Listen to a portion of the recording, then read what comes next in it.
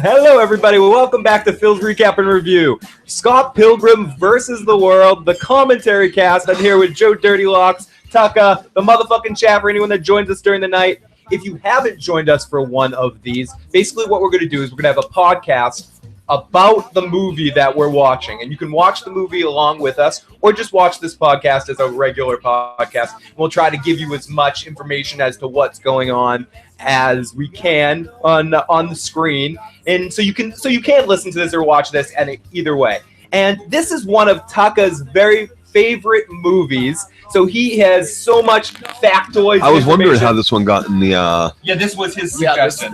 This Isn't it funny that he picked this one out too? Yeah, I got it. Boom. It was either that or Shaolin Soccer, and I'm like, come on. Well, Shaolin Soccer. I mean, I really, really love that movie. This is a good movie too, but it's just such a weird, funny. Just for like the mix of like classic movies that are in there, and then there's It's definitely an homage to the because Stephen Chow is such a huge fan of Bruce Lee that he would, and that's actually his body. That's crazy. And the guy's like, well, anyway, we're here to talk about Scott Pilgrim, and yeah, here's Taka to show his credentials of fandom. He's been a fan since the graphic novel came out. So they have the graphic novels. The graphic novels came out first. Bryan Lee O'Malley's in 2004. Scott Pilgrim. Scott Pilgrim was a 6-novel release.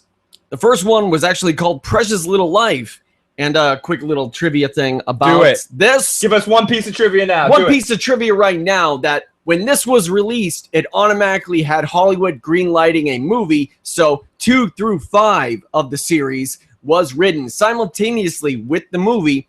And then after movie screenplay was written and wrapped up, then they wrote the 6th novel to finish it out. So welcome in the live motherfucking chat. We got Tom, Timo, Machine. I'm lesbians with this movie. This is a good movie. I like this movie a great deal. I'm not as crazy about it as you, but I think it's an amazing fun movie, and it's probably the best video game movie if we don't count animated Street Fighter movies. Well, do you count this as a video game movie because it's not based on a video game? It's a video game movie, though. You can't help but watch this. Right, it is, but it's not the same genre as, say, Jean-Claude Van Damme's Street Fighter or Super Mario Brothers. But those are so bad it's good. This is so good, it's just good. There is a video game. It's a different type of video game. There's a Scott Pilgrim video game.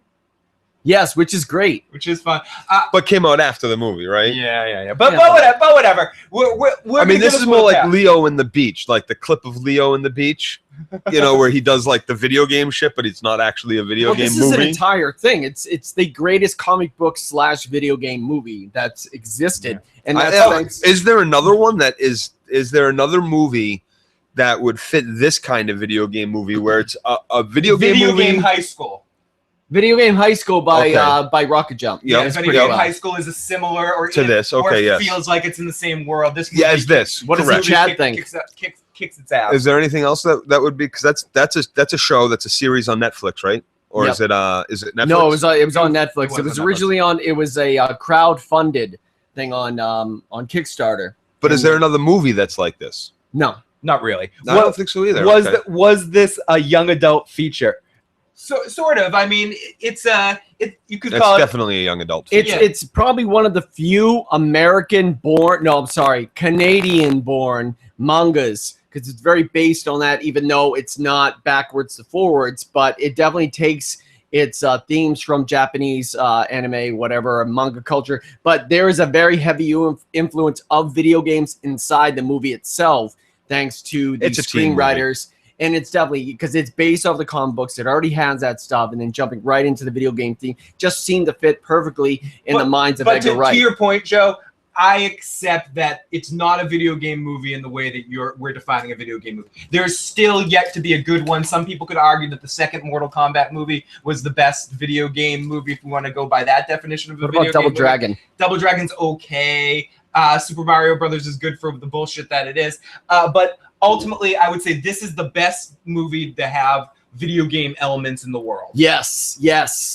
That is I will a give you better that. definition of that. That It's not the 'cause it- best video game movie, but the best movie with video game influences in there. Exactly. Now we are watching the Blu-ray version of it that Taka went out and got today because he wanted to add it to his collection. Anyways, it's one of those excuses. Okay, cool. You want him to get the Blu-ray? Okay. It's an excuse to buy a piece of media that you will never get to use again. Oh, he will. He'll Well, watch the thing it. is, it's very hard to find the official behind-the-scenes documentary and bloopers and all that other stuff But on there- YouTube without getting flagged. But there You'll are watch other and ways then to find never this again. movie. If anyone has Netflix instant video, you can find it there and rent it. You can watch it. There are other ways online than which you can watch this movie. if Hopefully, you you want to watch prepared for this. it. So here we go. We'll give you a Digital copy. We're gonna I know, get huh? ready to press play on this. 1, 2, 3, go. Play. Movie is playing. Oh no, it isn't. no, sorry. I Everyone lied. pause. I lied. I unpaused it. Liar, Now we go. Here we go. liar. Scott Pilgrim versus the World. 1, 2, 3, play. Boom. Exactly, Tom. Or you could download it Piracy. legally, of course. Not saying that if anyone wants to do that, I wouldn't discourage this. But anyone could be watching this at any time. We do have a live motherfucking chat, but this is for any time anyone wants to watch Scott Pilgrim versus the World. You can watch us listen to us alongside of it. I would not recommend this being the first time you ever watch Scott Pilgrim. Do not watch us the first time. Yeah, watch Yeah. it and then watch Like it the- again with us. With maybe the third time. Yeah, because you need to enjoy it because this is I don't what- even think I've watched this movie movie 3 is times. one of the few that I've actually seen multiple times in theaters. Okay, the Look universe. at- it starts out right with the The universe- 8-bit kind of graphics. Okay, if we're talking about animated features, if we're talking about video game movies comparison, the fucking God, what the hell was the movie that came out last year? Pixel? Not Pixel, the other one. Fuck, I guess Pixel would kind Gamer? of be. no, the one about the Donkey Kong like creature. That I think so. no, what is it? Was it dating a high schooler? I'll find out right now. That voice that you're hearing, or you'll hear in the movie, that's Bill Hader. Scott Pilgrim is dating a high schooler. Really? Is she hot? How old are you now, Scott? Like 28? Yeah, Alison Pill, newsroom. So you've been out of high school for like 13 years. I'm 22. Some could say two. Gotta love dating younger women. Not bad, not bad. Legally, that is. So what you guys are. Would you consider War Games a video game movie? No. But, yeah. We have done many things. We ride the bus together, and we have meaningful conversations about how your book club went and about her friends. And I've always liked Alison Pill ever Yeah, since even Can't Christian. Hardly Wait. we almost held hands once, but then she got embarrassed. Well, aren't you pleased as punch? Can't hardly wait with So what's her name? Knives. Liv Robot Chicken Tyler. guy. yeah, and the guy that was on The Walking Dead last year. Yep. Oh, Wreck-It Ralph. I was thinking about. Oh, yes. That's that is probably the best, even though it's not about a video That's game. for me. Yeah, even the fact that like the whole ding dong and everything and You promise to be little good? pop up things. Seriously. please E. be Martinez says, I had a 1-year Michael Cera obsession. There's something, he's somebody that I could not take seeing him in so many movies. I like how he's chose to go about his career because everything he's in, I enjoy him in. I don't feel like he's overexposed Yeah. because I love him in Juno. I love him in Arrested Development. I love him in this. And other than that, it's just bit parts here and there. Oh yeah. What about his of course His knockout doppelganger. movie? That's Kim. Oh, you're talking about Jesse Eisenberg. I was Yeah. talking about Jesse Eisenberg. Yeah, Jesse Eisenberg makes him played out more. Yes. What's I- Superbad? He was okay. Oh, and Superbad. Yeah, and Yeah. Superbad. So he only does these awesome parts. What do He's you play? Wow. You know that the Knives Child, the girl who plays Knives Child, this is one of her few only movies. She's only made like 1 or 2 movies. should we get it over with right now? How could he have not chosen? Like I'm all about Knives Over. Yeah. Whatever her name is. Big time. Yeah. One thing about this movie, all the songs inside Scott Pilgrim, like all the songs from Sex of a Bomb, were written by Beck. Oh, interesting. Yep. One of the things that the comic book has a lot more attention to than the movie is the band. The graphic novel spends a lot more attention in developing the different characters in the band, whereas the movie, because of it being a movie and having to have central focus, gets a lot more central focus just on Michael Cera's character. That's why I really love it, because if they were more true to the actual thing, it wouldn't be a good movie, because in the movie it focuses on 1 week, but the entire graphic novel series spans over more than a year. Yep. And it delves into certain other people's perspectives of the story, how it goes along. There's a lot of extra things that they never even touch on in the movie, like subspace. There's one novel just dedicated to one Evil X fight. And 1 second, Al. Let me see if I can figure this out without stopping the DVD. No, I don't want to go to main chapters. I want to see the time on the DVD. Hit options. Options, you think? Yep. Hey, Joe, you handle it. I don't want to be responsible for this. So give us a second, Al. I'm not used to playing. We're at 4 minutes Triangle. and 15 seconds. 4 minutes and 18 seconds. Oh, no. What? I didn't mean to. Oh no! Joe fucked it up. What just happened? What did you do? Oh, Joe fucked the movie up. I really hate this Blu-ray thing. We just had to. No, we're gonna start. No, don't fast forward. What are you doing, Joe? Sorry, everybody. Anyone that's watching along with us, it got all fucked up. Joe fucked it up for everybody. That's the reason why. It's like, hey, it's all right. We're gonna. Nope. We're gonna start at 4 minutes and keep going. You gotta rewind it. Oh my goodness, guys! So Scott, that was Scott Pilgrim versus the World. So, yeah. Give us 1 second, guys. Good night, everyone. Yeah, good night. We're gonna.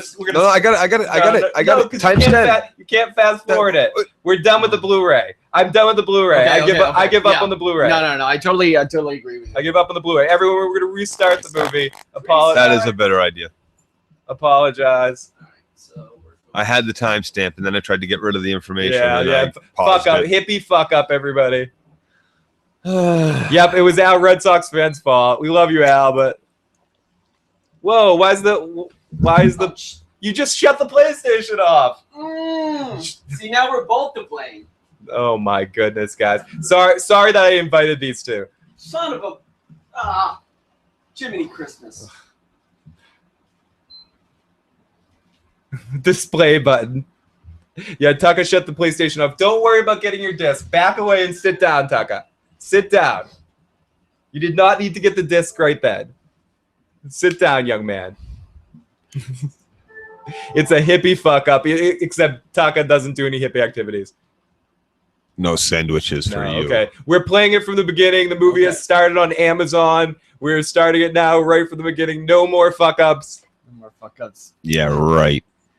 Yeah, no more fuck We'll ups. see about Our king is in that. control now. Yes. Sorry. No. Actually, it starts with being my fault for passing off the controller to Joe. So, hi guys, how are you? You having a good weekend? Good summer? Great. Now the movie's starting again, and we're at 25 seconds. Hippie tech. Yep, Tom.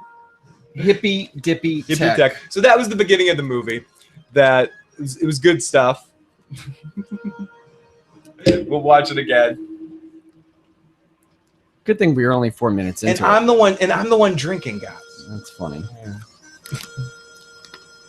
Scott Pilgrim's dating a high schooler, I bet. I bet. I like the fact that, like, when they introduce characters, it pops up in the little square things, much like the. It gives them a the rating book. too. Mm-hmm. Yes, like a power rating. And like pop-up dating too. It's a social rating. Yeah, go up a level and stuff.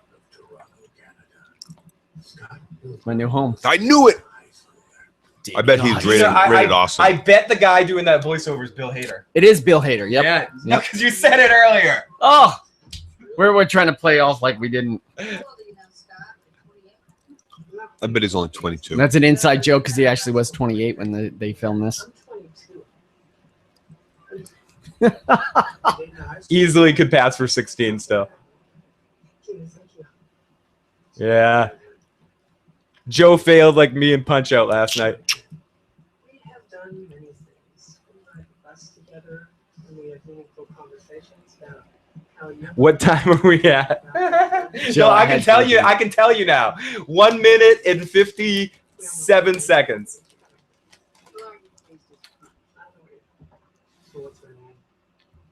Knives. Chow. Look at the kitty on the cup. Oh, cute kitty. So as we were saying at the point in time, and I think you were talking about before we got into that, in the movie is better because they chose just to focus on Scott Pilgrim's character. It allows more central focus.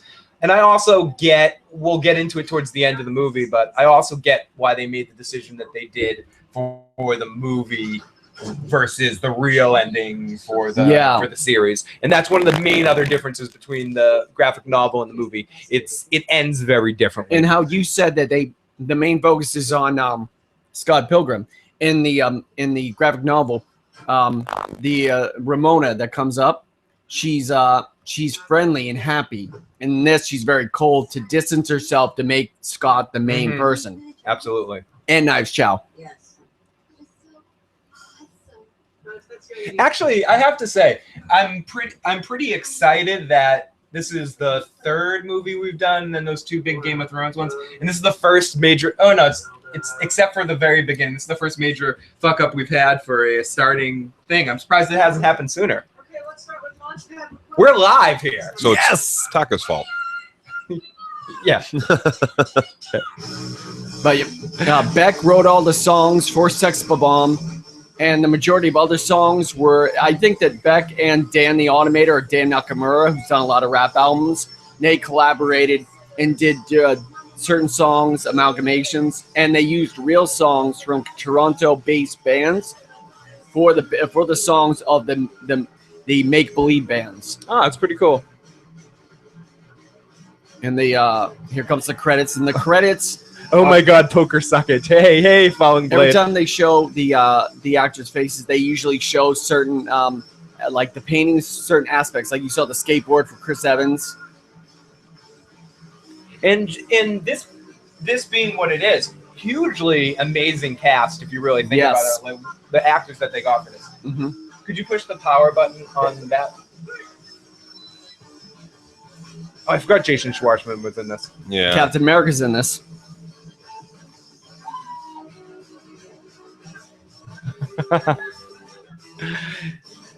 So again, if anyone's curious, is just joining us or checking this out later, we're at 4 minutes and 40 seconds.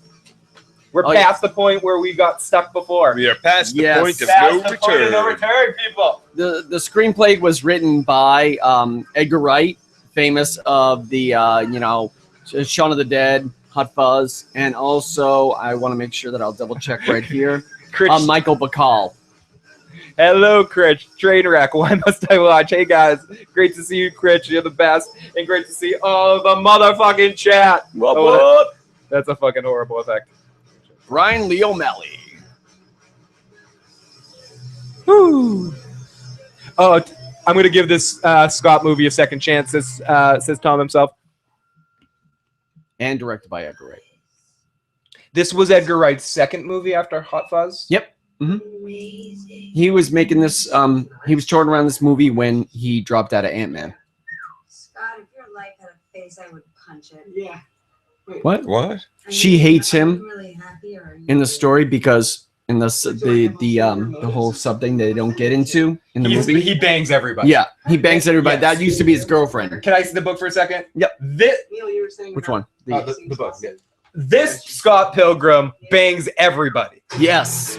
As much as He's a big man slut. as much as Michael Cera comes off as an asshole in this Scott Pilgrim is even more of a fucking ass. Yep. And strangely enough, yeah, Precious Little Life is the first one. We have to stop sleeping. But when they started writing the screenplay, they named the second novel Scott Pilgrim versus the World. Controlling my bitch forever. Thank you, Reds. Thank you, Al. Kieran Culkin plays Wallace. Macaulay Culkin's younger brother. So, Love all the inventory stuff. Again, very much like a video game. Everything is Wallace. you know me. I mean, don't They sleep in the same bed. And Kieran Culkin plays a Who are you texting? gay person. Not a gay.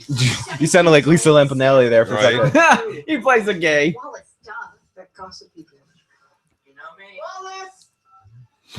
Who is this mystery child you gave? Her name's Knives. So quickly you get accustomed to the style of this movie and you're either going to like it or you're going to hate it. As much as you love this movie is in the sense that some people are going to like this, some people are going to watch this and go, this editing style. This It's too fast. It's too crazy. Or it's just some people don't like certain style. I know some people that don't like Oliver Stone movies. Some people. It's very comic booky. Yeah. I mean, I personally love it, but I think that if this was not Edgar Wright doing this movie, I would not like it at all. I think it would be awful. Nice. CJ's playing Fallout 4 while watching us. Great fucking game. Nice. Running around our home base area. This girl has voice too. Hate you. So comic book Scott was a trans duo, like they call him here in Brazil. I walked into this movie when a projector shut down for a serious film, long forgotten, says Critch. Stayed through to clean up to see the beginning. He's gay. Oh, do you want to know who my class is gay? Yes. Does he wear glasses? Wallace, you go now. Be gone. Scott's a dick. It's so interesting that with Michael Cera, because he never plays that far outside the Michael Cera character, but each one of those different characters, you mentioned Superbad, Arrested Development, he plays different variations of Dick. Of just that character. I would say, I wouldn't say George Michael's a dick. Who? George Michael? No, none of his characters are really dick. He's wearing No, a Sharpie Scott t-shirt. Pilgrim's a dick. Yeah, no, Scott Pilgrim Pilgrim's a dick. is like is somebody that he doesn't know. He's like, oh, I didn't know what's going on. He's a straight asshole. He's like me a long time ago, just having sex with tons of women. I remember. You guys remember that time when I was having sex with tons of women, right? Yeah, when you were sleeping last night in your imagination. No. That Ninja Revolution game, that was Dan Nakamura's game that he did. That's the first one in the movie. I mean, I know kids like The good Commonwealth is a fun and dangerous place. Yes, it is, CJ. I heard that you can actually take the Scott Pilgrim tour when you're in Toronto. He was a huge dick in the end, Al, Red Sox fans. That's one of Stephanie's favorite movies.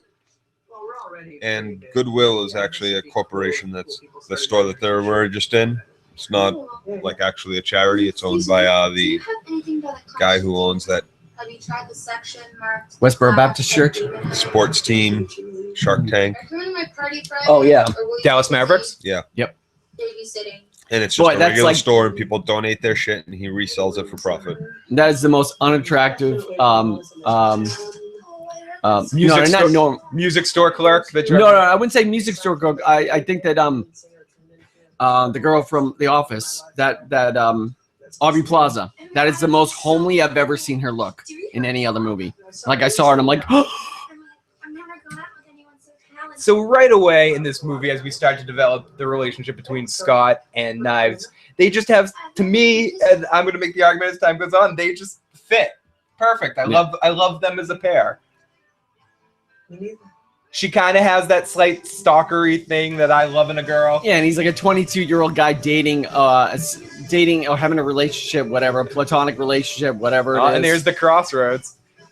Yeah, famous crossroads right there. And also Wallace says something to Knives Chow when he first meets her. He grabs her hands and says, "You're too good for him," and walks away. And that comes back later in the movie. Dirty Locks is way too chill. He needs a good Dirty Locks. Right?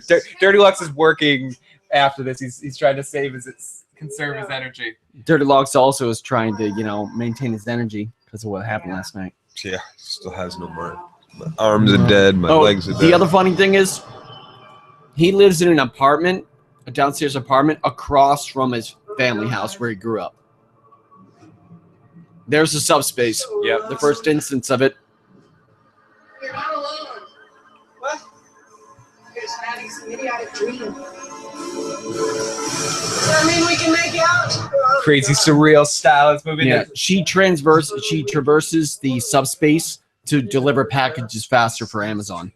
Critch says Scott wasn't a cruel dick, just an everyday dick searching for pleasure and contentment in an uncooperative world. Well said, Critch. Yes. It wasn't her. It was somebody new. Thank you, Al. Yay for that. So they're all sleeping in the same bed. It's kind of just a fun, just the whole tone of the movie really is just unlike anything else. Like you were saying at the beginning, Joe. Canada. Libraries remind me of grade school. Here, let's see if I can actually follow along. And that's the thing about the first part. For the most part, it's almost word for word for a while, or not word for word, beat for beat. Yeah.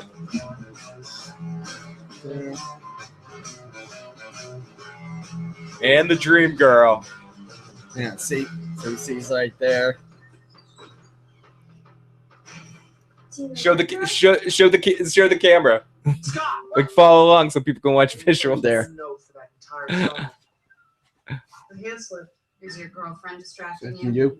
I'll Yep, be quiet I read there. these frames, and there's your girlfriend. Let's do that distracted, one again. frame. Let's do that one again. I What think are we doing? I told you like. I think at the end of the movie, we get a little bit more of a description of what he's done to her when he goes, I apologize to you for sleeping with you and never calling you again, or something like that. I think he says in his big apology speech when he gains experience points at the end. Strange that ending scene is a whole lot different, extremely different from the actual book itself. Yeah, how he gets the swords a lot different. Yeah, the all swords that come works. earlier. Yep. The one-ups come in differently. Comes in differently. That guy's in a crappy commercial now on TV with the sandcastle. It's also in the movie Loser. Yep. He looks like he could be Jermaine Clement's ugly younger brother or something. I love Jermaine Clement. Comu. Oh no, maybe he's not Loser. See, he draws a shitty picture of her, but inside the novel, he describes Ramona like this. I gotta tell you though, she's a little hardcore. Now here, there's that. Now, I always like to look at the what ifs in movies. Do you think anybody else could have played Scott Pilgrim? Joe says yes. Name. Watch out for your pretzels. Anybody. Oh, you think anyone could have played Scott Pilgrim? I don't.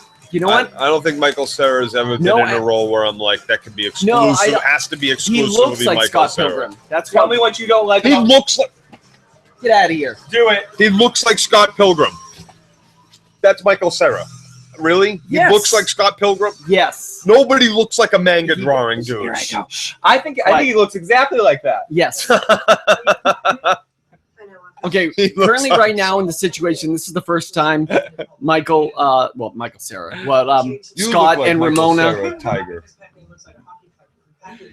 Scott and Ramona talk, and inside the movie they talk about Pac-Man, but inside the actual novel itself, he talks to Ramona and says, I like your shoes, and then he awkwardly, tries to not to make eye contact with her. Am I dreaming? I'll leave you alone forever now. Thanks. No, I mean, I really dig Michael Cera. I think he's great at what he does, but I don't think there's an exclusive, like, nobody else could ever do that role. It's totally real. Ooh, Ramona Flowers. What? Dude, I what do you know disagree. about Ramona Flowers? I think each one of his roles he specifically selected, and I don't think they would have been, especially in Superbad and Arrested Development. I think he's an essential part of what makes those parts excellent. Like his level of quirkiness. I see what you mean in this. I mean, there's a certain level of chemistry that actors have together and things like that. And you want to think that they're all selected specifically to play a certain part by the people who picked them. But I'm just not sure if they didn't pick anybody else, the movies wouldn't have been as good. Doing good. Oh, Timo says doing good. I've been watching Ink Masters. Ooh. Same can be said for Jonah Hill. What it is about that girl. Good old Steven Styles. Bam. Oh yeah, he Oh. dated her too. Yeah, everybody. Yeah. Mo, great to see you, buddy. It's not the point. High schooler is the morning period. Scaring off the coolest girl at my party, Scott. We all know you're a total lady killer, wannabe jerk with jerk. It's completely untrue. That time with Lisa. That was a misunderstanding. That time with Holly. That wasn't what it looked like. So I guess you do get into it a little bit more than I remembered. I think it's again Michael Cera just has this thing about him that, and I guess maybe it is the point that maybe as much of a dick as Scott Pilgrim is in the things he does, there's something forgivable about Michael Cera. He's just one of those guys that could be like, oh, I blew up your car. I'm sorry. I fucked your wife. And, No, he's got that perfect awkwardness that anybody else who tried to pull off would look like they're overacting. Yeah. I wish that was Macaulay Culkin, though. I'm no fan of this Culkin. He looks a bit like Macaulay Culkin. This was the one that was in Signs. Yes. Oh, fuck this kid. Fuck you and your fucking sister that had the glasses of water all over the fucking place. Edith, Don't judge him over M. Night Shyamalan. Ooh, what a twist. I don't like Stranger Things. I actually did. Yeah, thank you, Timo. We'll talk about that after the stream. I want to talk a little bit about that. I do want to mention that after the stream, but we will talk about the television show Netflix 2016 series Stranger Things. Thank you, Phil. No problem. I've had to bite my tongue a couple times. I love the phone call stuff. Look at it. How does he do it? Ta-da! Oh yeah, here's another thing. Try to find the Zelda song in this. Movie. It's a song from A Link to the Past, and they actually got Nintendo's permission. Yes, they Edgar did. Wright wrote a letter to Nintendo and said it's the lullaby for a generation or something to that effect. And they also got permission to use the Seinfeld theme at one point in time in the movie too. This is also I did not know about that, but this is so old. Looking at that, it's only 2004. But look, if you're watching the movie, look at how awful that internet is. Do you miss flip phones at all? I kind of miss flip phones. Well, the thing is, when you had flip phones, it was just flip phones. That's all they did: text message and phones. Now, smartphones. I wish they had a smartphone flip phone. It would Look at just how be so big it cool. was. You could just go. You're like, so you can make those video game kind of like sounds like. It's the weekend. It won't ship until Monday at the earliest. You were saying? Boom. Oh, you guys, you guys in the live motherfucking chat. Thank you so so cute. much to all of you guys for joining us on this Saturday evening to watch Scott Pilgrim, or just listen to us bullshit about Scott Pilgrim while we watch it. However you want to ingest this, we appreciate you jumping in and joining us. Al's not kidding. I saw it. He has a flip phone.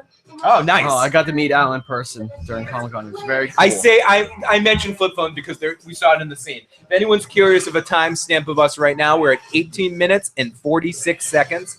We're seeing the battle. Bad. He's totally uncoordinated because now he doesn't want. Chikia says, "Wow, I never realized Joe, Phil, and Taka starred in Scott Pilgrim vs. the World. The film was just sitting them on a couch." Hello, Cheeky. Great to see you. Is this a real game that they're playing right here? No. This movie, it's based on Dance Dance Revolution, but it's a fake game made for the movie with Dan Nakamura and Bill Hader. I want to play it. Fuck them. Oh no, did the game freeze? Nope. We're good. Oh no, we fucked it up again? No, we didn't. Nice beat up guitar. I got us a show. Yeah, in the Wednesday, the battle of the bands and everything with the band becomes much more detailed. The final boss ends up offering like a record deal or some shit like that. G-Man. Okay, so it wasn't just permission to use the Nintendo song. It was also product placement. Kid on the couch is wearing a Nintendo shirt. Yep. only a record deal. So it wasn't just like, here you go, here's a freebie. Kid on the couch is Who definitely knows? The wearing. prop master or the costume designer might have wanted to have them wear a Nintendo shirt anyway. It won't just be knives. It's very hipstery. Let me go put on my Nintendo shirt. I love the horrible name that just sounds so weird. It's not sex bomb, it's sex ba-bomb. Ba-bomb. Oh, Critch, that's fucking beautiful. You're fucking amazing, dude. Thank you. Oh yeah, and also Magically delicious. Toast to you, Magically Delicious. I think that Michael Cera's character as Scott Pilgrim wears a lot of. That's funny. Okay, here we go. We're in the P-bar section. This is one of the funniest also the parts. most unique way to use video game elements that are not video game oriented, like the P-bar or gets it, don't get it. And no, but in fairness, I don't know how much you've played Sims games, but there's definitely times when you have to go to the bathroom, and you go to the bathroom, and there's things equivalent to a P-bar. That's real. I think I tried playing Sims and I tried to make like a serial killer, and I got bored. I always wished with those Sim kind of games that they would create one that was Sim everything. It was a combination of Sim City and The Sims, that it was just Sim World, and you could just sim the whole fucking thing. I was thinking about asking you out, but then I realized how stupid that would be. So do you want to go out sometime? This girl reminds me in a weird way of an old friend of ours named Lori. I don't have to say her last name, but she reminds me a little bit of Lori in this movie. Not looks-wise, more vibe-wise. Mary Elizabeth Winstead, one of her biggest, her last biggest movies that she came out with, I think, was Pride and Prejudice and Zombies. Yeah. No. I was in love with her and her hair. She was my biggest The crush. constantly changing hair, like Yes. Richard Lewis's mole and Robert Hood Men in Tights. Yes, Every yes, scene but is I in a just different love place. women like that, man. I like girls who are different, man. Like bad girls. You don't like cookie cutter mold I girls? don't. You like different bad girls? Yes. Like different kind of bad girls? I've Like never strange. dated a good girl. I like different girls. I like especially if they have tattoos or colored hair and everything. I'm not gonna go down this road. I'm gonna start interviewing you for a dating site. So a tattoo makes a girl a bad girl. How many? No. How many tattoos? Movie. equate to- We gotta Okay. focus back on the movie. Sorry. Thank you. You're welcome. So, Scott Pilgrim's dreams are linked to the subspace. That's why let's role play. I'll be a bad girl for you, John. The focus. Oh, sorry. I've been sitting in the wrong spot for that shit. Sorry, I'm getting turned on by this sexual tension between Scott Pilgrim and what's her name. That's so not interesting. Alan, I'm great at debating whether or not to go somewhere and I watch also UFC. just love the cinematography and the editing of this movie in general. Like, even it was so panned by a lot of people in the theaters, but also you had to appreciate how Edgar Wright actually put this thing together. Everything is so meticulous, and it matches good stuff with having fuck how, like, when it comes down to it, a good movie is a good movie. I mean, there's the initial bullshit burst that comes out, whether people go fucking see it or not, but like ultimately time tells and audiences will gather around movies. Oh, great to see the fucking Devin. Huge toast to you, fucking Devin. Huge Scott side butthole going on. Scott's hoping for some side butthole. Inside this movie, Mary Elizabeth Winstead's hair. The reason why I changed it so easy and everything, all those are wigs. So you can see it in certain parts. Tom himself says, I like my Mary Elizabeth Winstead on Tarantino's movie Death Proof, the one with Kurt Russell. Yes. Yep. Yes. Absolute. Oh, I There like it is, the subspace right I like there. my man. Elizabeth Winstead on that cock, y'all. Bum bum Oh, banana. God. Bum bum banana. Bam bam banana. Bam bam slap that Betty that. Give me a side butt. Stick it. Oh, sorry. Cock in my ass, cock in my face, cock in my Hey, mouth. gents, looking Cock tan. on my Looking chin. tan. What? Yeah, being underemployed at the moment lets me be outside a little bit more often than normal. Oh yeah, you're getting dark. Yeah, I'm getting sand. I'm getting tan. You're getting sand. Joe looks. Oh, I could corporate. have did it along with her. Yeah. Let's see. Joe's the man. Ginseng, sleepy tea, green tea with lemon, green tea. Oh, there we go. Hey, no, freeze Oh, frame. sorry. Oh, back that come shit on. up. Open your eyes. We want to see the Rewind. asshole. Come on. Rewind. I'm cold too. Oh, hey now. And in the book, I feel like I'm talking about Game of Thrones. In the book, she moves in with him. Yes, it's not just and like She I said moves earlier, in with him into the basement and sleeps no, in the bed with. he moves in with her into Oh, this okay. area that she lives and everything. Maybe we should. And earlier that she acts like a very loving, happy person. through the I whole just entire realized thing. a horrible truth that this is turned into pervert night. I realized that. What? There's side butthole. Devin, we have side butthole. We officially. I can look at this because she's not naked. Guys, this I'm on a is cleanse. 25 minutes and 50 seconds. A cleanse. You're in a girl. No naked woman. Yeah, no naked women cleanse. Good luck with why. There's only so many days in the life. Every day you should look at a naked woman. But if I find somebody, then I'm gonna enjoy it a whole lot more. Oh, give me. So you're doing the starving for a long time and eating a cracker. It feels good to eat crackers every day. Movie. Yeah, and sex is happening on the screen, so I'm going to Yes. talk about sex. They fell cleanse. asleep in each other's arms. It A wasn't cleanse. Yeah, I'm on a cleanse. It's one thing I didn't even get any. You know what? Oh, no. sleep. See, he just. I love it. It's one of my favorite shows, Dio. Phil, have you seen Quantum Leap? I just said that. It's one of my favorite shows. And there is actually if you look back a couple weeks ago, there is a review on the channel that you can check out, my thoughts on Quantum Leap. Oh, yeah, Ramona, that's her name. And then you get to see her number, and then the exes. And that's really, again, a really cool effect of her skating on the ice. I love all I'll those write the little 7 X's on the Yes. number. The Rockets. The talking Place is a shithole. the talking's more exciting. I like than that he the movie. fucks her before he gets her number. That's the best way, Joe. That is the best way, Phil. Yeah, it's not- Okay, this is why. Taka, the born again virgin, says E. Martinez. I think that's what he's going for. Cleansing. Oh, and this is nice. Hey. No. Yep. Just like Yes. the comic book. Hey now.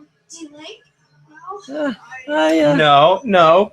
So at the point in the movie where we are right now, which is 27 minutes and 24 seconds, the girls are meeting each other for the first time. She just kissed. We're realizing that Scott's been leading one on. And does this lead to their fight? No. Actually, in this, they don't fight until later on in the movie. So we have not had our first fight of the movie yet. Yeah. But they, Ramona and Knives actually fight in the library, I think, in 3. Critch, Two, novel 2. Critch, I'm with you. Yeah, they never fight in the novel at the end. Thank you, Al Red Sox fan, for the support. And Disco Potato, great to see you. Thank you for everybody that's joining and jumping in on this Saturday evening to say hi, even for a few seconds while we're watching Scott Pilgrim vs. the World.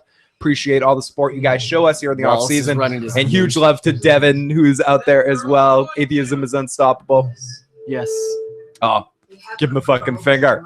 Crashing the boys. I am so sad. I'm feeling like Joe is looking like he's feeling right now. The girl, they have not only have a girl drummer, but the girl drummer is like Younger. 5. Yeah. Also, Is this our first fight, or are we about to get into our first fight of the movie?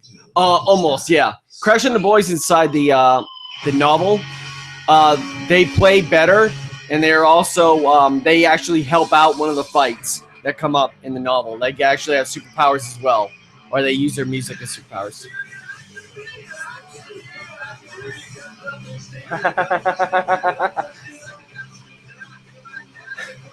I can relate to this moment so much. The subtitles. Or just being in a band and being in a battle of the bands when someone else is performing and you see them just like kicking ass and you're like, oh, fuck, I have to go after that. It's hard for me to keep track. But it does inspire you to put on a better performance in those moments. Nice. Or fucking cower and hide, depending on what type of person you are. I've done both. I've cowered and hid, and then got up to the moment. Okay. So, I was on the bus with my mom. Is that seriously the end of the story? Okay. Next band is She is awesome. And, yeah, She owns this part. There she does. The part of Knives. She's maybe one of my favorite, at least on this watch right now. She's probably my favorite thing about the movie. Yep, she's so cute. She's so cute, and she, in the way that Tom Hiddleston like owns Loki. Like she owns this part. Absolutely. She's having so much fucking fun with it. You can just see it in her eyes. You know what? I'm so glad that Steven Stills, the character, is singing instead of Scott, because if Scott was singing, I would hate it. Oh, and Crash and the Boys, before they came on, they played a song that says everyone dies, and it puts everyone in a hypnotic state, and they all pass out, much like Knives did in the movie. CJ asked, didn't they make a Scott Pilgrim game after the movie came out? I heard it was half bad. It's very good. It's like it's a beat 'em up. It almost feels a little River City Ransom, Double Dragon-ish of a game. It's a lot of fun. Soundtrack by Anna Managuchi. Yeah, it's a good game. It's nothing special, but it's fun. It's a nice fun play. It's multiplayer, so you can have a good time with a bunch of friends and play it. Critch says, I'm proud to say cowards run in my family. I always go to a party or go someplace and make friends with the biggest, toughest guys, and then they can bail me out later in the evening when people want to kick my ass for hitting on their girlfriends or something, or not. Uh-oh, here we go. Mr. Patel, David Patel. Oh, Matthew Patel.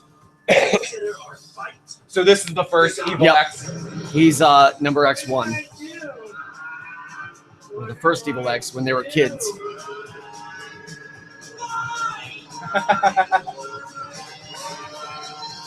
So Scott immediately goes into action here, Arcade. and we get into the video game action. So good. Jumps into video game mode whenever the fights come on. The fights come on. And I think the fact, but I guess it's always there though, but the fights are enhanced versions. Yes. And very Street Fighter, to me, they come off very Street Fighter. Yes, like, yes, absolutely. With the KO, the reversals. Even that move, that's isn't that a Shoryuken? Like, Yep.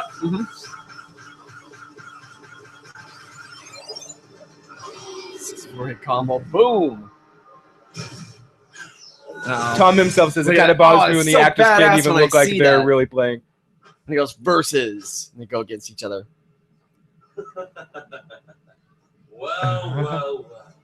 So, You're quite I don't know if he's a goth or an emo. Pilgrim. Who the hell are you anyway? My name is Matthew Patel, and I'm Ramona's evil ex. He wasn't even. He didn't even date her. They were like in kindergarten together. She's like, what? Let's get drunk. Emo goth, says Al Red Sox fan. And don't worry about it, Cheeky. Well, yeah, Nye's there is a passed difference out, right? between So she's emo not and goth. witnessing this. What was that, Jeff? Nye's passed out, so she's not witnessing this. Yep. Didn't you get my email explaining the situation? I skimmed it. Mm-mm. You will pay for your insult. You're dead. Tom himself has a good point. If he was goth, wouldn't he be wearing all black? Yeah. Well, the thing is, emos hate themselves. Goths hate everything. He's nothing. He's hipster. He's not goth or emo. Scene, maybe. I don't know. Hipster with goth leanings. Yes. Hey, what's up with his outfit? Yeah, here we go. Here we go. This is the description. Like Depeche Mode or Are something. you a pirate? In this year? Pirates not in this year? Yes, Al says yes. He's definitely at least part emo. I also love the fact that it goes from like letterbox to zooming out. This guy's favorite band is Dashboard Confessional. Yes. There's no doubt that Dashboard Confessional is his favorite My band. morning jacket. Oh, Oh, 7th grade. Tuesdays. Hootie. For a week. Hootie and the Blowfish. No, he's not a Hootie. No. Dashboard. This is and I slept Saturday night and I loved Oh, watch this. She my- recaps I it, don't and know what that is. he was a goth. Oh, I and think. this is the animation from. This is the actual. Yeah. See, yeah, he was a goth as a kid. And they beat up everyone. Joe's the hipster right now. Someone says emo is goth without full motivation. Says Cheeky. Yes. It's like making out with a troll. Critch says best bar advice I've ever got: go in a large group, sit by the door, and pretend to go to the head just before the fight starts, or before the bill is paid. Full hours. Here comes the Bollywood music scene. And just to let you guys, this is not a musical. Yeah, this is that that actually happens in the book. Yes, that's so awesome. When I saw that, I'm like,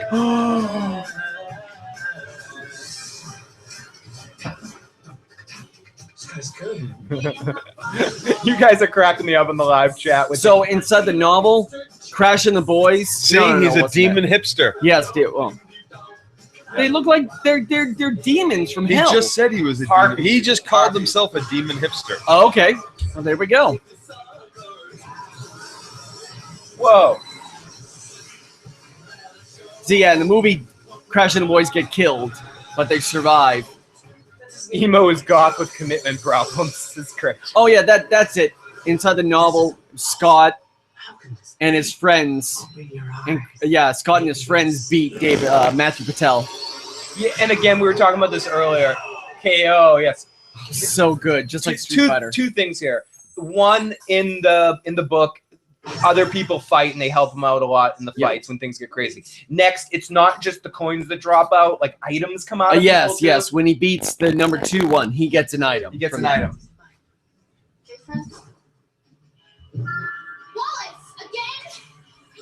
Again? Oh, man, 240.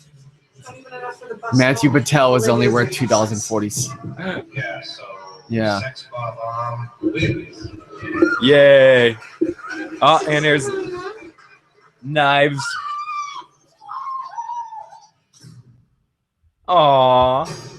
Later on. So for timestamp, we are at 36 minutes or 37 minutes. Yeah, Bollywood's awesome. Scott and Ramona are on the bus right now having a discussion where she's going to break down the truth to him now about the evil exes and he says you're 7 evil ex-boyfriends, and she says no, evil exes. And she doesn't say no. She just repeats. And she evil keeps exes. hammering in the exes. Well, he repeats her statement, and she doesn't correct him again because he didn't say boyfriends. There's the Seinfeld theme. Seinfeld theme. Oh, and the laugh track and everything. Yeah, they Seinfeld gave them the permission to do that as well. So good. Well, someone got to second base last night, and someone has a second date tonight. The laugh track is You know, when I say amazing. someone, I mean me, right? I got to second base last night. So you didn't have sex with her that first night. Anyhow.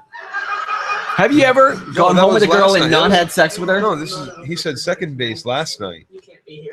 Yeah, what happened the other night still left up in the air. Yeah. Okay, stop. What was your question? But in return, Have you ever gone home with a girl and not had sex with her? Yes, Yeah, of course. of course. You have to break up with knives. Poor Angel today. Bacon. Mmm. He's Canadian eating American bacon. Yeah, very interesting that it's not Canadian bacon. Good. It's probably a crazy delicacy. double standard. If any of our Canadian viewers are out there, Pick it up with Liberace's good. I'd love to know how prevalent American bacon is up in Canada. That's true. That's funny that Wallace actually tells Scott not to cheat. No, this is pretty good. I guess it's probably just as prevalent cheats. because you can almost get Canadian bacon at every breakfast true. restaurant. Or Yeah, absolutely true. So American bacon is it called American bacon and Canadian bacon's called bacon in Canada? The inside this movie, we just get I'm introduced hungry to too, Tom. Lucas Lee and how Wallace loves him, but in the novel, he hates Lucas Lee and he calls him a pretentious sellout douchebag. Yeah. Oh, is And that's Captain Mr. America? Mr. Steve Rogers, Captain America. Captain America. Have you ever gone home alone and had sex? Every night, Al, Red Sox fan. Every night before bed. One-on-one basketball's the best. The worst is when I go home alone and still don't have sex. Would you pass out because you're too tired just to even for yourself? Hey. Tom himself says, I hate Captain America too. I can't believe T-Cat's coming to town. Will you take me to the show? Cringe. Yeah. Oh, hey. What's up, Block and David? I wanted to invite you over for dinner. What's the difference between United States and Canadian bacon? It's my birthday. Ham. Canadian bacon's ham and it's round, is it? Yeah. No, it's okay. Why? I like her with long hair, but I also like her with short hair. I like her with long hair. Oh, we never get to see Knives Chow's dad in the movie, but we do get to see him in the novel, and he actually participates in a fight. Yeah, he bails Scott out in one situation. Yep. Love, and he's like, ugh. What an asshole. And again, this is one of the most relatable parts of the movie, besides all of the not supernatural, the video game aspects and the altered world that we live in. I think one aspect that I can definitely relate to, and I think a lot of people can, is this dynamic of a relationship. You have someone there that's into you, that's obviously into you. And I mean, this is a different kind of situation because both girls are into him. But then this other girl shows up and you just drop that girl. You're like, hi, how are you? I'm with you. And the other girl shows up and it's like, or boy, I mean, it's not a male or female thing. Girls do that stuff too, the guys. They're into this guy. It's happened to me. I've never done it to anybody else. You haven't, or you have? I have never done it to anyone. It's happened to me. I've been. See, I've never left. I fell in love with movie stars, but I've never seen somebody else. Actually, I'll lie. But I lie. There's one person. How I Met Your Mother has a term for it. It's on the hook.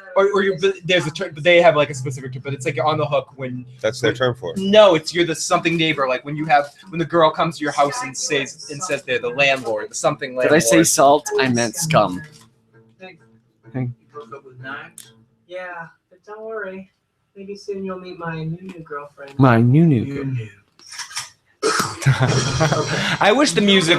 I know the music is a dynamic in the movie. I wish the band dynamics were a little bit more of an aspect of the movie. Just being someone that's been in bands my whole life, I enjoy that aspect of it. But there could be a whole second Scott Pilgrim movie that's all about That would be really the good. rise and fall of the band. Like, But they would have to come out with an all new story. or try to work the in between stories or the extra stuff they took out into a movie after. You know your hair?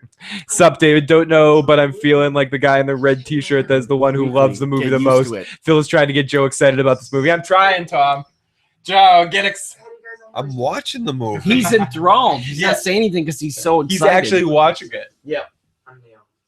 Believe Hey. it or not, I actually dated Scott in high school. Hottest girl. Yeah, he in was the a dickhead to her. Yeah, he's an But he did save her from getting like beat up or something like that. once. She got attacked. You think Yeah. Girl movie? I really love her. I love her in the newsroom. She's so hot in the newsroom. You might have mentioned this earlier, John, but she's in Can't Hardly Wait, Yes, right? she plays a shorter haired That redhead. ends up hooking up with Seth Green's character Yes, in the bathroom. Yep. Joe just needs to win some coins. We changed her hair. So it looks nice. It looks impulsive. But she did it without even making a big deal of it or anything. She's fickle, impulsive, spontaneous. Oh, he's got the cook. Spontaneity. I'm worried about me getting up the place. So, how's dinner coming along? Yeah, good. Tom. Okay, well, I'm gonna leave you lovebirds to it. Tom, always.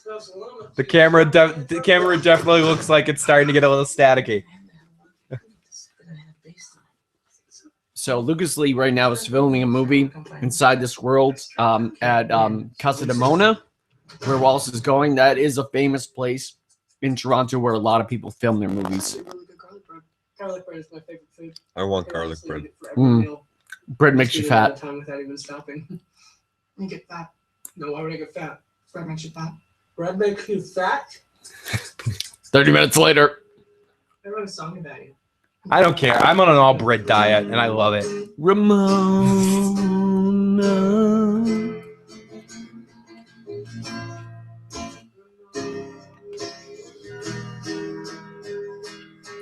Cheekiest. Tom, you guys time stamping technical difficulties now. Macaulay Culkin's brother is Michael Cera's roommate. Yes, that is right. Walking Yes, and they damage. sleep in the same bed, but they're not gay together. Yes, and Tom, bread is bread is delicious.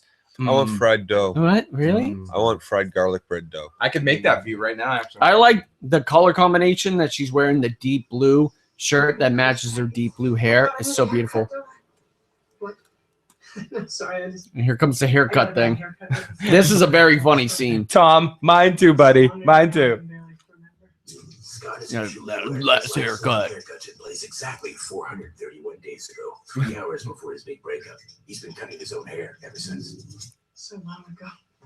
He moves to the doorway. Was it a bad time? It was. It wasn't. Really? It was. It Was it a was. mutual thing?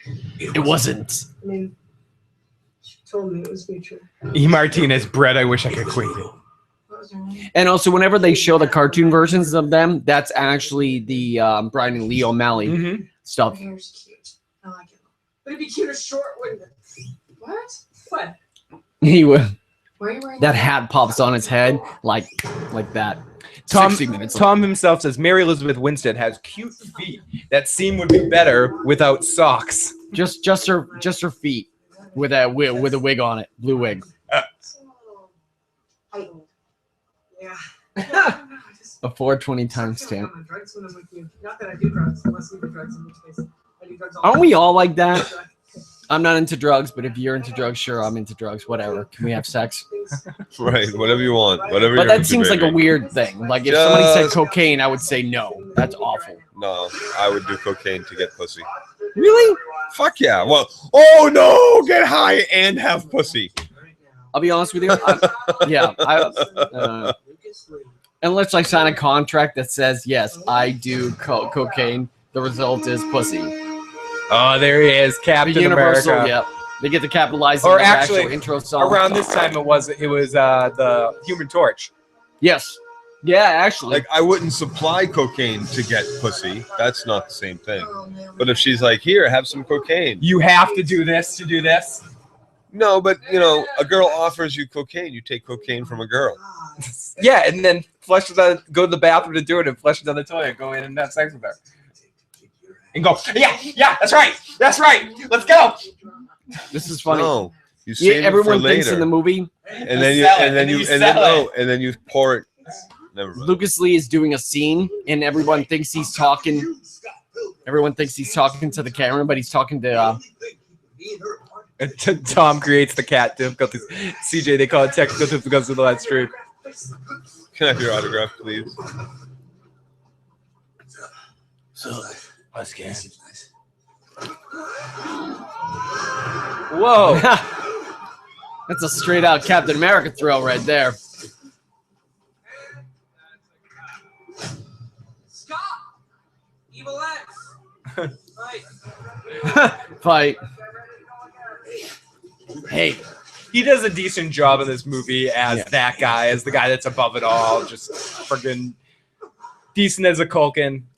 Not my favorite Culkin, like I said, but he had some dynamic to the movie. My ear just started ringing. Oh. Oh, this is one thing that's not in the novel. There is no stunt double fight. Sometimes I let him do the wide shots when I feel like he's back in my winnie. It's kind of lame how the Lucas. This works, but this is better. This is way better. There's certain things that they add to the movie that are not in the novel that make it 100 times better. Like this. This is great. In the graphic novel, it makes no sense. Yeah, it's like I couldn't even put it in words exactly what happens. They fight. They take a break. They eat carrots. They talk, and then Lucas Lee says, "If you pay me, I'll drop the fight." Yeah, and then he bribes. That's because it goes along with what he says right at the beginning of the fight. Right after he punches him in the face, he goes, "Oh, he seems nice." Yeah. If you guys ever do a donation notification, it has to be Joe saying, "Get high and eat pussy," laughing my ass off. Do coke. I do coke. I do coke just to eat pussy. Hookers blow. Hookers blow. That whole movie. Yeah. Oh, honky tonk, man. Oh, they're Agent Smithing, Neoing him right there. I was just about to say that. Oh, good. Oh, good. Thanks. Coke plus sex, no good? Question mark. Oh, you innocent children, says Falling Blade. Coke plus sex. Mr. Lee! I'm not putting words into Joe's mouth. I think that was what Joe was saying. I said it wasn't good? No. You were saying what they're saying. I would never say something like that. I don't have sex. I think it's wrong in the devil's playground. Cleanse. I'm looking at the screen. I think you guys are the most ridiculous fuckers on the planet, but that's okay.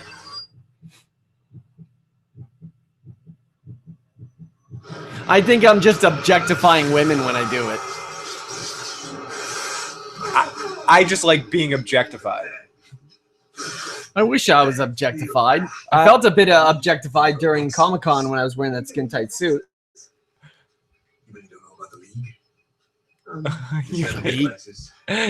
So this lame-ass conversation that they're having actually happens in the... over carrots. Over carrots. And then throw in the fight. No, I don't want you to throw the fight. Okay, but why don't you challenge me in this skateboard thing? Ooh. You are a pretty good actor. Shame. Are you a pretty good skater? I'm more than pretty good, Essay. I have my own skate.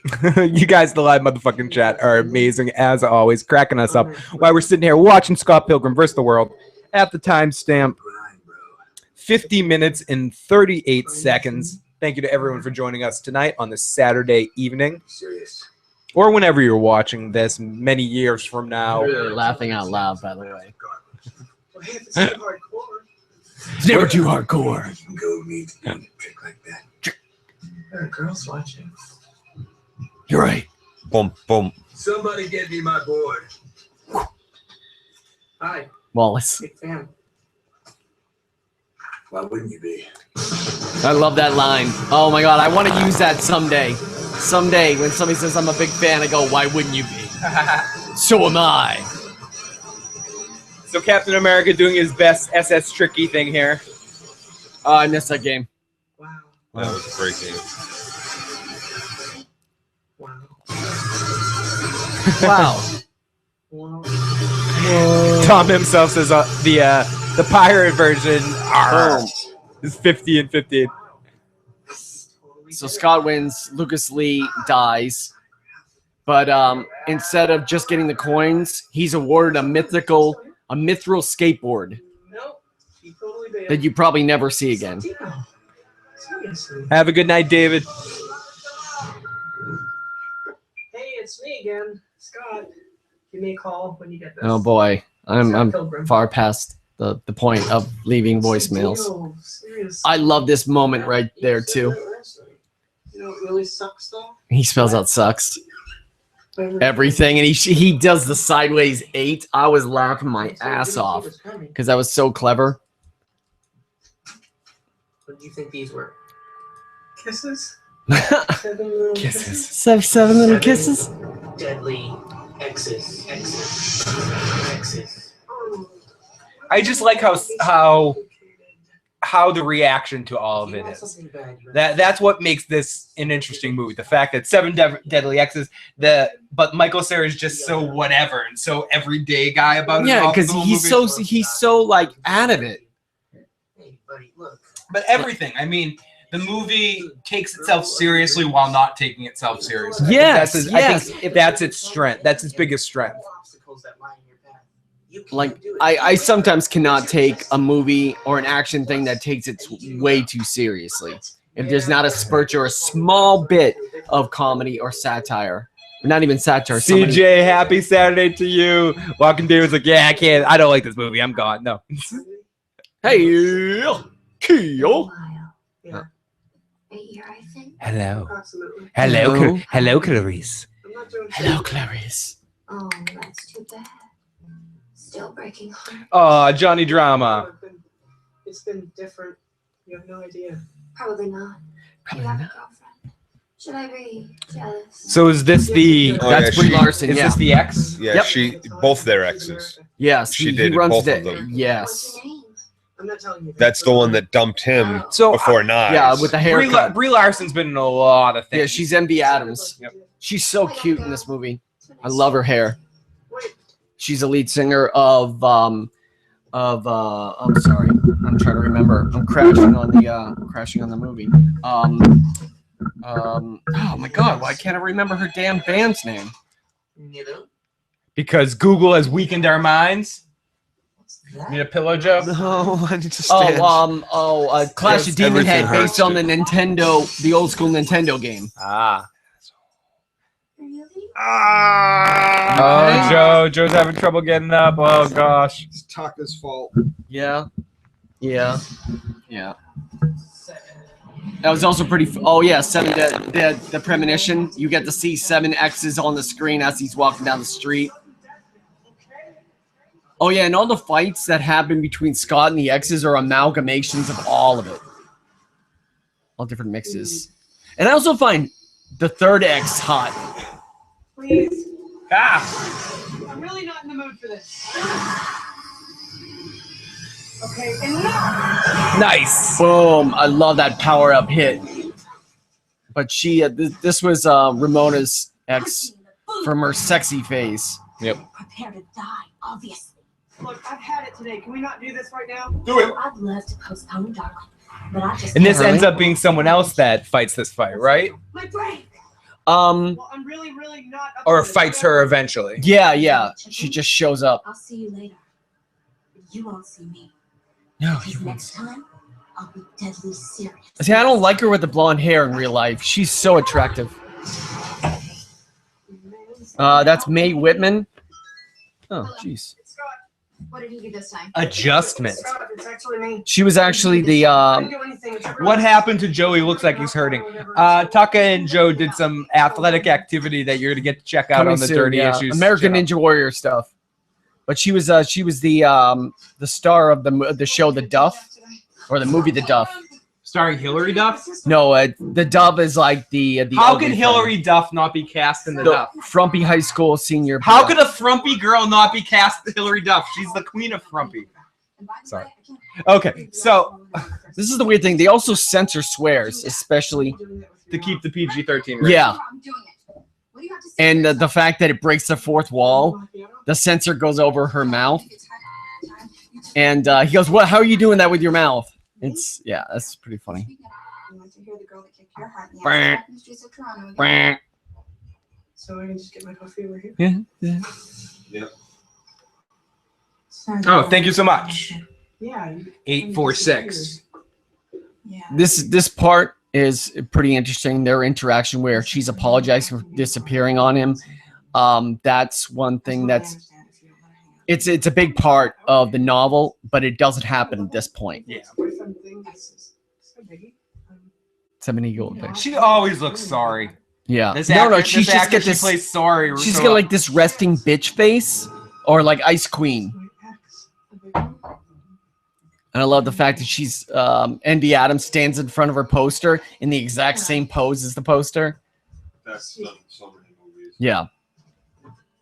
But at least, you know, she's very super attractive in this movie. Do you think so? Yes, I love her like that. I love her look. I'm allowed. It's so very Pretty boy. sexy. Haven't even seen him. No, you left me for someone I've never even seen. Maybe you will see him. What else is she His in? palace. Brie Larson. She's in a bunch of movies. It's so not going to Let's see. happen. Joe is gone for some. Yeah, I don't know what you. Yeah, Joe's stretching right now as we can see him stretching his legs. Yeah, he's making a sandwich. What happened to you? She's in the new King Kong movie. She was in Trainwreck, 21 Jump Street. This guy Todd. 2 weeks later, they were sleeping together, I guess. Basically, Did know Todd once. Didn't end well either. I can see how it sucks. Having the past come back to haunt you. Is it wrong that I try not to think about it? So a lot of this movie, I'm noticing on this rewatch, is them walking and talking. Yep. And you didn't bang her? For some reason, in my memory of the movie, they did not spend this much time together. But Scott, just because Envy's back in town doesn't make it not. It's funny hearing a gay guy call a straight guy gay for not having sex with a woman. the cool kid. I'm not gonna let her toy with me. There's 3 guys. From this moment on, There was 4 guys sleeping in a bed. 3 of them were gay. No more. And probably Poor Scott. I've distressing news. Is the news that we suck because I really don't think I can take it. No. Clash of Demon Head are doing a secret show tomorrow night. 3DS?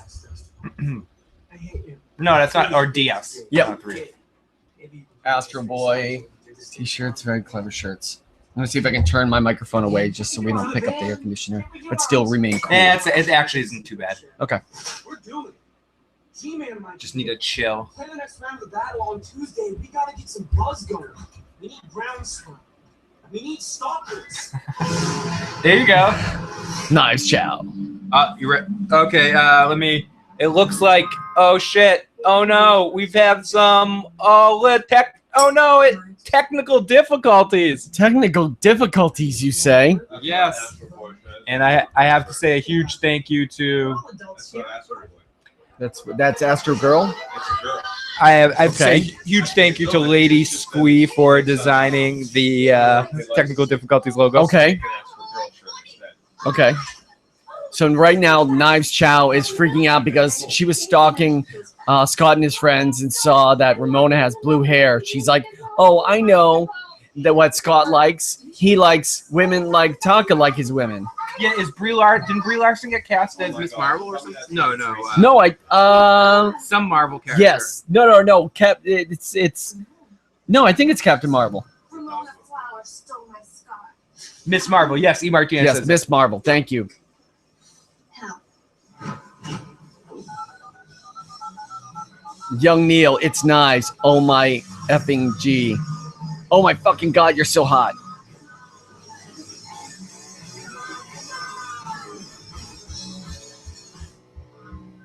So in this show, it was a 3. In the novel, I believe it's 3 shows. It was Sex with Bomb, Crash and the Boys is still alive and they play, and then Clash of Demon Head plays.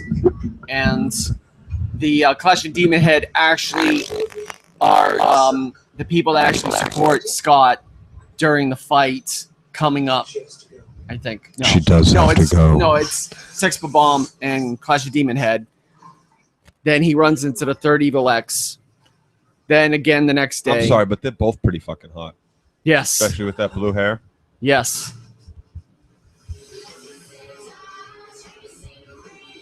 Oh God. He's like, oh no. Hey Scott. Betty. Oh, did Betty walk past? Did you see my fat cat? He's old. He's getting like Jabba. I gotta pee on her. Pee on her. I gotta pee. He's the roulette. I gotta pee. I want to pee on you. It's time. Yeah, so this song right here is called Black Sheep, and it was originally performed by Metric. So, and I think Brie Larson is actually singing. So this is Brie Larson singing Metric's song Black Sheep. And that is Superman. That's Brendan Routh, yep, Superman, who plays or Adam. the Adam on Adam, Legends of Tomorrow. And the Flash. And oh no, is he an Arrow? Yep. And the Flash. Has he been on the Flash? Yes. This is a great song. Yeah, she saw it in this scene with that messy hair and that gyratingness. Guys, I'll be back in a few minutes. Okay. He's like, oh God. Bap, bap, bap, bap, bap, bap, bap, bap, bap. And I just love how it's like when you're hitting the hits, it's like switching between bum bum bum bum, and it's like keys to the piano. Like a half a second. A little bit. Yes, I totally agree with you, Tom.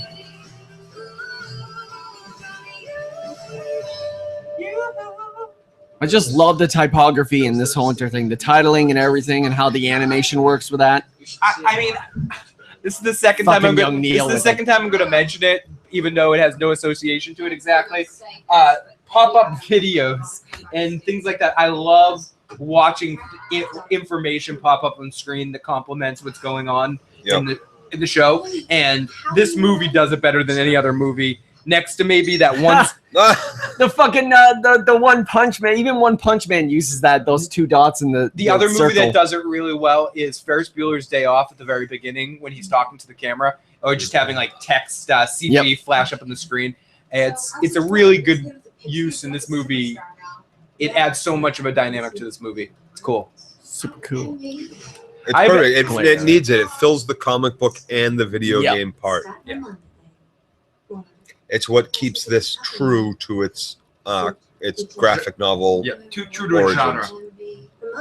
Now, Knives Chow won't shut up, and she keeps butting in on their conversation between Ramona and Scott. Rich, have a good night, buddy. Sorry. Now, can you imagine if, say, Joe dated all these women? See, now Knives Chow pumps up.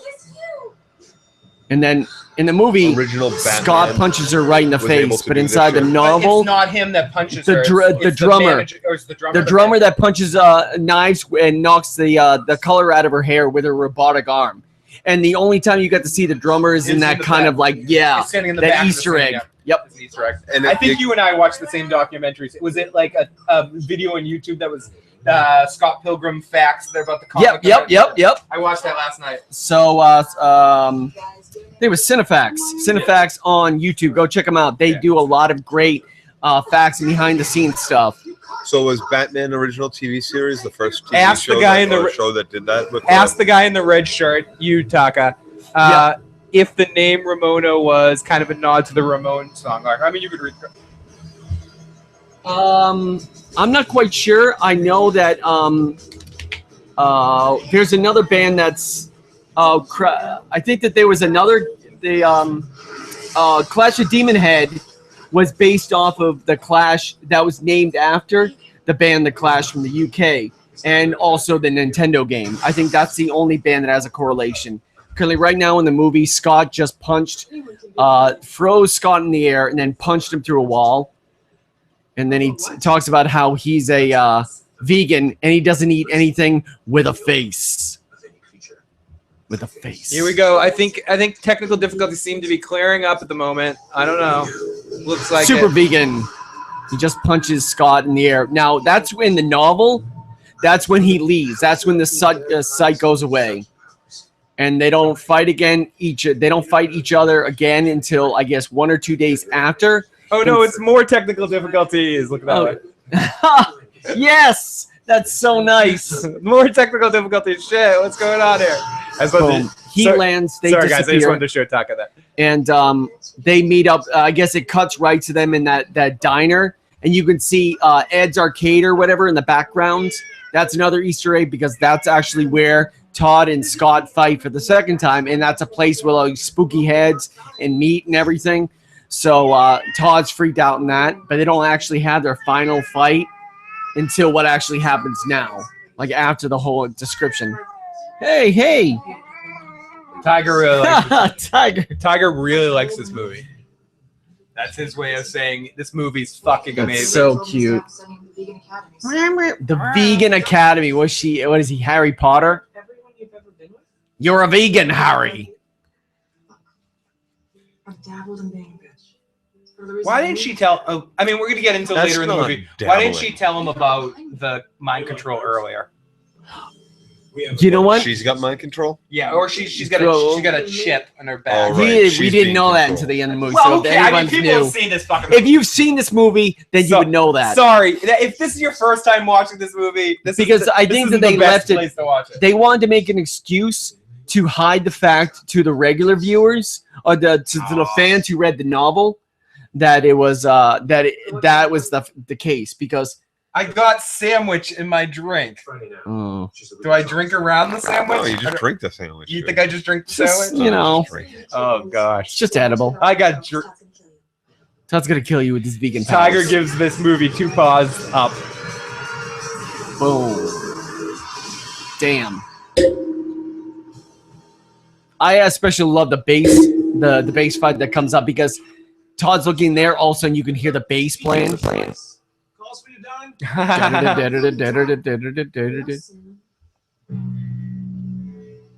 Hear it. Sounds like someone What's up? Funky. Hashtag drink the sandwich. Okay. D. I was like, so cool. Decor. D.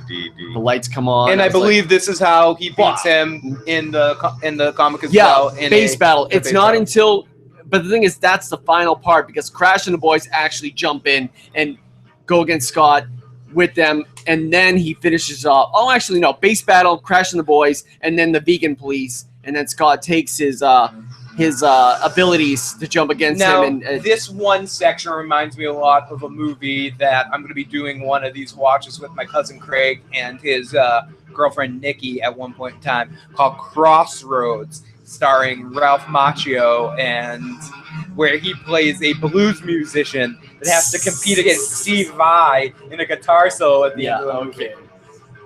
I love the cutting heads aspect of this. Again, something, if you play music, cutting heads is something that's a lot of fun, and this is a good depiction of it. damn. Brandon Ralph is actually pretty much a badass. And when you see this movie, even if it's the I first like time him a watching lot this, more on the CW shows than Yes. as Superman. Yes, I absolutely. hated him as Superman. Oh. I really did. oh, what about Dylan Dog, huh? You liked him as Dylan Dog? Dylan Dog? Your wheel is broken. You're through. Yeah, because when Lots you're of love vegan, to Martin Thomas with Dylan Dog. Yeah. But but Dylan Dog is I think he really works on those CW shows and that soap opera-y kind of vibes. He's like perfect for it because he's a little above it, so he carries through in those, like Michael Scofield. Like yes. like though that's what's good about Legends is you got a lot of good actors, minus the actress who plays Sarah. See, the weird thing about the novel is the vegan police show up out of nowhere without the whole tricking of the coffee. Right, And- they just end up showing up. On the show, it's a lot more. In the movie, it's a lot more creative. And look at there's the Punisher. I love the guy on the right. He's also a famous actor. It's great. But if you've never seen this movie before He was and you supposed turn to it be a on, Walker you, Stalker Con. you see so many different actors that you've seen everywhere else. It's like a cavalcade of different cameos, and they're all doing it possibly because they either want to get in the good graces of Edgar Wright, or they've worked with them before, or they've worked. Well, we got Michael Cera and this person, and this person. Come on, let's have some fun. Chicken's not vegan. Deveganize ready.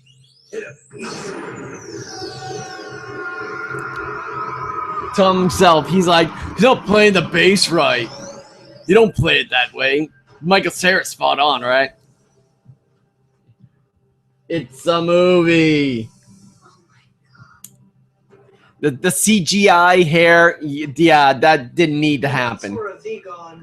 Now you'll be gone. I love this kick. Oh no, it was the headbutt. I thought. Oh, no, I'm thinking about the Gideon KO. Now this is weird. They keep this in here, but this was such a key integral part of one of the little things at the end of the movie, the end of the novel, because now that Envy's basis is gone, Clash of Demon Head doesn't exist anymore. Now, to keep on the what kind of beer I'm doing, I was doing the Ommegang before. Right now, it's Classic Stillwater Artisan. You know, Thomas Self, I definitely agree with you. I don't think there's enough actors that put enough dedication into learning how to play a musical instrument. I think the number one person would probably be the kid who seems to fail in every movie after Whiplash. Miles Teller. Miles Teller. I think he's failed. Shut the fuck up, Amy. Oh, Julie. He's failed in every movie after that movie. Have you noticed? Fantastic Four. He's in War Dogs. I'm just not a big fan of him in general. I mean, I haven't seen War Dogs yet, but I think he really works in that movie. And he actually knows how to play. That's him playing the drums in Whiplash. That's literally him. Coke Zero. Yeah, he loves Coke Zero. Coke Zero used just like you, Phil. Coke Zero used to be my favorite thing. I actually have not had a sip of a Coca-Cola, and now it's been over a year. Since my surgery last year, I haven't had Coke once. It's ridiculous to me sometimes thinking about that. It may seem whatever, but I used to drink probably about 2.5 liters of Coke a day. Wow. I could not eat without drinking Coke with it. See, Scott won't drop. It's fucked up that Scott won't drop the fact that she's dated so many people, but she hasn't mentioned anything or asked him any questions about the people he dated. Like, it just ends up her finding out about it. Oh, this is also another one that's infinitely more, I think, better than the novel. Even the novel gets really weird because you get to see the creepy crazy girl who just shows up out of nowhere with the face paint. She goes up against Scott. Ramona takes her on, and this battle's awesome. CJ, it's difficult. There's not a day that goes by that I don't walk through a store looking at Coke Zero like Scott Pilgrim. I just constantly want it. And right after I quit, they came out with the glass bottle Coke Zeros, which just fucking punched Crystal me right Pepsi. in my nuts. Crystal Pepsi, right, guys? Yeah, fuck Crystal Pepsi. Love it. Fuck it when it came out before, fuck it now. But Pepsi literally makes me sick. Oh, no. I only got it for the sheer fact of, like, Crystal Pepsi. Are you Pepsi or Coke? I'm Coke. Coke all the way. Coke all the way. It's the only time I ever bought. I know Joe's in, so he's Coke. And inside this scene coming up right now, Ramona goes up against Misty or whatever her name is. You know, the girl with the face paint. That's Misty, the Pokemon trainer that's going to use water Pokemon. No, okay. There she is. There she is. Yeah. I like her outfit. Brie Larson, right? No, that's not Brie Larson. Oh, no, she's the other one. Oh, yeah, you said her name earlier. Yeah, she's the Duff. Yeah, sexy So face. here we're getting into... He doesn't get it. Doesn't get it. Gets it. No clue. Gets it. Sexy face. Yeah, sexy face. I like a lot of aspects of this movie. I like the dialogue back and forth, especially the very first time I watched it. But watching this, Stephanie and I talked about this, I think, in the Clue, at the end of the Clue one when we fleshed it out. Saw this movie probably about 2 or 3 weeks ago. Stephanie and I watched it. So and it's really, at some point, the best parts of this movie are the fight scenes. Yes. As much as everything else is kind of cool, it's almost in times yada yada yada. Let's get to the fight scene. For me, anyways, yada yada yada. Let's get to the fight scene. Look at this. Oh yeah, her bag is also magical, and it's an entry. It's a gateway to the subspace. It's like Sports Billy and Sports Yeah, Willy. and she's got like straight out like Soul Calibur weapons. But it's funny. I am someone saying the Coke Pepsi. I'm Coke, but I'm Diet Pepsi over Diet Coke. I think Diet Pepsi tastes better than Diet Coke. No diet. Yeah. Zero. Now, inside the novel, Ramona actually brings her to the subspace, and it's Ramona and a titanium bat against Roxy. A sword. She has a sword. And a sword. Yeah, Roxy has the sword. And then they fight, and she kicks her back into the real world, and then Scott slices her. Scott actually earns.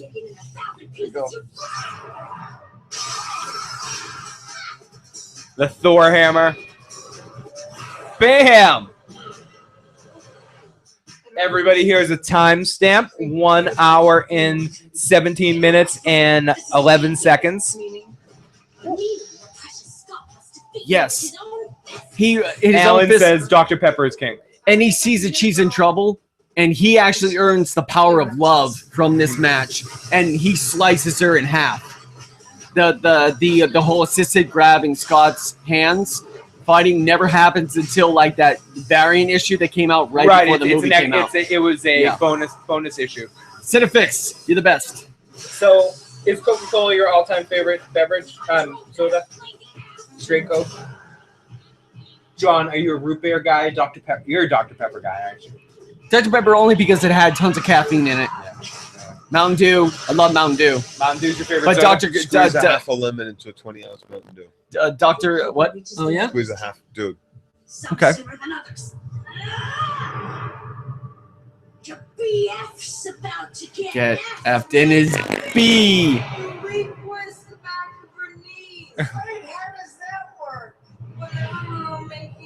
Nuka-Cola. Coke in the orgasm. Al, I'm with you. The glass container is the best tasting all the way. Glass or can for me. She has an orgasm and explodes into coins. I think that's funnier. The guy gave her the orgasm. That's triggered. If honestly, I mean, I'm still hoping for like a way out of it. But if I have to go, an orgasm is a good way to die. Yep. Not bad. Oh yeah, and also during the Todd fight, he earns the extra life. So let me get this straight. Scott Pilgrim fingered a lesbian to orgasm and she popped. Yeah. In a PG-13 movie. In a PG-13 movie, but they insinuate that that's her special part, but they never say it. That's why he goes, okay, enough. Just out of sheer curiosity and concern for my mortal well-being, is there anyone at this party that you haven't slept with? Oh, come on. We all think that, but you only say that sometimes. Come on, dude. Excuse me. As in get out of here or as in split? See. I hope you can figure that out. And this part. Yes, Al, Red Sox fan, I do remember Jolt Cola. Jolt Cola. This moment, this interaction where they're bitching and complaining never happens in the novel. No, I think it does, but at a lower extent. But she never breaks up with them at that moment.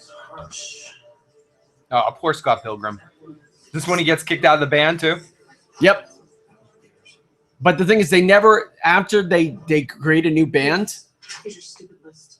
Never create a new band. But I feel like we're talking about Game of Thrones. In the book, they kick him out of the band because the main bad guy offers them a record deal, right? Yeah, they offer him a new. I think that, but also they change the name before they play or before the end. Ramona dated twins. Katinagi twins. Those guys are the people, the twins, the two evil exes that take up the entire novel. I think that's number 5. Because they mess with them. There is no big musical battle. They torment him. They send robots after him. Yeah, those They robots. kidnap Kim. That poster needs more exclamation marks. Oh man, we're gonna get. But this is my favorite part of the entire movie. The Katniya, even though it's so short, it's my favorite part. Amp versus Amp? We're going on stage at the same time? That's impossible. That'd be awesome. I actually did that once with a band I was playing with, and a couple of the members shared another band. So we had like a super band moment where we put up both bands on stage at the same time with both drummers and had a big like musical battle. It was really fun. It's a lot of fun. Here, let me just grab one. Oh, whoa, I fell back. What's going on? Oh no, what is going on here? Before she's gone. Thanks, Kim. And I really don't care. Oh yeah, and the other thing is, Ramona never gets back with. She never goes back to the G-Man or Gideon Graves. She never goes back to him. And here's this guy. What other movies has this guy been in? Oh my God. For a lot. He's on Bored to Death with Ted Danson on HBO. Mhm. He was in a bunch of those Owen Wilson style kind of movies with Bill Murray and Just the for all the viewers, water it's almost like what was that? just imagine Life a Aquatic? Beck Yeah, he's in a few versus movies that are Dan the like Automator. that. Like Cider House Music Rules, is that Battle. him? Tom himself has the perfect sync. The echo could hear it going on. See in Cider House Rules? Can we do this? They're playing with acoustics and small amps, and the fact that they have this whole entire battle that just gets so cute. Yep, Al Tiger knocked out the wire again. What an asshole.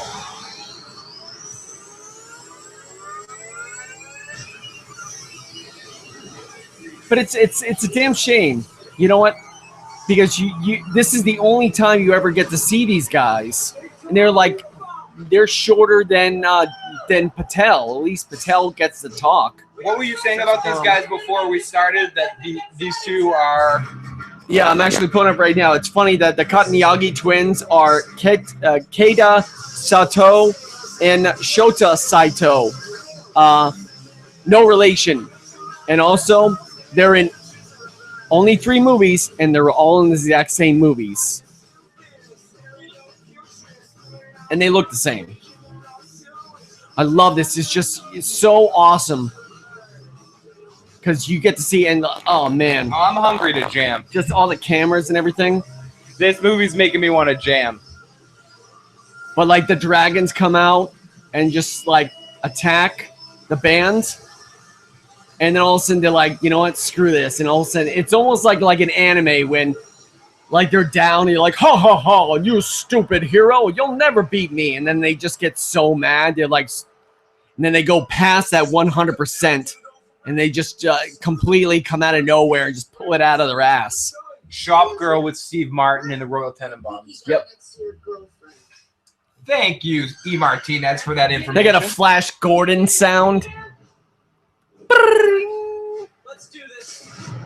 This part. Oh, the That's My Boy was he in? I think so. Still get their asses kicked again. No, right there, boom, they just go insane. And they build this huge Getty, and all of a sudden it's this verses. No, I'm the like, Adam Sandler oh my movie God. with Seth Rogen is the one where he gets cancer. Oh, like the punchline. It's not punchline, but it's Yeah. stand up or something. So Yeah, good. Just being a fan of like, Punchline's a movie with Tom Japanese Hanks animation and all that other crazy stuff. and the Flying Nun there. And Takes 2 of them and just smashes Sally them Field. together. Sally Field. Scott does beat the Kataniyaga twins hand Tim wins to that hand movie, in a Yeah. match, and he actually does a combo where he hits them against each other and KOs them. We're back from the technical difficulties. That Tiger is such a rapscallion, unplugging wires all over the place. Everyone, again, as always, that free thank you for life? joining us this evening for this Scott Pilgrim stream. So this in- entire he's in interaction this between movie. Gideon Graves, Scott, with, and Hello, gun his knives. With gun killer. Bill Murray. And Bill Murray plays There's like so a, many chances that he shouldn't be. a role model, like a. He goes to this prep school. I don't know. He What goes a to a prep dick. school and he's like into theater. Mhm. Bill Murray's in it. He's in it. I forget what movie that is. That was a good movie. Maybe someone out there could tell me. You ever seen the Bill Murray movie Mad Dog and Glory? Yeah, I watched with him. He showed Oh me. yeah, that was old. That's an old school movie. Yeah, with him and De Niro playing like flip parts. Bill Murray plays the tough guy, and De Niro plays like a pussy kind of I character. must have been thinking about the other one. Yeah, this whole entire interaction. This interaction. Is this more or where less she in the breaks up novel, with him? There is no. I guess this interaction in the novel actually happens when he runs back to his apartment Mhm. or the apartment they live in, and she's like, "I'm sorry, I can't leave. I gotta disappear," and she just disappears into the subspace, and she just leaves him. Yeah, they She never don't make comes a back. big deal out of the subspace, so we're not going to go too far into it. But it's this alternate dimension where all this shit happens. You occasionally see it in the It's a dream magical world. area. When he falls later in the movie, you see it. You see it a couple times at the beginning of the movie.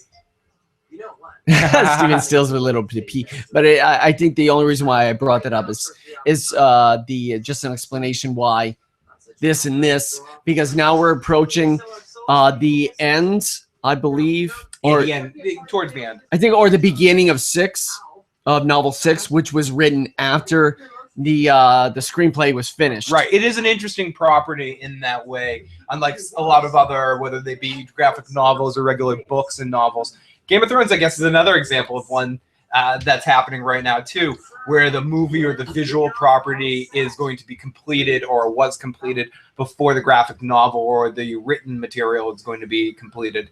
So it is interesting that the creator got to see how the movie got received and then alter the ending later to what he wanted to do and change things and do different dynamic things. It's weird because I guess for t-shirts, TV shows like Game of Thrones, it seems like the audience more or less now dictates or says you can't do something like this or this, George R.R. Martin. I don't think George cares. No, George doesn't give two shits. Yeah. But anyone else, they would have, because the internet and all these other people are just disgusting. If anything, I think George is going to use people's, not to get too far in Game of Thrones, I think George is going to use people's expectations against them. Crush them. And understand that people think that they know what's going to happen, so the books are going to be a completely different experience than what's happened on the shows. Mm-hmm. And he's not going to alter things, but I think maybe some of the information he gave those guys was like basic outline, so he can do his own complete different thing. And I think he's kind of stewing in his feet. He wants them to finish, and then he's gonna finish. Yep. He doesn't want. He doesn't. Are you done? Are you done? You guys done? All right. Done? Okay, my turn. All right. This is the part I believe where everything falls apart. And for anyone curious, I'm going to try to do a Game of Thrones feedback kind of podcast coming up this week or next week with a friend of mine and answering some of your questions. So look out for that event being created. Or if you're watching this later, look out to watch that. 7. Oh, that's not a lot. Al, Red Sox Red. This is like after that. I'm blanking. Who is this girl? This is That's the girl. That's his sister. Ah, gay sex. And this is when everything falls apart for Scott. Corey Mitchell, great to see you. That's what I was implying, Corey. I think that as well. I'm holding off because I'm going to go on GOT rant. He's just feeding that D&D bullshit. It's been too long since I talked about it. I'm stewing. It's for sex. For tomorrow night, too. And for the week. You need it for the rest of the week, too. Rest of the month. Me too, cheekiest. Bye, cheekiest. Oh no, he's saying I need my GOT fix. Oh. So we're in the low point of the movie. I mean, ultimately, the movie in of itself is a formulaic movie that's done. This is the section of the movie where Scott's down and he needs to get his pickup to go for the final battle and stuff. It works within its simplicity. Before this phone call, he gets all moody. Then he becomes a huge man slut. I love the rotary phone, by the way. And he starts trying to have sex with Knives, and then the drummer, and then Envy Adams and everyone. And then he gets this phone call. Is Ramona with you? That's what I went, Tom. I went cold turkey. Are you with me? No. Yeah. Oh, Chiquilla says hi to Taka. Hey, Chiquia's heart. Miss ya. Miss ya. At the end, Ramona's not with Gideon, but Envy is, since Clash of Demon Head no longer exists. She hooks up with Gideon and does her own solo thing, and what do you call it? Sex Bomb is under another name. I love how Tom's calling you the dude in the red shirt. Phil, ask the red shirt. What do you want to know? Tom. What do you want to know? What do you want to know, Tom? Read the question. Hey, Phil. You can read. Dude in the red shirt. The characters in the movie look like they're in the comics. Yes. Yes. Oh, I can scroll sideways if you need to read the. Oh, wait. There we go. Yes, in the comics. In the graphic novel. Excuse me, it's Corey graphic Mitchell novel. says, I think Michael Cera accidentally wandered into a movie set and the director said, this is too awkward not to film. Congratulations, Michael Cera. Password. Whatever. All right. Cool. So we're heading towards the final battle part Password. Cool. Corey. Taka, holy fuck, it's Obito, run.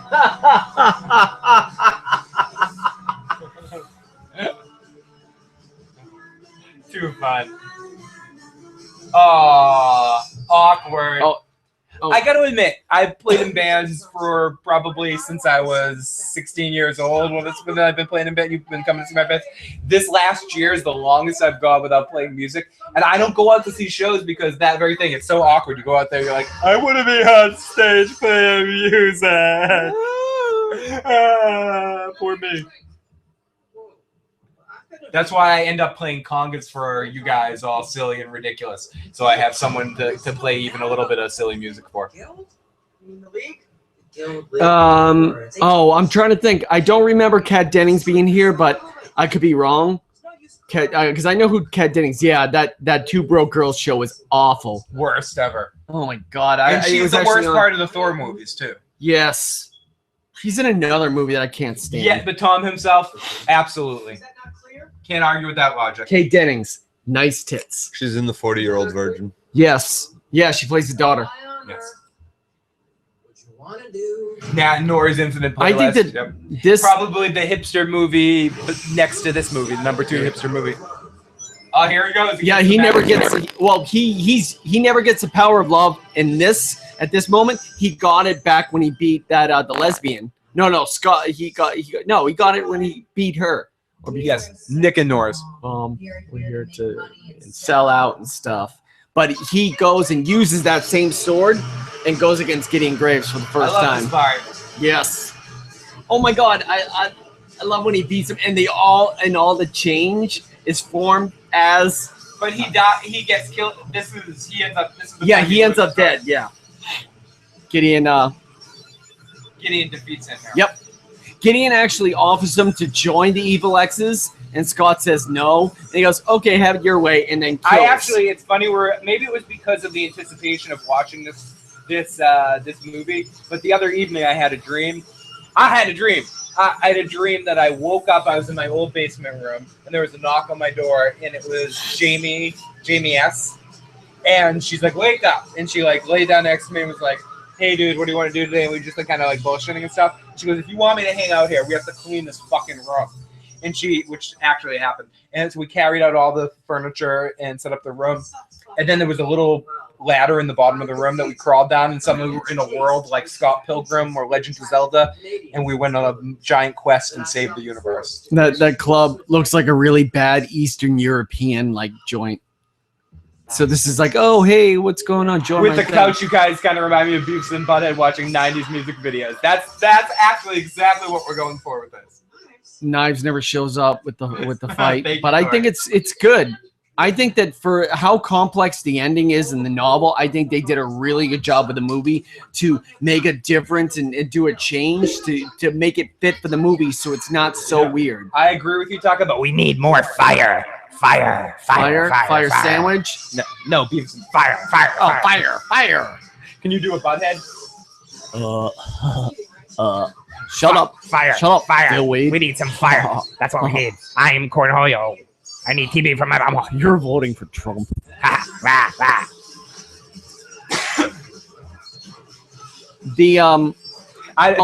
Tom himself says, I don't buy it when the villain dude looks like someone I could beat. Yeah. He actually sticks his hand in Scott and pulls out the power of love. Then he kills Scott. Yeah, he really likes Back to the Future. He sings that song all the time. It's the power of love. Huey Lewis? Yeah, Huey. Don't get money. Don't get no fame. Don't get no credit card to ride this train. They have the Captain American guy and Superman, but the big boss is the guy from the Seth Rogen film. Yep. Hello, Lewis. Welcome. Welcome to the stream. Everyone that's jumped in and joined us. Hey, how's it going? We really appreciate you guys joining us tonight live, or anyone that's watching this later so much appreciation. Damn. Halfway through the novelization, Knives actually drops the ball and says that, and drops that instead of Scott admitting to it. So he has to deal with that. You weren't wrong. There we go. There's that slash right in the chin. And I also meant to say, if anyone wants to leave a voicemail, our voicemail line is open for 781-990-8509. Again, 781-990-8509. You can see it on the screen. So if anyone has any questions, we will play it after. The worst porno line ever. Yeah. Okay. Perfect example is he pulls out the power of love. So this is in the novel. This is where he gets reunited with Ramona. This reminds me of the St. Elsewhere episode where Howie Mandel dies and goes to this place that looks awful lot like this. St. Elsewhere, underrated show. It's started a lot of the television we see today. Anyways, this is an interesting scene where they're in the subspace where she comes and talks to him and explains to him. Howie Mandel, and remember when I said earlier how she was apologizing in the cafe, how she was wrong and she left him. That's exactly when she explained. She explains this, but she says, "I'm so sorry that I did that to you and I left you," when she disappeared. And then they decide to go back together to battle. It's funny. He wakes up exactly where he dies, and then she jumps out of his the sword wound that he got stabbed in. And then they go against and it's Ramona and Scott fighting against Gideon Graves. So there was never any mind control, whatever. But yeah, there's a dumb thing that he uses for mind control, but we're not going to get into that. That's a little bit too long-winded. Yeah, it's a little bit too detailed. Semen or something? Yes, Joe. It's semen. I knew it. The guy from the Seth Rogen movie uses semen to control everyone. You're gross, dude. You know it. Seth Rogen semen. Then he thrust and pulled out the power of love, dripping sweet drippings of a flat stomach. Laugh. I could write romance novels. Time to get a life. Now that you say it, I hear it.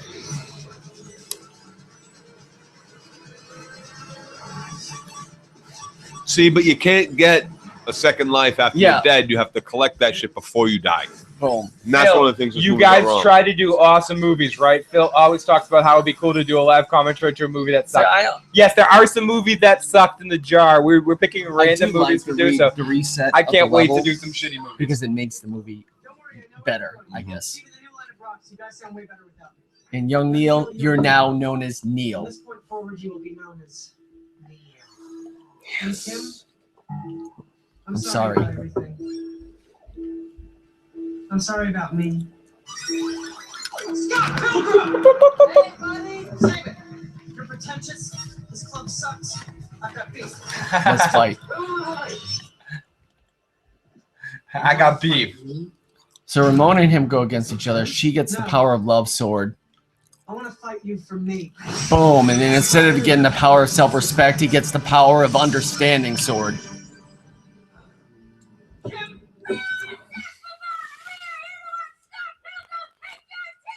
Nice. Hell yeah. We Groundhog Day. I love her when she does that. I love Allison Pill when she does that. Golly. Scott Pilgrim killing people and whipping people up like foot soldiers and Ninja Turtles. And we get into our big final battle between Scott Pilgrim and the final enemy. And we're about 12 minutes away from the end of the movie. We're at 1 hour and 40 minutes and 43 seconds. See, I don't think that anybody else could have pulled off that line that he just did when he slashed him. He's not even looking at him. He just looks in the air. Gideon's behind him. He goes, "How you doing back there?" Yeah, he's so earnest. Yeah. Is really what it is. Cheated on both of you. I don't want to get into this because it's. I'm sure he doesn't like it, and I'm sure the Jesse Eisenberg doesn't like it. But I like him so much more than Jesse Eisenberg. Yep. Not that So are we all good? It's not like he's a better actor. I like him. I've always liked Jesse Eisenberg. Seems like a shithead. Yeah, he's pretty much a pretentious douchebag. Yeah, I mean in real life, it might be flipped. Jesse Eisenberg might be the coolest guy in the world, and Michael Cera might be a douchebag. I'm talking about I'm just talking about their persona. Yes.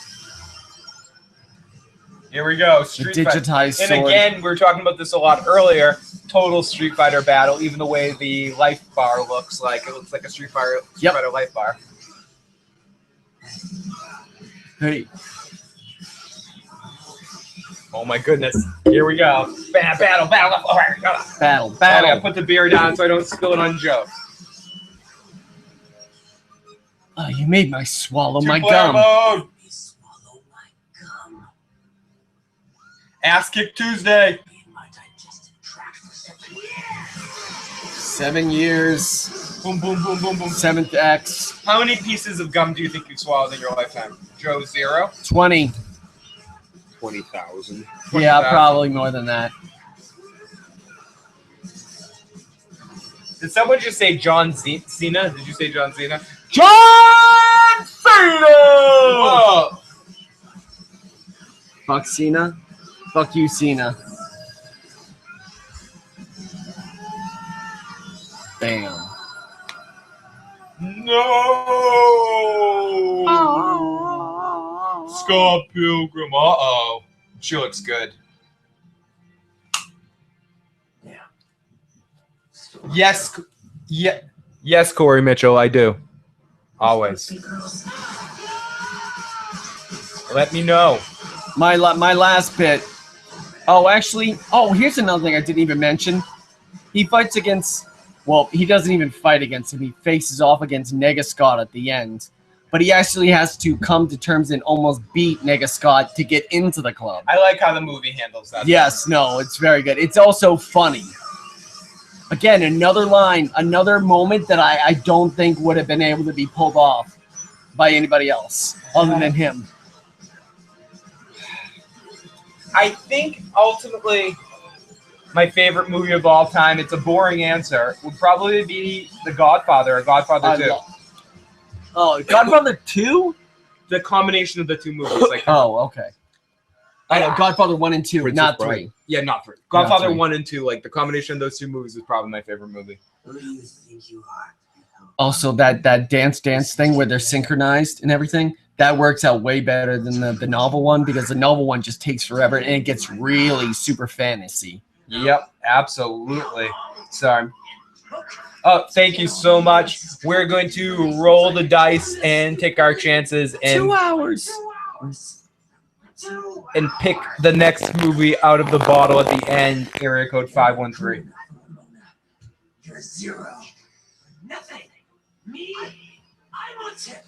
I'm what's happening. Could you imagine doing this and kicking somebody's head off? Blow his ass up. Gosh, it's so cool. Visually awesome aspect, adds to the video game element, getting the coins, the points, everything. Scott Pilgrim wins the $1 million pyramid. They brought back the match game, by the way. He's wearing a Smashing Pumpkins shirt. Worst movie you've ever saw is Mulholland Drive. Mulholland Drive, yes. No. The worst movie I ever saw was a movie with Luke Wilson about, it was like a weed movie with Luke Wilson. I'm blanking what it's called. You're not talking about Bottle Rocket? Or No, it was like, it had a weed thing. We're gonna get paid. They're trying to get paid by collecting all the people that got turned into coins. Yeah, I'd do it too. Yep. Also, I love that kick that that Knives does with the whole kick in the face and having that flipper up. I've seen that in so many Jackie Chan movies and everything. It looks so damn cool. Mega Scott, is that the next baddie after Negan? Yeah. Yes. Yes. He No, is. it's Nega, like Nega. This guy right here. And of course, Mega Scott, the opposite of Scott, is a nice guy. This reminds me of the end of Adventures with Link, or the end of a certain section of Ocarina of Time, the end of a certain temple where you have to battle Link inside a big place of water.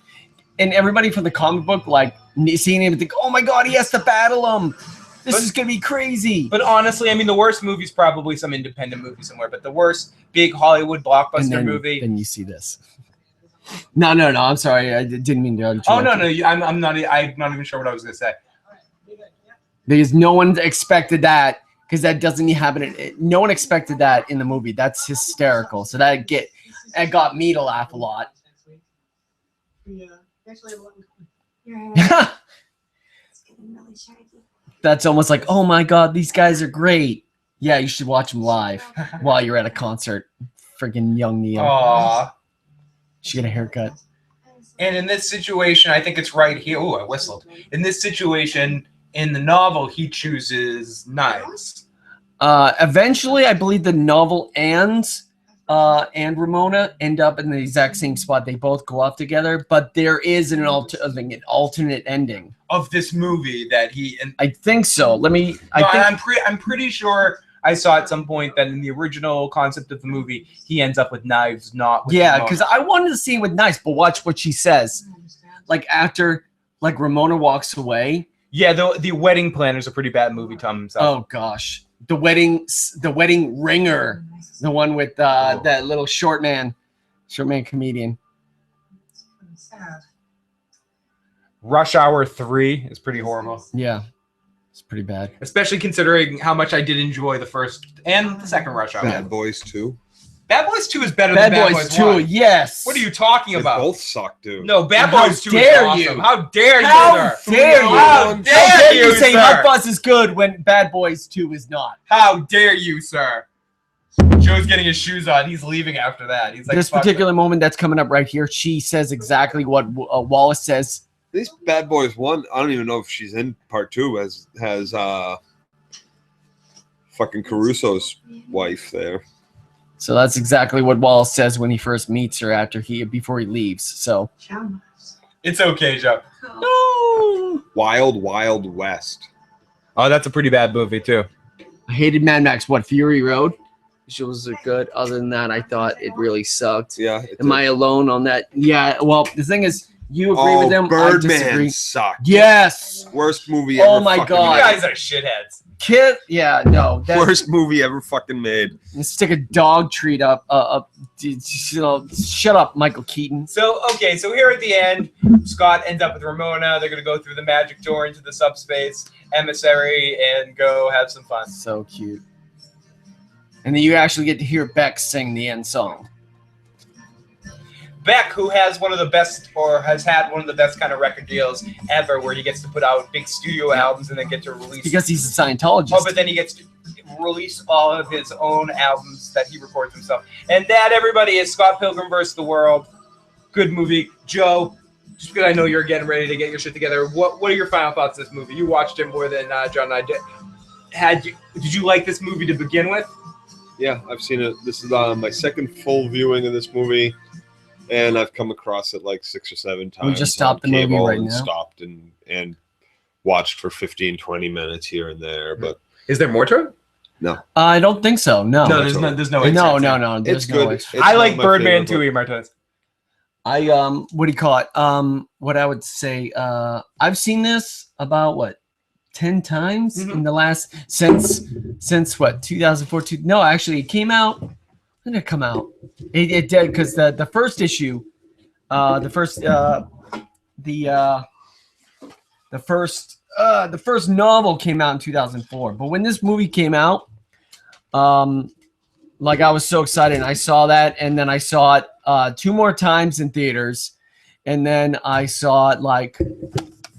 God, I can't remember. Like I watched it a couple times one year, then I probably only watch it one time that year. But it has to be like a yearly tradition for me to watch it as many more times. But I loved her. I loved Ramona's character. She was so beautiful. So Joe, you say it's good, it's not good. This is one of your favorite movies, right? Yes. Now, Taka, you have a bunch of fun facts maybe we have not gotten to yet. If you want to get to those fun facts while I see what our next movie is. I can just give you one particular cool fact that I actually wanted to bring up that I never got a chance to talk about. The here we go, guys. Here's the next movie. What's the movie? Be a step forward from Shaolin Soccer.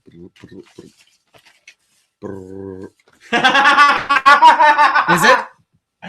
Okay, the next movie that we're going to be watching on the live stream is none other than starring Jonathan Brandis and Rodney Dangerfield and Jack Kay In fact, Stephanie's going to be so excited for this one. The next movie stream will be none other than Ladybugs. That's correct. My God. Isn't that kid like dead now?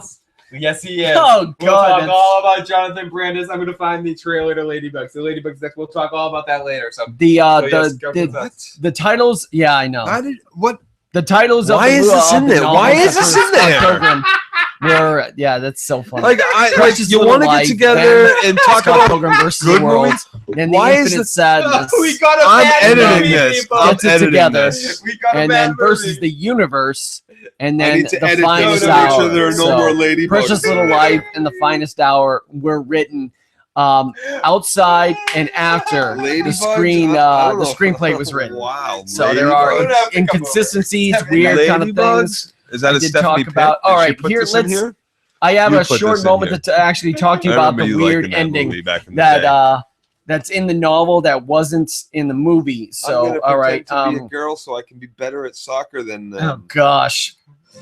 Okay, in the movie before Gideon Graves, Is that the movie that I'm thinking of? Yeah. there she leaves with Gideon after the movie. She dissolves into subspace and just disappears when he gets home in the novel. In the movie before the Gideon Graves fight, Listen, he gets Tuck is like a machine gun with those facts. gets a pep talk, then goes onto the fight. In the last novel, he does the same thing, but in between the sadness and the pep talk, he decides to go and have tons and tons of casual sex. He goes, "We should have sex, casual sex with Knives, Roxy, and Kim." Before reaching Gideon, he has to fight Nega Scott to come to terms with all the wrong things he has done to friends and the girls he was awful to. Nega Scott does not show up until the very end, and he's just a cool guy in the movie. As we saw, Sex of a Bomb is not the band playing at the end. Envy Adams is the one rocking the house, and she's also the new love interest of Gideon. Ramona is nowhere to be seen. The fight between Knives and Ramona at the movie that happens at the end does not happen until it happens earlier inside the library, and Knives Chow is still wearing. She's wearing the exact same outfit as the Why is that in there? at the ending. Okay, so Joe, isn't right now the best time that this is your hobby? Why is it in there? Isn't this great? Okay, guys, we're gonna watch the Ladybugs trailer. Like now. I understand. Okay, Rodney Dangerfield movie. Here we go. Let's There's watch. a The, million let's good watch ones. the Ladybugs trailer. Let's. Get Why into it. not?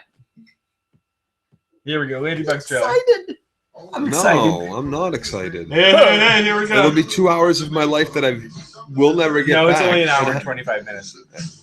Wrong, because there's travel time. There's coming here to watch it. And Jack Hayes in it. Look, it's Rodney. It's girls soccer team. did I just hear? What's his name? Was that Team that was America nice? Was that is nice? actually in the jar. Nice. Oh my goodness. Oh, it's that dumb trope about the sports things. It's like over the and over Mighty again. Ducks, but way stupider. I think the South Park did the best like joke about this with the whole. When I was a hockey. kid, I don't know if I watched this when I was a kid, but there's the girl in this movie that was also in the movie My Father the Hero with Gerard Depardieu that's really good looking, even as a young girl. Oh yeah, yeah. It might be creepy now, but like at the time she was our age, so it was okay. There she is. Yep, yep. Oh, Jonathan Brandis. This is why he probably started doing No, heroin. he killed himself because Leonardo DiCaprio kept getting all his parts. Oh. He wanted to be on Growing Pains. Leonardo got that. He wanted to do Titanic. You know what's so funny? They were like, "Oh, we got this perfect thing," and all of a sudden they see him in this movie, This and they're like, movie is so shit. And Yes. I've been wanting to do a bad movie, and Perfect. we finally got our wish. Here we go. Ladybugs came out of the jar. Does everyone want to repick? If everyone in the chat says repick right now, we'll do a repick. Otherwise, Ladybugs is it. Or fuck it. No, there's no repicks. "No." Oh, do you know what's That's why funny? we Because get the jar. that's a It's soccer movie, but The it's jar not the speaks. soccer movie that they were hoping. It's for. just you need to be a little bit more discriminate on the shit you throw in the jar. Ladybugs. Where are they now? Just out of curiosity, I wanted to see what the second pick would have been that we're going to throw back in the jar. The second pick would have been... You rabbit hunting? Don't rabbit hunt. There's no rabbit. No. No. Al Red Sox fan is going to be very upset with what the rabbit hunting was. The second pick was the Burt Reynolds slap shot that goes back in the jar. That's a good movie. It goes back in the jar, Al Red Sox fan. Sorry, buddy. Ladybugs was Mindy's only appearance. Minnie's So personal Ladybugs information will be is our next unknown. movie. Holy shit, we're gonna watch Ladybugs. I think the coolest cameo from Scott Pilgrim. I see Spot says, "Aren't there better bad movies?" Yes, Good they are. question. You got The Room, you got all these other things, but whatever's inside. I don't even know the entire list that's in that little jar. You could have some fantastic things like Birdemic or the Oogie Loves. We all know how much we love the Oogie Loves. You might get a Joe rant during Ladybugs. That's for sure. Oh man, that's so good. I'm not a huge Rodney Dangerfield to begin with. My dad used to dabble in stand-up way back in the day, and I guess he was using some of The Rodney Rodney's tactics. materials. Oh, he was a Rodney copycat. I was going down Lynn. Not quite like that. Way. Not good quite old like that. And Rodney sent some guys into the club in New York afterwards to Rough him up. tell him to stop using Really? jokes. Yeah, Blah, blah, blah. He's a My joke favorite thief. thing that they were altered. They weren't like. Rodney But was then you awesome really in can't say Natural it's- Born Killers. And I playing can't, the I creepy wasn't there. better dad. Thank you, sir. So yes, our next movie will be Ladybugs. I have to thank everyone for joining us on this live stream. Really appreciate it. Before we call it a stream, I'm going to talk a little bit about Stranger Things, as people have wanted to talk about Stranger Things. I know. Have you watched the series at all? No. John, you watched it. Did you finish it? What series? Stranger Things? Yes. Okay. It took me We're gonna not spoiler talk about it here. Joe, do you no? Joe's gonna hang out here, or if you have to go, Joe, I understand. I'll go sit over here. Oh, good. I'm glad that you're gonna sit over there. Okay. So Stranger Things. Stranger Things. Did you like Stranger Things? No, absolutely not. What didn't you like about it? I felt that it was coasting. The only reason why it gained momentum and popularity is the fact that they were trying to sell it on the fact that, oh my God, look, what if Stephen King made a movie like this? I mean, I disagree with that because I don't. Stephen King's made E.T. I feel like it's a little bit more Steven Spielberg than not. Okay, this is what I feel about Stranger Things. I think it's a really good series. I don't think it's necessarily worth the crazy hype that it's getting, but I think it's really a lot of fun. I like the beginning part of the series better than the end part. I like all the kid actors in it. I think they cast well with the kid. I think the girl that plays number 7 or number 1, whatever her name is, 11. Thank you. She looks like a young Charlize Theron in some ways too. And I think all the kid actors are exceptional actors. I agree with what you're saying in the sense that it builds on or goes off there. I only like her in a couple of things. But I think all the kid actors do an excellent job. Winona Ryder really annoys the fucking shit out of me. And I'm sorry for people that like this series. She overdoes it. And I also feel like at the end of the series, once the thing is revealed and everything happens, the progression of things to solve the problem isn't as good as the lead up. Yeah, exactly. It's like, really, you couldn't have did this like, well, you know what? I'm not gonna say nothing. My thing is, I'm the reverse of you. I could not stand the first 7 or 8. You like the? I have a question for you though, because we talked about this a little bit earlier. Does people's hype or Q rating or whatever I already know what you're gonna say. affect the way you view a piece of art? It doesn't view the way it just it soils. It soils it because the thing is, everyone likes it, you're extra hard on it. I'm not extra hard. It's just that, like, if somebody just say, "Hey, yeah, it's like this pretty cool like show, like that sort of looks like the '80s," I guess. But people are like, "Oh my God, it's the greatest show on Netflix ever." Listen to me for a second. Why should people's opinions of a show affect whether you could like it or not? Well, I'm just trying to think as far as what's the explanation. I would have to say that for people, everyone over and over and over again keeps saying that, like, I didn't see it. All I get to see is the same 3 things. Oh my God, it's like my childhood and I'm reliving it again, or blah, blah, blah, or this. Again, I asked you the question, how does that affect your opinion of the piece of art being good or bad? It doesn't affect my Why opinion. should it? Why should It affects me on a fan base, because the thing is, people are saying this It makes you biased. It didn't make me buy it. It made me go, like, I wanted to like it. I wanted to like it so much. People were saying it's the best one. But after I watched it, then I'm like, this is not better than House of Cards. Okay. This is not better than Daredevil. No, Taka, I agree with what you're saying in concept. That affects me to a certain extent of the way I am either harder on something or not harder on it. But I think for my sake, I agree. I mean, I can't tell you how to judge things or how to be into art or not into art. But for my benefit, I try to judge things unique individually on its content and not letting anyone's opinion affect me. I lasted about 7 episodes. I lasted about Would you have 5 liked episodes. it differently if you didn't hear everyone tell you it was the best series Yes. of all time? No, actually, I would still had the exact same main opinion. You wanna the same main opinion that I would have had. I go, this is an okay story, but it almost seems like X-Files 3. Timo said I had to force myself to finish this. I didn't. Yes, I didn't thank love you, it. Timo. I thought it was okay. I thought it was good. It was an elongated X-Files file, but I guarantee you, let me ask the chat. It's like, or you, let me ask you. Now, if this was based in 2016, do you think it would have had that same mass appeal that everyone loves?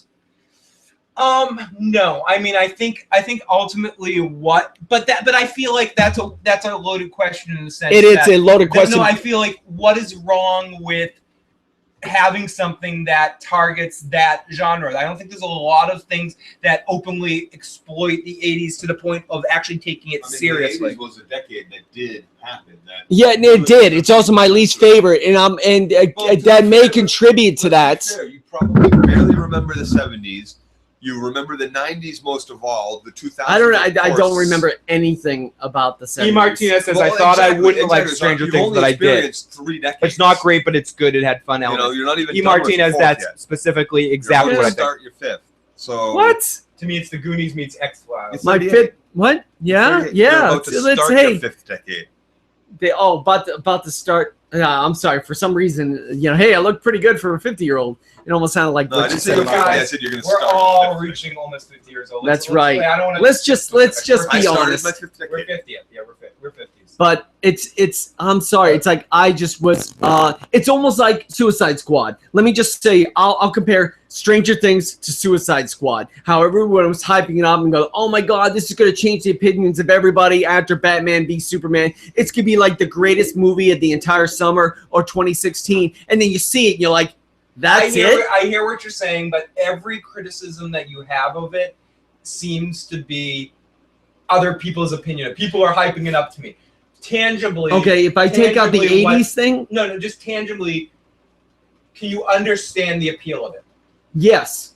Okay. It's appealing to people who are nostalgic of the 80s, maybe some hipsters. Would you pass me the sandwich cutter? And the thing is, I don't even think it's an original story. Like I made a joke. I said, "What if Stephen King, what if Stephen King made E.T.?" I guess I want to get through it. Someone said in the chat too. I guess my whole thing is fuck the hype. If something's good or something's bad, I really don't give a shit what the hype. Yeah, exactly. Of it is. And do you, besides the hype, would you like it minus the hype? Like, or would you think it was just good? Because I think it's good, not great. That's my honest opinion of it. If I was giving it, I'd give it an 8.5 out of. I give it maybe like a 7. It'd be like, hey, that's cool. I guess that's so you kitschy. didn't hate it. You know what? It's like here's the thing. You liked the start. You didn't like the end. I liked the end. I didn't like the start. Fair. I think the only episode where I really, really enjoyed was I think 7. My point 7 or 8. Is this. Yes, like, Joe. We made a commitment to watch the entire season of Fear the Walking Dead for the show we do, right? Now, if I start watching a show and I'm like, episode 1 really sucked. Episode 2, oh my God. Episode 3. How the fuck am I still watching it? Why do I get to episode 5, 6, 7 in order to say the ending was worth it? No, if it fucking sucks. If the beginning, if you open up a book and it doesn't say, you know, like... Because I want to openly trash it like while watching the entire series so I know the entire storyline. Fuck that. Why do I don't even want to watch it? Because you can't criticize something if you haven't seen the entire body of work. No, that's just it.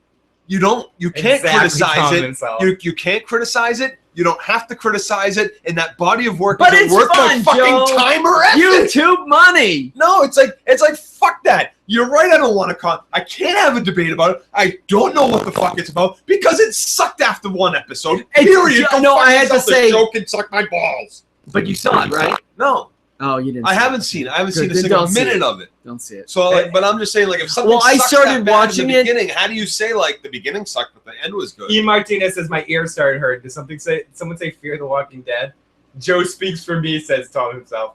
Joe ran. I didn't even like Daredevil season 2 until the end.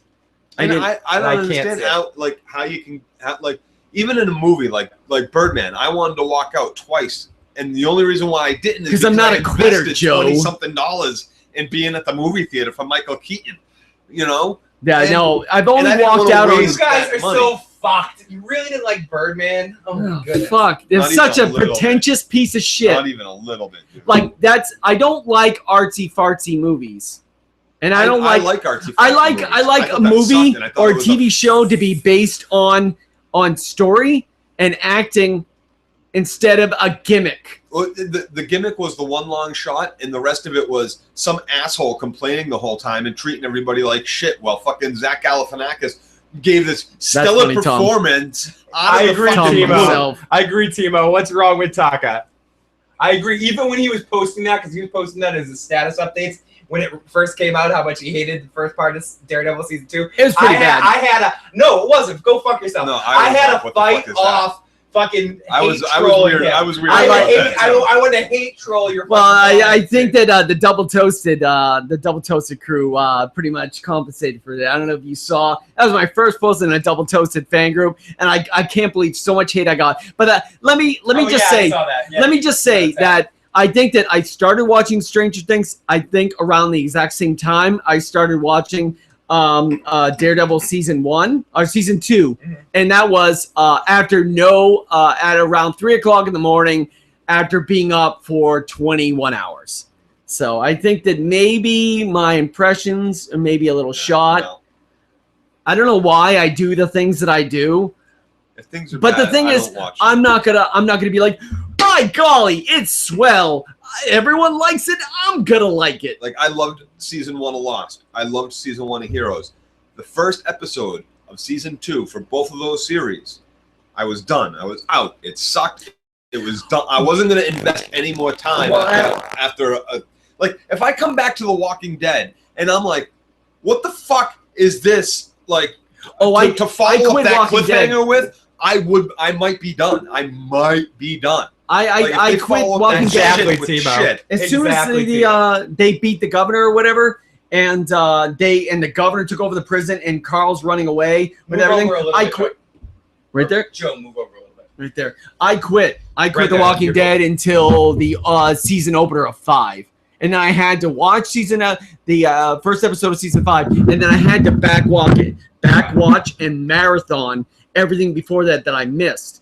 And the only other show that I've quit and I've never gone back to after the first episode, like I literally just go like, fuck you, was Fear the Walking Dead. I literally saw that first episode and I'm like, what? You're fucking with me, right? It got worse and worse. I was like, fuck you, and I just walked away. It's tough because even Chris Hardwick didn't even like that show. He pretends he likes it. He's like, remember what he said? He's like, well, I guess if you guys like it, I guess we'll do a show about it. Hey Phil, is Twin Peaks any good? Joe, is Twin Peaks any good? I really liked Twin Peaks when I saw it originally, and then I tried to do a rewatch of it like 2 or 3 years ago. And I got like 3 episodes in and didn't go back, not necessarily because it was bad or didn't hold up, but it was because I just couldn't sit through it. Now I got Larry King style question. What's worse, Bastard Executioner or Fear the Walking Dead? Come on, answer the fucking question, Joe. I'm on you. Like fucking. I can actually answer what this. What the fuck? Fear the Walking Dead or Bastard Executioner? Which is the worst fucking show? Tell the fucking Which is people, the worst? Joe. Which sucks more fucking bloody dog ass? Fear the Walking Dead. Fear the Walking Dead. I saw both first episodes. I saw the premiere of Bastard Executioner and Fear the Walking Dead. I enjoyed Bastard Executioner more. You enjoyed I say Bastard Executioner. At least Fear the Walking Dead, I somewhat got adopted into. If I go back to those, there was like 1 or 2 okay episodes. I feel like none of what I saw the Bastard Executioner was good at all. I think I was trying to think of my. They're both crap shows, but a horrible acted drug addict and a horrible fucking mother who, like, I don't know. They just it was spitting in my face and saying, "This is where the zombies come from." Timo says Bastard Executioner. I was able to get through more episodes of Fear. Timo, that's my exact reasoning. That's because we gave up. We were gonna give up a 2, right? Yeah. See, no, well, the thing is, I didn't even make it to 2 on either one of them. Maybe. I finished the first season of Fear, and I kind of forced myself and held out. It would be good. It never happened. See, that's the reason why I watch Stranger Things, because I keep watching it because they say it's the greatest. I'm waiting for it to happen. No. I think those are the only redeeming things. I like the kid who barely can talk. Like, that kid's a great singer. I don't know if you know this. I mean, like, do you have a problem with nostalgia? Does nostalgia bother you? Yes. Because it makes you sad for times past? Eyes ahead and never turning back. Always look to the future? Always look to the future. Yeah. Those I like technology. From history and have to watch Stranger Things. You don't enjoy history? I enjoy history. I just don't like the 1980s. Okay, so you're anti-80s. I'm anti-80s. So you hate Guns N' Roses, you hate Motley Crue, you hate... I never listened to any current music at that time. That's true. You listen to some of that... I listened to Oldies 103. You know, in the 80s... I listened to the classic... In the 80s. In the 80s. Motley Crue played at Manning Bowl. So the Rolling Stones played back in the 1960s at Manning Bowl. I just thought it was... I listened to Oldies 103.3 and James Taylor and anything my parents, because I lived in a very strict household in the 1980s, and I was under, like... And I didn't have the best childhood in the 1980s. Says I'd rather watch the new show Taka and the Bad Girls starring Timo and any other dribble on the TV. Yeah, speaking of Bad Girls, remember when I had to cut you off with that? You only like Bad Girls. No. I like girls who are different. I like hair or tattoos or nose piercings or whatever. I like people who are unique and kind of like express themselves, because if you look that way, then you're very brave. But what if someone's natural wants to express themselves by not necessarily? They just want a regular. Well, that's cool too, man. That's cool. We gotta get Taka a date, because this self-imposed. What did you call it again? I'm on a cleanse. Fuck you and your fucking cleanse. We need to take your cleanse and punch it in the face. And it's not a religious thing. I'm an atheist. I'm an atheist. I just said it's like. You know, it comes at a time where you... Oh, shut the fuck! You're just gonna say... Dude, I love you, but eat a dick. What the fuck are you talking about? But no. That's laziness talking. No, it's not laziness. It's like when... oh, man, when you get so super tired and you... Hashtag fuck the cleanse. Fuck you. Hashtag fuck the cleanse. No, but the thing is, no, I think I dated one person who was supposedly like it was clean. People say you just haven't met the right person. You're gonna get married before I do. I'm gonna get but no, it's crazy how you think about that. And I've never dated any normal. That would say no. Normal is a setting on a dryer. Do you still masturbate at least daily? Or are you holding out? Is that you're holding out? You're an idiot. Maybe if I think of a good memory in my head, but I'm trying not to look at pornography anymore. What?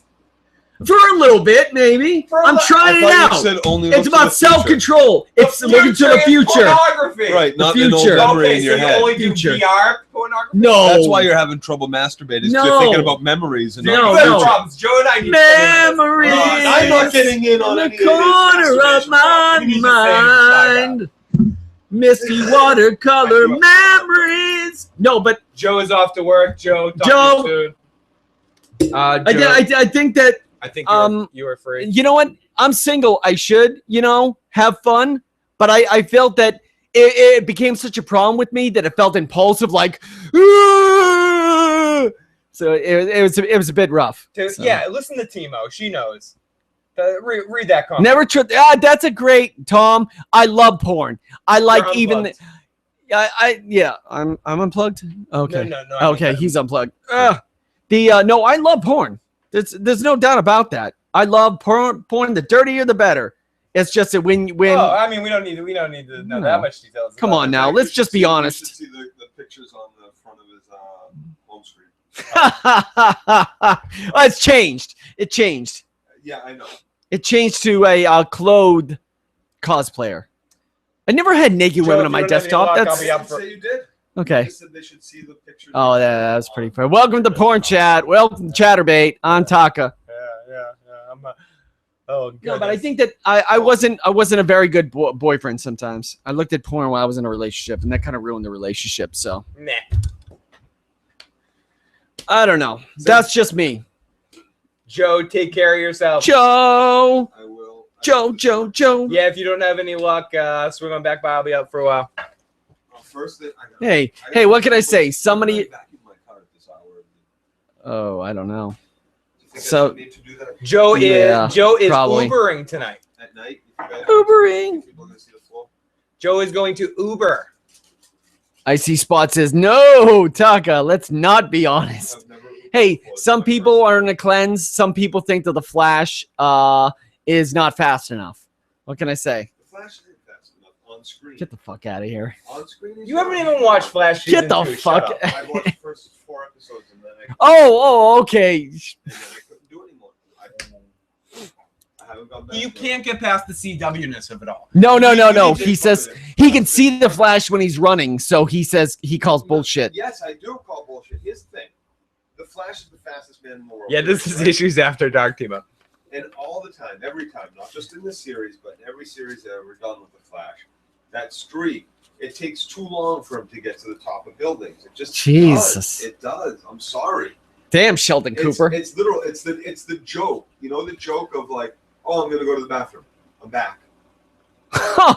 Tom himself. That's how the Flash should fucking be. Tom himself says, "I agree with Joe." There's like time. Have you seen the Flash? Have you seen Cars shouldn't be moving. Have you seen the X-Men movies with Quicksilver? So you want it to be more like that?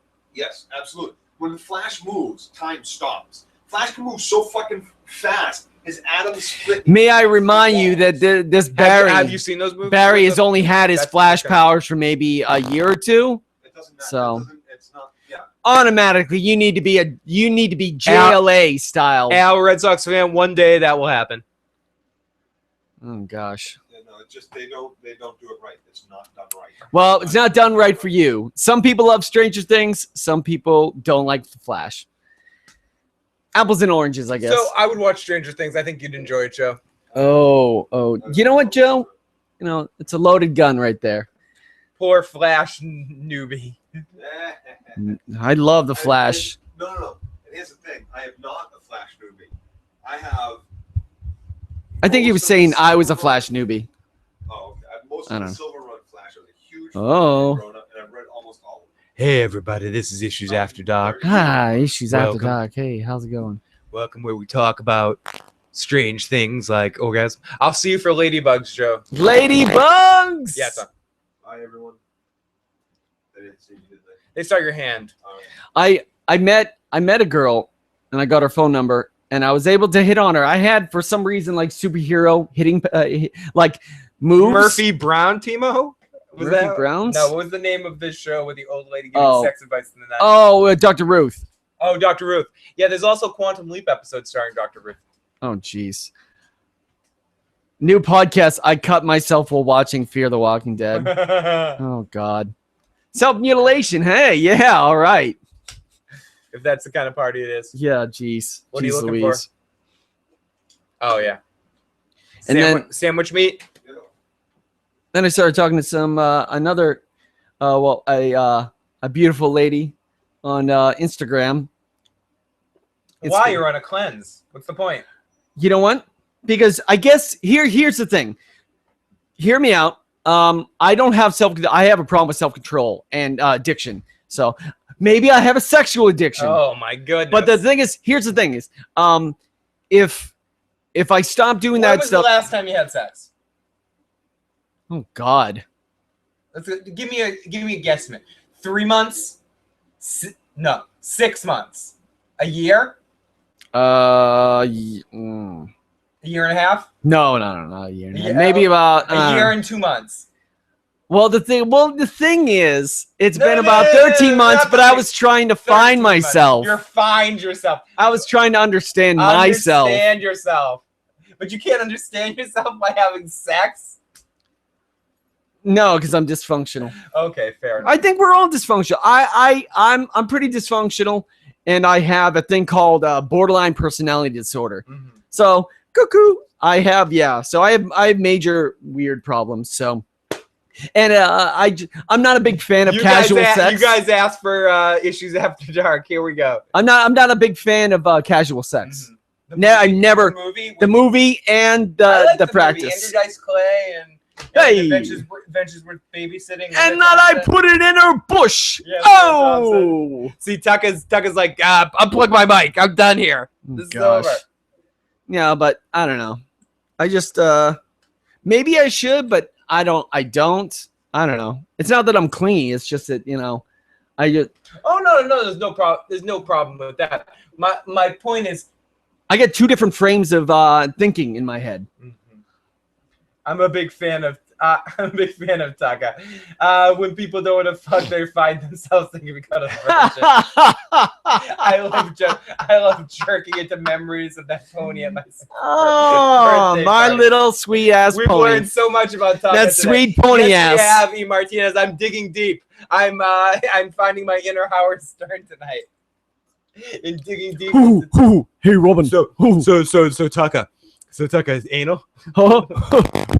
Anal Taka. He's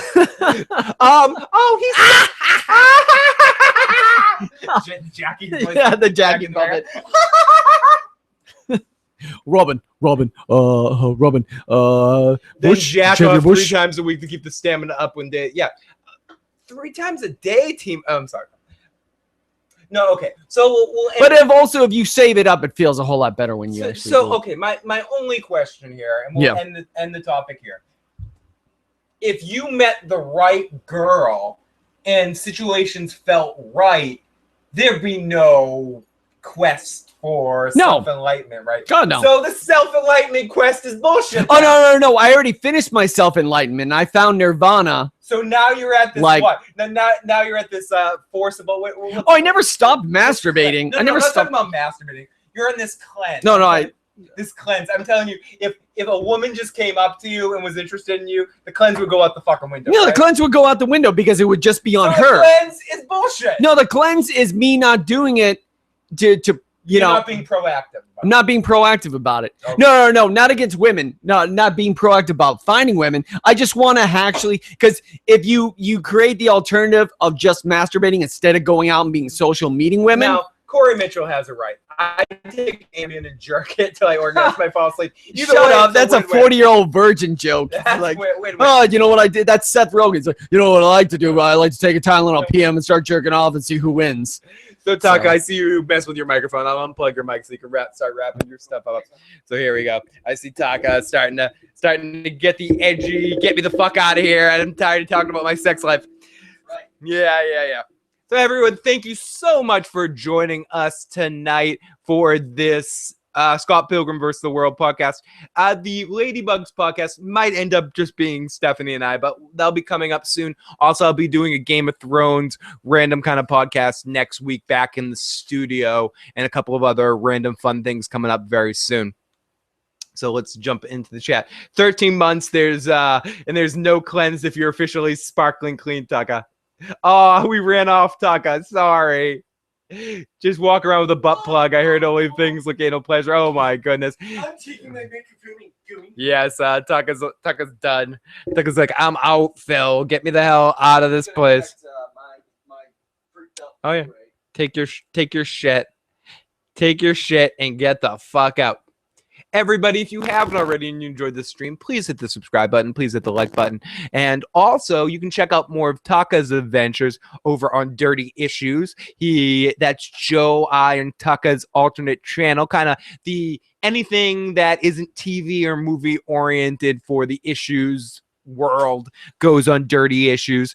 Joe and Taka have a podcast called the Diecast that I hope to jump in on at some point in time too. Taka and Joe also have a really fun video about them doing some ninja training stuff coming out soon that I can't wait to watch.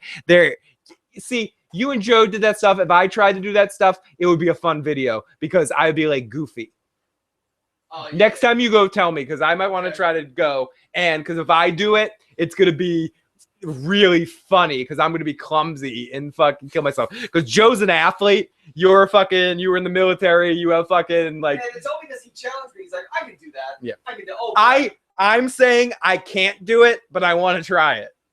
So one of these days over the winter at some point, I'm going to go and try it. I got to get in a little bit better shape first. I gotta look better while doing it, I guess, because I suck. Oh, the other channel name is Dirty Issues. You can find the link to it in the description box below. Taka and Joe that's where Joe's unboxing videos are now. Also, I do some video game streams over there. I've been doing a Zelda series. Joe does some video game streams. Taka has all sorts of amazing content coming out on that channel as well. And we'll have some content coming out on the main channel too. Bye, everyone. So Taka is leaving. Taka, talk to you next time, buddy. See you next time. Good show. Later. Corey says some people like sitting on their hand until they fall asleep and then giving themselves a stranger. That helps too. Oh, yes. But yes, it's called Dirty Issues if you search that. So I guess now's as good a time as any to call it. But maybe I don't want to call it. Maybe I just want to keep talking. I can't help talking. I'm in that kind of mood. Health and happiness, everyone. But I'm all alone now. I'm sitting alone in a room. And the camera looks all weird because I'm sitting on like this side. Now I'm all alone. See, all my friends just left me. Yep. They're like, you got too many issues. So I can't deal with your bullshit anymore. Yes, the after party. After party. It's time for the after party. After party!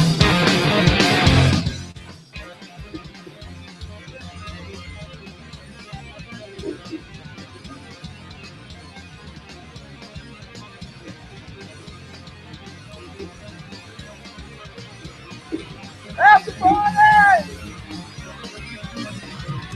When I look around you, what do I see? Logically, always looking at me. I want to battle with the wrong desire. But the suspicion in the system's desire. Just sit. Sit in the captain's chair. When I'm down for the reach, I need a war court breach. I had to watch my first goddamn dream. Born in a minion, making me cry. Future of the Federation Cardassian must die.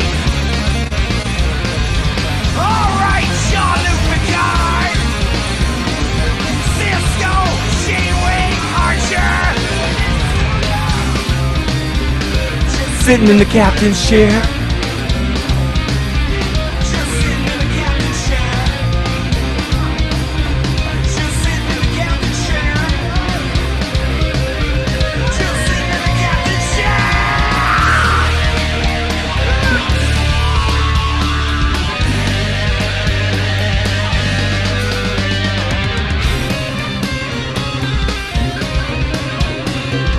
I don't know how long I can keep this after party.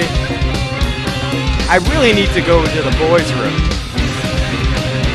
Hey, Antoine, welcome.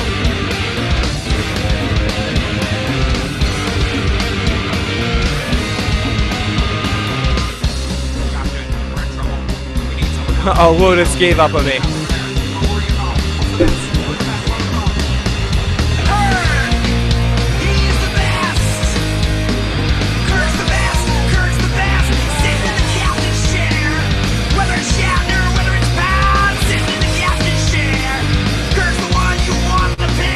Lotus needs to host the show while I go.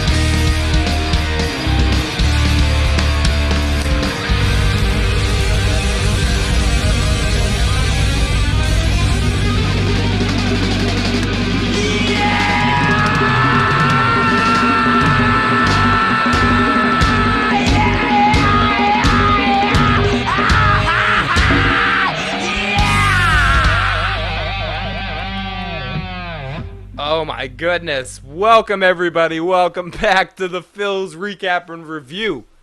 This is the Phil Slightly Buzzed and Has to Pee after party. No. Yeah, we watched Scott Pilgrim vs. the World and we just ended the show and Taka and Joe just left. They couldn't wait to get the fuck out of here. No, Joe had to work and Taka, well, and I broke down Taka and talked a little bit too much about his sex life. And I think he ran out of here in fear that I was going to convert him and turn him back to the dark side. So welcome to the after party. Let's do an issues program and just talk about random shit. I don't know what I am slightly buzzed, so random shit might not come as natural to me. So maybe I'll just be on for like 5 or 10 minutes here at the end, and then we'll call it a show. No, Taka's good people, one of my old friends. I met Taka when I did a radio show, a local like college radio station show. And Taka was a listener, and he just showed up in the studio one day, and he's like, hey, what's going on? And we ended up becoming friends, and he's one of my closest friends now. Really good people, awesome dude, and love Taka, and it's been really cool to be able to get to know him. And sometimes it's tough to make new friends, and he's one of my newer friends, and nothing but good people. Yes, Timo, 5 or 10 minutes. I really mean it this time. Absolutely, just 5 or 10 minutes. So, but I do, no doubt, I need to go to the little boy's room, at least. So, everybody, this musical interlude is brought to you by The Legend of Zelda. I'll be right back. Sorry about this. It needs to be done.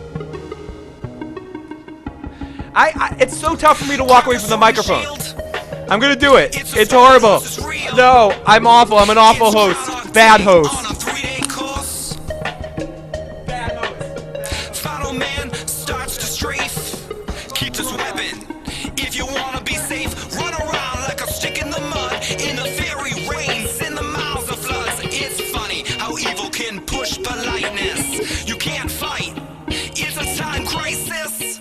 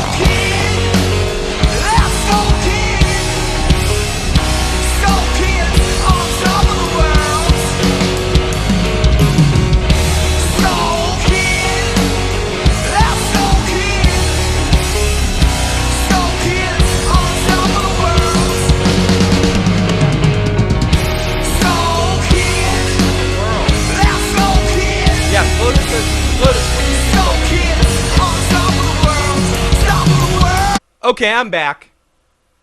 Everyone in the live chat, I climaxed when she wrote something strongly worded letter. U.S. and Russia go in the Ukraine. Lotus has more of the madness. Obama says in office, if you hate Florida, Timo. Oh, gosh. What did I miss? I missed the discussion. I missed the live motherfucking chat keeping themselves excited. I called my girl Monkey Tits the other night. She's like, Monkey Tits? What the fuck? Are you saying I'm hairy? And I'm saying, no, you're my cute little monkey. And she's like, cute little monkey? Fuck you! What the fuck, cute little monkey? What's that mean? Monkey tits? And I go, no, monkey tits. It's a cute little thing, but it got me thinking about monkey tits. And in like Donkey Kong's world, can monkeys go to get monkey enhancement surgery and get their monkey tits bigger? They have to pay for it with bananas? I don't know. I don't know. I don't even know where I'm going for that. I just was looking at a Donkey Kong video game in the background that kind of made me go down that route. You guys asked for it. You asked for an after show. I was drinking. None of my friends were. I'm sitting in a room with 2 of my friends not drinking. And maybe I had. And now I'm sitting alone, but I'm with you guys, you wonderful motherfucking chats. So I'm toasting this to you. Yes, Tiger might need to do some hippie activities in a second here. I am drinking now something called Le Merle. Merle from The Walking Dead. I love you, Al Red Sox fan. Yeah, friends don't let friends drink alone. In fairness, Taka doesn't drink. And Joe was doing some Uber driving later in the evening, and it's his first night doing Uber driving, so anytime one is Uber driving, they cannot drink, and obviously, even more specifically, on the first night, you're going to try to do it. I'm going to go get a drink to drink with you, Timo. Oh, thank you, Timo. You were fucking wonderful. Fucking wonderful. That sounds like something dirtier than I wanted it to sound. But it is something. Should I watch a trailer? I don't know. I feel like I should watch something. If I'm just sitting here. I can't believe I picked Ladybugs. Ladybugs really needs to be the next fucking video. Oh my god, I feel like I need to corrupt Taka. No drink, no sex. Timo, come to Boston. Seduce the young Taka. No, I'm sorry. Now I've crossed the line. Timo.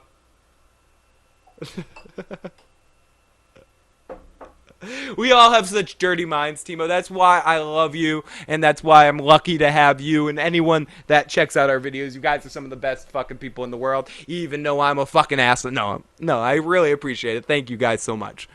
Cannot say nothing. Tomorrow night is the Olympics closing ceremonies. Philip, hold up a glass and a farewell to Rio de Janeiro. Rio! Yes, Rio. Can you watch the Vikings trailer and get us hyped for it again? I could watch a Vikings trailer. Let me see if I can spell the word Vikings. Let's do the Vikings trailer. Motherfucking Vikings, Ragnar Lothbrok, kick your fucking ass.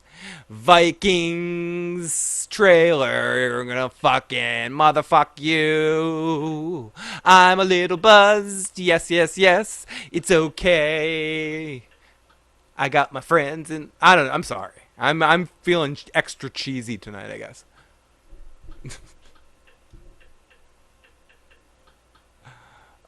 No, don't stop talking. Fuck, Vikings season. Oh, okay, it's the Season 4 Comic-Con trailer, right? Season 4 Viking Returns Comic-Con trailer. Shout out to the Olympics champion Simon Biles of the Soviet Americans, Natasha Lukin. I probably fucked that shit up. I laughed so hard at the end of it, I said to myself, okay, I'm officially a pervert now. Sausage Party was interesting. Yeah, I heard the end is extremely intense. In a funny way. Yeah, Vikings is great. Good show. Has its strong seasons and strong arcs. Has its, messa strong arcs and stuff. Mr. Robot, I've watched most of season 1. I have a few episodes left on season 1 to watch. Really great show. I feel like one of the better shows on television. It's hard to talk about for me, just because a lot of the stuff goes over my head, but I really like it. Really love the dynamic. Well-made show. Watch the first episode. You'll know after the first episode if it's something you're going to like.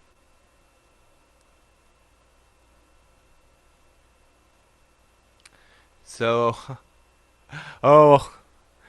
being a pervert's life's too short not to be a pervert a little bit. You got to have fun in life. Okay, I'm going to start this Vikings trailer. Speaking of the pervert, one of the biggest perverts of all time, Ragnar Lothbrok.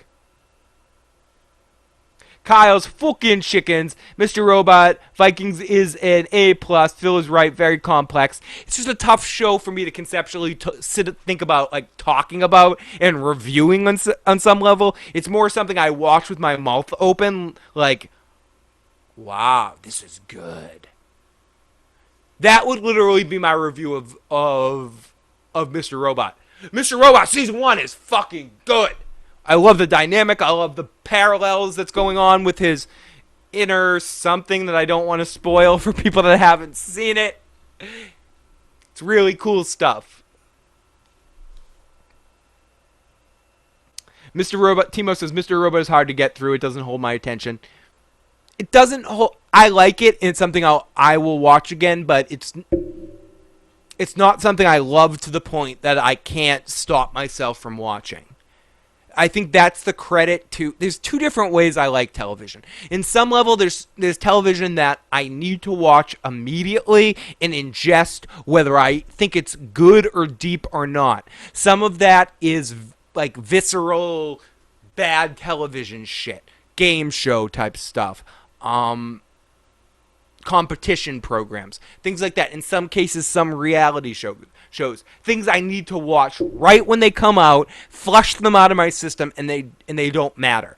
Then there's things that are deeper that I really need to sink my attention into, and I need to watch on repeat viewing on constant cycle. And then there's the programs that are always in my rotation that I always constantly watch, and I go through this big, huge rotation of a bunch of shows that I watch.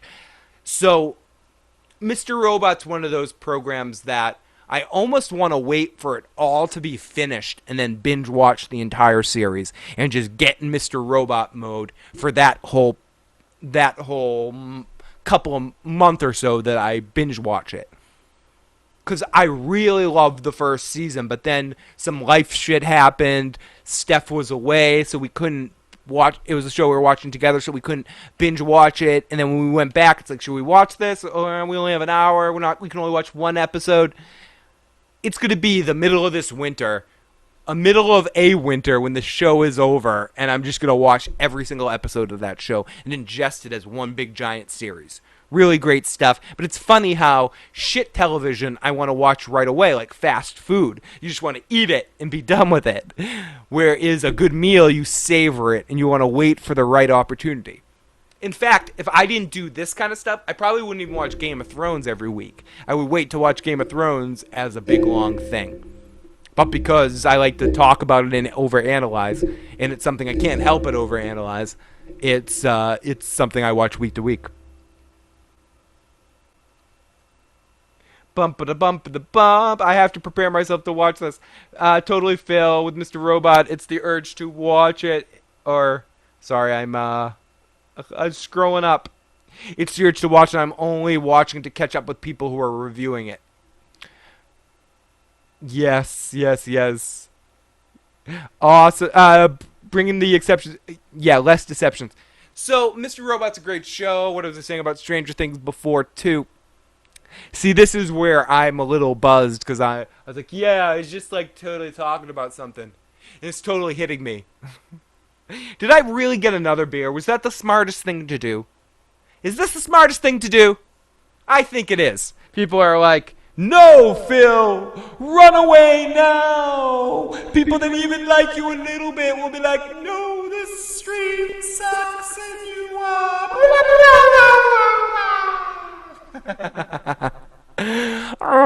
What are you doing, Phil? I don't know. You're just making silly voices. This is what I used to do when I was an only child. So I spent a lot of time alone with the Fisher-Price tape recorder. And I'd create these stupid shows where I'd interview myself. So, Phil, we're here today with Dog Shit Boy. Hi, I'm Dog Shit Boy. My head's made of dog shit. Oh, that's very interesting. How did that come about where your head was made of dog shit? Well, I really love my dog, and I used to stick my head up my dog's butt all the time. And eventually, a mutagenic situation happened with a explosion, where suddenly I turned into Dog Shit Boy. Oh, very, very interesting. Very interesting stuff. Thank you. And that's actually verbatim of something I recorded when I was like 6 or 7 years old. Kyle's Fucking Chicken says, I wish I could drink actually. I used to work at a craft beer spot in Ottawa, which was great. I miss being able to drink. Oh my goodness. I need to smoke my medical Mary Jane so much. Damn this insomnia. But yeah, that was a joke. And also, there was this joke of the day thing. It was at Channel 56, I think it was. They used to, kids could send in their jokes. And I was so excited. I was like, I'm going to send in a joke. I want to be a comedian. I'm going to send a joke. My big joke was, okay, what happens when when a monkey climbs up to the top of the Empire State Building? What? He falls off and says, "Cuck-a-poopy doody yay." I sent that joke. They sent me back like a form letter. Oh, young man, that was such a good joke, but it just doesn't fit our style. Fuck your style. It's a good joke. Good joke. You're a joke, Phil. Oh my goodness, everybody. I love some IPAs, great porter that I can appreciate. My favorite kind of beer is our farmhouse or Sasson or whatever they're called. Forever, I mean, I've never been a huge drinker. I probably drink now about once or twice every 2 weeks or something like that. But I used to be someone that was very easy to buy drinks for because I would like Bud Lights or whatever, the Miller fucking Ultralight or something, whatever the lightest the beer possible. So I was easy to go out. Joe used to take me out all the time and buy me drinks.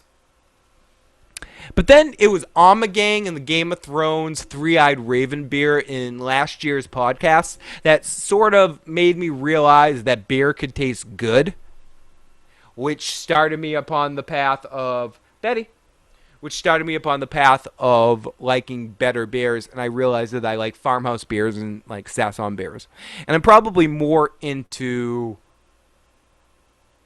like a craft beer and like finding certain kinds of beers than I've been before, but I still don't drink that often. It's tough for me to drink alone, and so I only drink usually with streams when I'm doing some like a stream or something like that. So it's a good opportunity because technically I'm not alone. Technically there's other people out there. I'm hanging out with you guys and gals.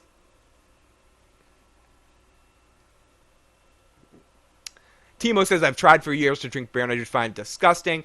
That's my case. I can get drunk. I'm drinking. E. Martinez says, I don't like beer too much, but when I do drink Fat Tire, it has to be super cold. I brewed some fantastic Sasson cask ale. That sounds yummy. Yes, I'm not drinking alone. I have with me the motherfucking chat. Seriously, some of the coolest folks in the world. So right now, I'm going to watch this Vikings trailer thing. Let's do this before I call it a stream. Vikings Comic-Con trailer. Go! They better give me action in the second half of the season. Right away, it seems like there's action. We see some kid with like a Viking mullet going on. Of a mullet. Oh, yeah. Holy shit. They're not even showing much. I'm excited. Look at those eyes. That's raggy eyes. King Horik looking old and decrepit. Ragnar. Oh, Ragnar's looking like the wizard from the Led Zeppelin song. Remains the same video. Do it, Rax. Soothsayer. Soothing some fucking evil sails. We are so lucky, Kyle. Kyle's absolutely right. We're in an, amazing time for television right now. So many excellent television shows going on. Since Breaking Bad, it has just been a renaissance and been this era of amazing television. I mean, some could argue that, this is so great. I cannot wait for Vikings. Some could argue that the era where you had The Sopranos and Deadwood and The Wire and Oz was a pinnacle as well, but I think that was the discovery of what television could be. Television is a much better way of depicting stories than movies. I'm sorry, it is. A movie is something that you have to tell in a very formulaic 2-hour kind of story, whereas the television show, you can get into chapters. It doesn't have to be a certain amount of seasons or a certain amount of anything else. I like movies, I really do, but I am a television person. I've always been a television person first. And I think finally now television is... For a narrative, if it's a deep story, like something like Vikings or something like Game of Thrones, I'd much rather these TV shows that really get to explore character development. It's almost like reading a book. And I'm not a big reader, but I just understand that it feels more like that, whereas Hollywood's just stuck in this weird pattern of reboots and superhero movies. And I like some of them, but it's just this weird sort of thing that's happening where nothing creative is happening, and everything creative that's happening seems to be happening on television, in my opinion. Television is such a unique platform. This awesome trailer for Vikings, I'm extremely excited for this next season. It's going to be a lot of fun being able to talk about Vikings and The Walking Dead. I can't wait to get back in the studio with Joe and get way into getting back into talking about some shows, like deep dives. These streams are fun, but there's something about the way I feel sitting in the studio getting to babble to you guys. And I can't wait for that. I have not watched The Last Kingdom yet, but a lot of people have suggested, of course, especially Dakota, who is one of the old school FOPs. People are willing to invest big money into television and they're getting results. Has anyone watched The Night of HBO? I wanted to check it out. I haven't watched it yet, but I've heard really good things about it. Oh, and that's what someone else said too.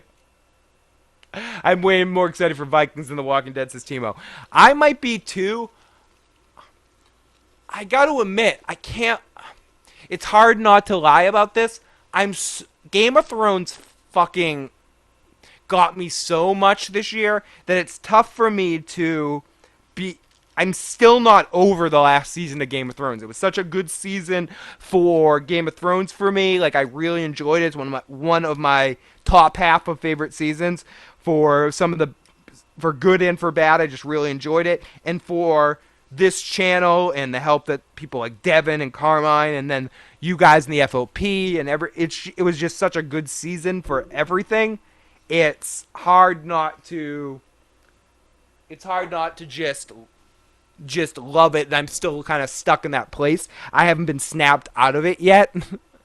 I expected to be and it's going to be interesting because it's going to be a long time before Game of Thrones. We're going to do The Walking Dead, Vikings, Better Call Saul, a lot of other new television programs, and keep doing these movie reviews and other kinds of streams. So it's going to be interesting stalling before Game of Thrones. So let me push this for 1 second. Oh, shit. There's my picture. My little anime stupidity. Ugh. I think it's going to be a good season of The Walking Dead just because I think it's going to change up the format a little bit.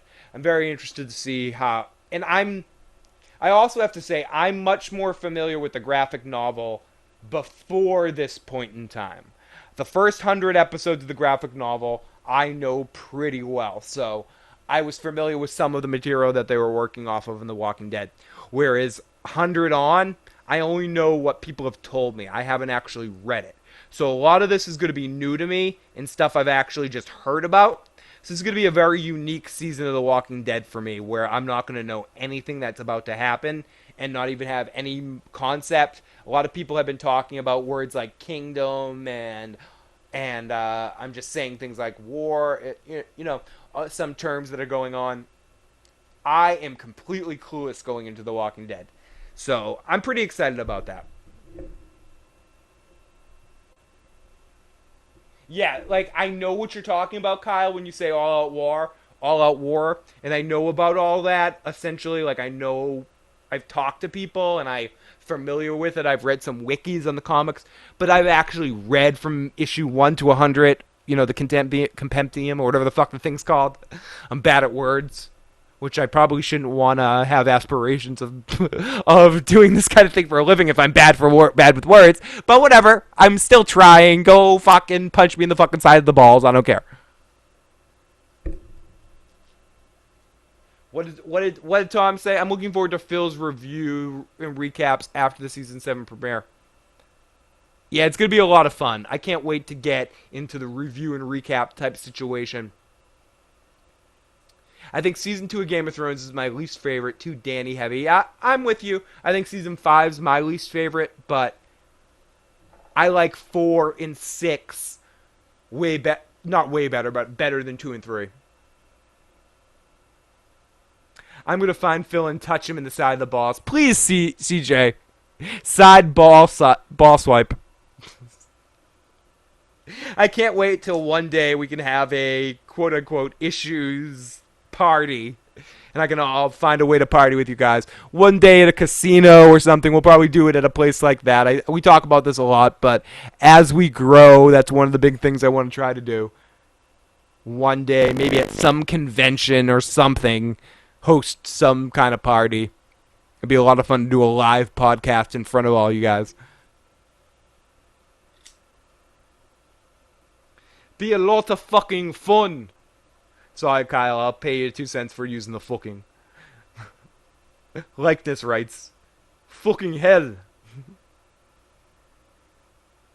But yeah, I fucking, after what I've gone through the last couple of weeks, interviewing for jobs and shit not working out, the world's telling me to try everything in my power to make this happen. So I'm going to try to make this podcasting shit happen for a little while I interview for even more jobs and fucking not get them. It's been fun though. I'm having fun. One night in Bangkok. That's right, Al, Red Sox fan. Oh yeah. Oh no. What am I doing? Don't do this, Phil. Push it. And I have to thank Lady Squee for this technical difficulties sign here. Hi everybody. How are you doing tonight? Oh yes. Thank you, Cosmoka Chicken. But yeah, I went. I think I talked about this on the Dirty Issues stream that I did. But I interviewed for this job, and I passed the interview with flying colors. Went back for a second interview, and it was a performing job, so they were audition kind of interviews. And second interview, I kicked the second interview's ass too. The third interview, they were like, no. And it sucked because I put like a lot of time. The last couple of weeks, I've been putting in a lot of time to that, and there was this other job, and it just was what it was. Couldn't you have told me that at the beginning of the week? You know, tell me early.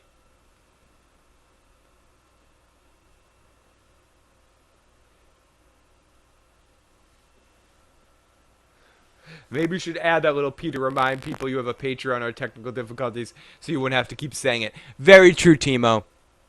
And I'm going to do that in the podcast. I'm going to put a sign, like a visual sign on the Star Trek Deep Space Nine poster I have behind, or a room divider I have behind me, that reminds people that we do have a Patreon and we do have a PayPal. So if anyone really likes what we do and wants to support what we do and would like to donate, it really could help me and help all of us do this more often. So any help that you guys give is more than appreciated. So thank you so much. And Timo is one of our patrons, and huge love to Timo for all the support she has given us, and Al, Red Sox fan, a lot of people. And we have some Patreon prize. Oh my goodness, I did it. I fucking did it. I'm too drunk. I had a mosquito bite on my ankle, and I scratched it, and I'm bleeding. Fuck. What an idiot. I'm drunk and bleeding. It's happening. But yeah, it helps a great deal. So anything that you guys can do to help us grow. And I'm going to be talking about it a lot more now in the rest of the year. People tell me to talk about it more. I feel bad because I never want to be someone that feels like, oh, I charge you guys for content. And it's not about charging. It's about if you're in a position that you're able to help us, it helps us a great deal.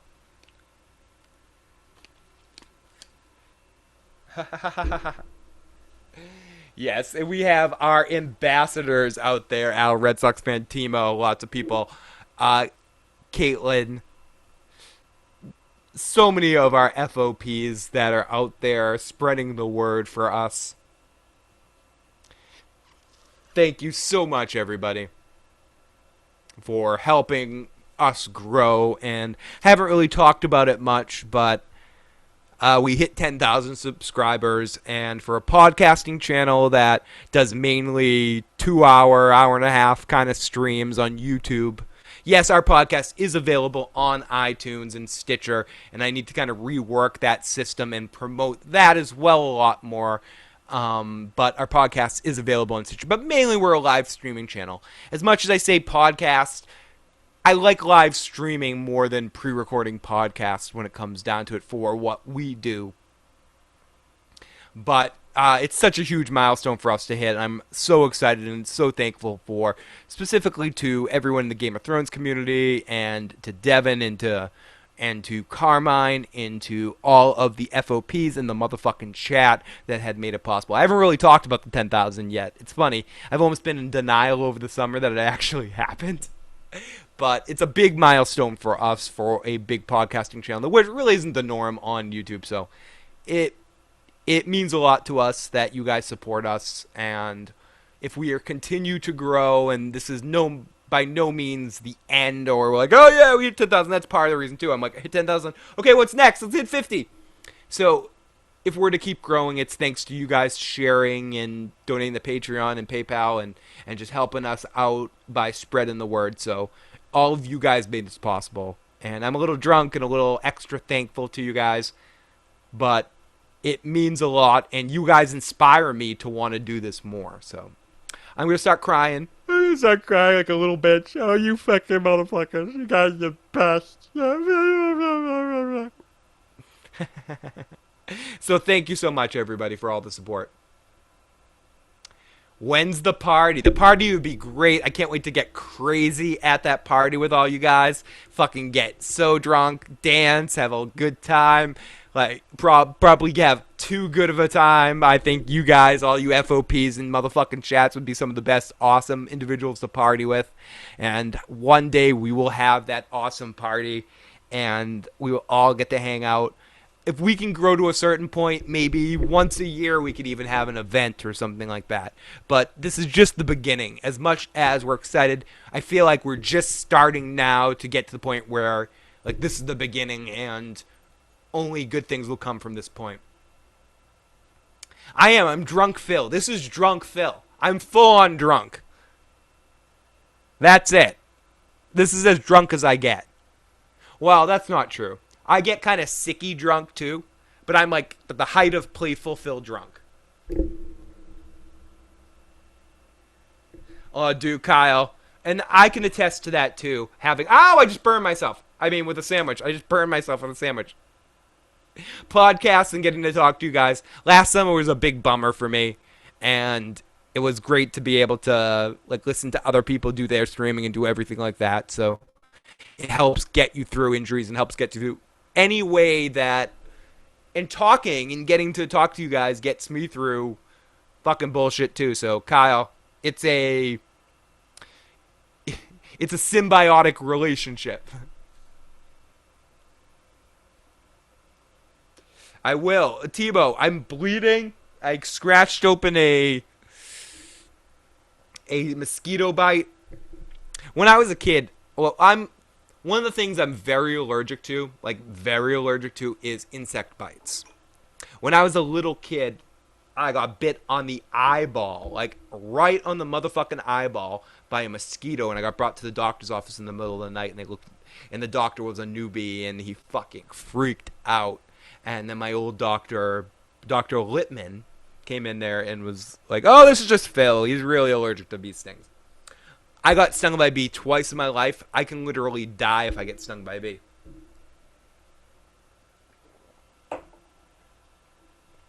No, thank you, Timo.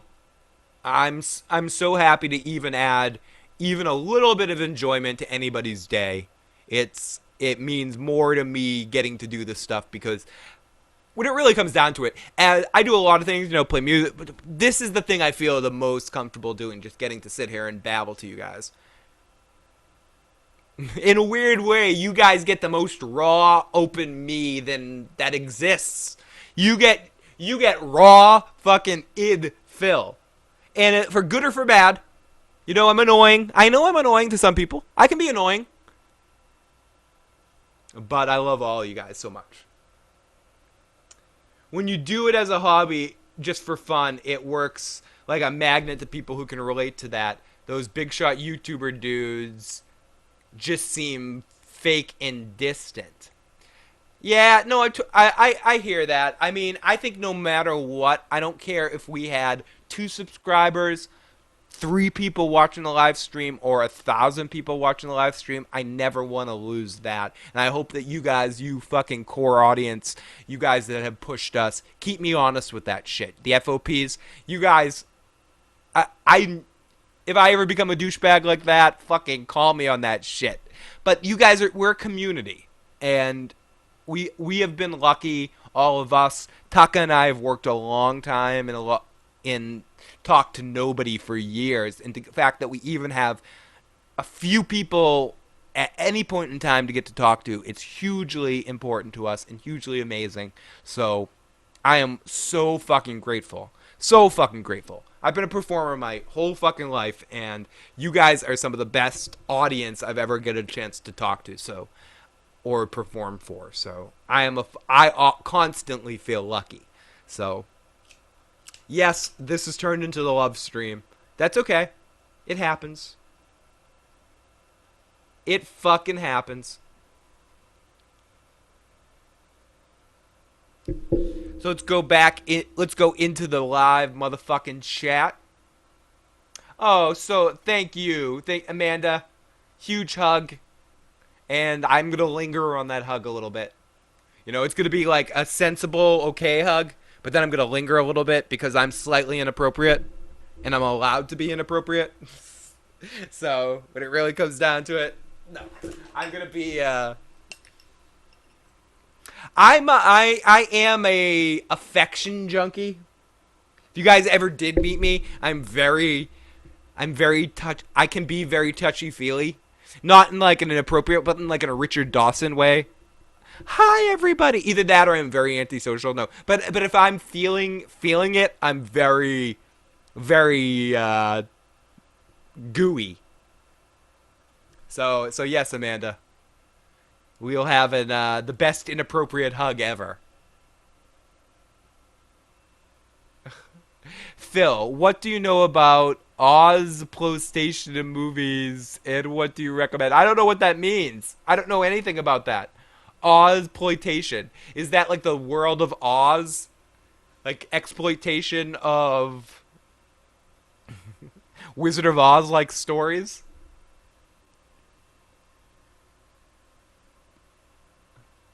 Me too, Amanda. More than you know. Let me be completely inappropriate. No. But yes, I am a big hugger. I love long, lingering hugs. I'm an affection junkie. People, I love people. You can see it sometimes when I do streams with Joe or Taka. I'm very touchy. I'm a hugger. I am a big time hugger. It's horrible. Tom, I'd be hugging you too, buddy.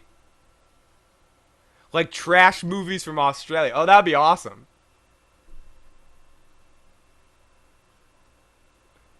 Timo, you as well. I give you a huge inappropriate hug. Wow. Someone needs to cut me off. Do I need to stop this stream now? I need to stop. I need someone to say something to me. What's going on? Music's playing? Who did that? Shut the fuck up, fam. Is that the one and only Tim Gersh?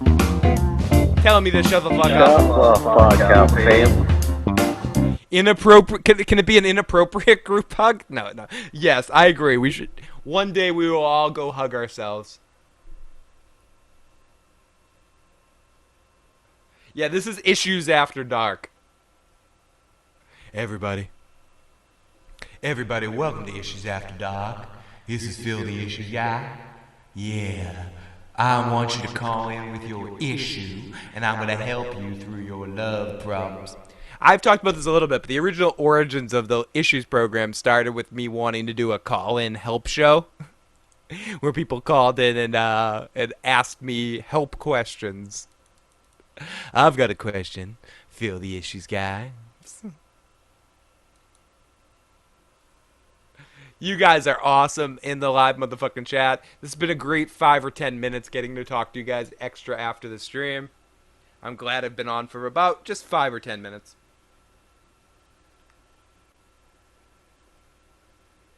As I scroll through, oh, it's still very early.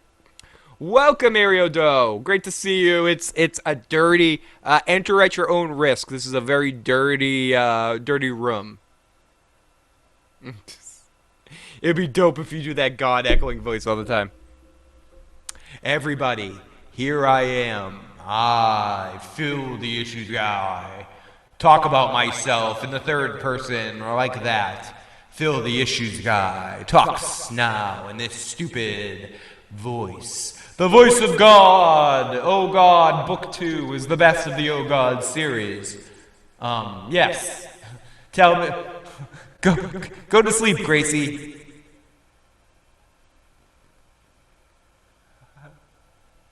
Okay, Timo. I'm not done yet. Howdy, Al, Red Sox fan. Oh, you were good. Great to see everybody. Oh, yes. Amanda, not going to be here for a long 10 minutes. That's about how long that hug would be. It would be like a 10-minute hug. But no, thank you. I'm probably on the way of wrapping this up as well. So, we're at the final stretch of this stream.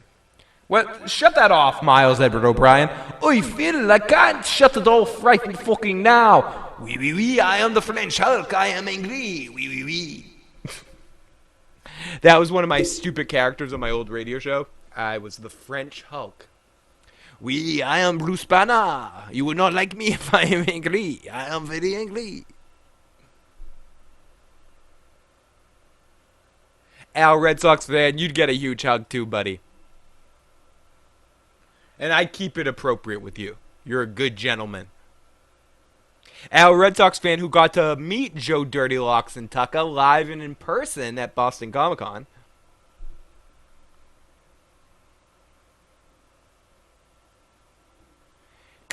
Kyle, great to see you as always, buddy. Have a good evening.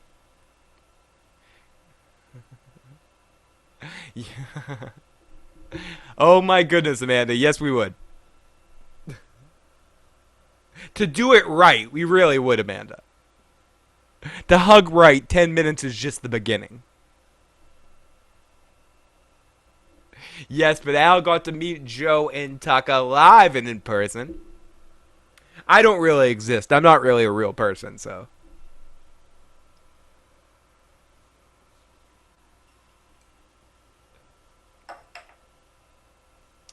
There is pictures somewhere. If you follow Al on Twitter, I believe it's just at Al Red Sox fan or at Dirty Locks on Twitter. You can see those photos.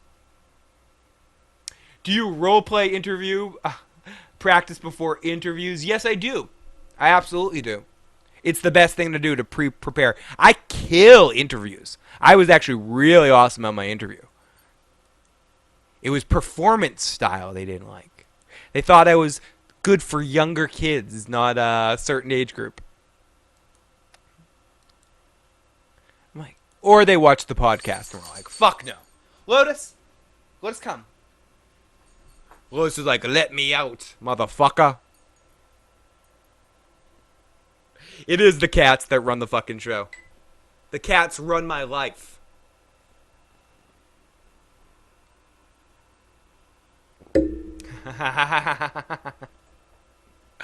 That is the best way. You guys have been so awesome this evening. Thank you so much, as always, for these streams. I guess I should probably start to wrap this shit up. You guys just don't want to hear me sit here and babble over and over again.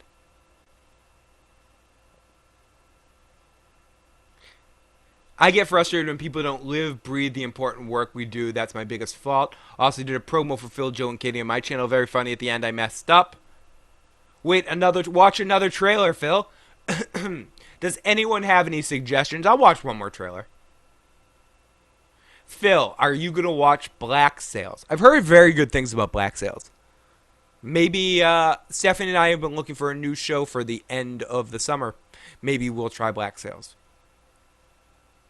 Let's do a 6-hour stream. How long we've been on so far? Anyone know? I'm not positive. It's 9 o'clock. We've been on like 3.5 hours, I think. One of these days, I'm going to do a 12-hour stream in celebration of the 10,000 subscribers. But I don't know. I'm not sure if I could be entertaining for 12 hours. Some of that stream might be this. Yeah. I really like Revenge of the Nerds 2. I think it doesn't get enough credit.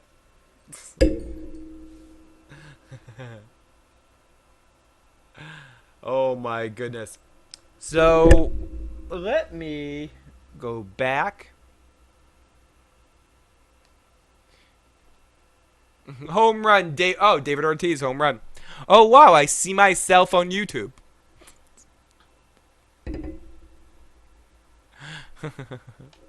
Boston's a tough place to work because you have so many students graduating from excellent jobs. Trust me, you can be entertaining. We'll have a special guest. Maybe some FOPs will join in.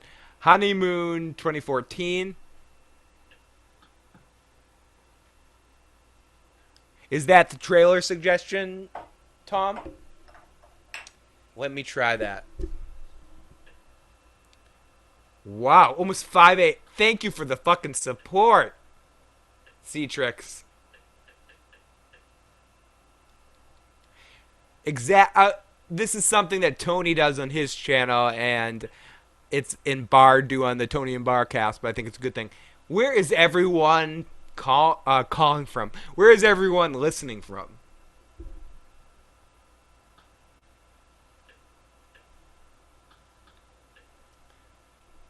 Honeymoon trailer. Let's do this. Ah! I can't even type on my PlayStation. Okay. Honeymoon.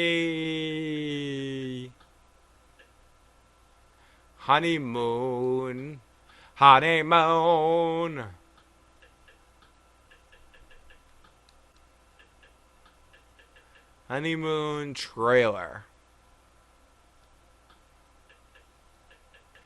This is me spelling. We got Brazil, 420 Brazil from Tom himself. We got LA, UK, Michigan, Massachusetts, Florida, Detroit, Orlando, Florida for Timo. You got fucking Detroit from Amanda. That's where I have to go for my hug. Ooh. So, honeymoon trailer. Oh, you grit. That's what you were saying. Okay. Trailer 1. Honeymoon. Okay, we got several trailers. We got a 2-minute and 25-second trailer. We have a 1-minute trailer. Let's go with the 2-minute and the official trailer. 2 minutes and 51 seconds. We got New Yorker moving in Georgia, moving back to New York.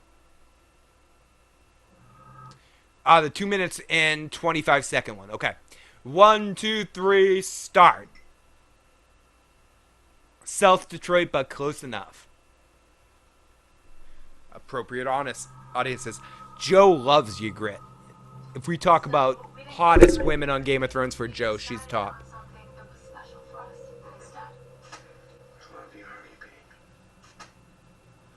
Oh, I'm so jealous. I'm in a kissy mood. Mwah, mwah, mwah. Lotus, come kiss me. Do you like it? Lotus. Excuse me. Oh, we got from Romania. Wow. Brooklyn, New York. Brooklyn Zoo. Lotus, give me a kiss. Kisses. Kisses. Yay. Now I'm gonna go kiss by my cat too. I'm gonna go get a pussy kiss. Pussy. Betty. Betty, give me a kiss. Hi, Betty. My cat Betty is 17 years old. I cannot imagine life without Betty. He's fucking 17. I made a coffee. Wow, this movie looks really interesting.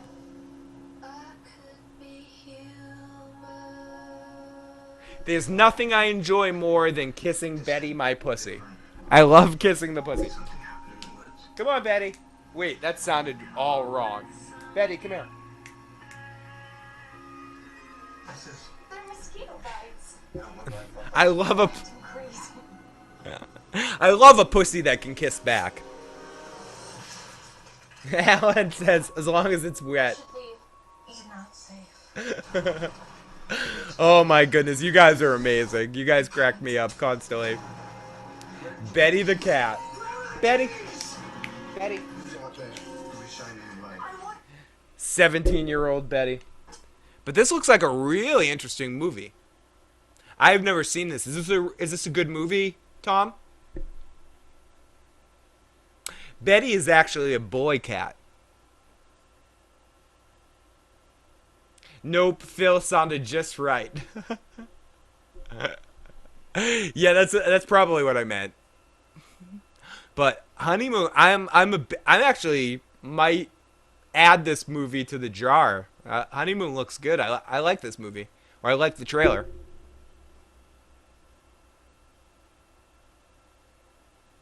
It's the one I'm planning on watching tonight. Definitely let me know how it is, Tom. It looks very interesting. I'm definitely a fan of the trailer. I like romantic thrillers, if that's a genre, subgenre. Yes, Timo, this is officially the dirtiest show we'll do, this Phil After Dark. The Phil drunk, open, visceral, me as at 50% as dirty as I get.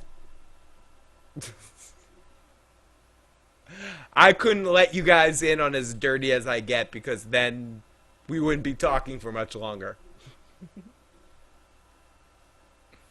So I guess I should try to start to wrap things up. Just a little bit. Yes, romantic drama is AKA porn, says Al Red Sox fan. Oh, well. Damn, I wanted to mention this movie up for option, but I forgot to name. It's a movie about a couple that gets attacked. Oh, let me go over here. I got to scroll to the side to see your whole comment. Couple that gets attacked by a bear. It's hilariously bad. Oh, my goodness.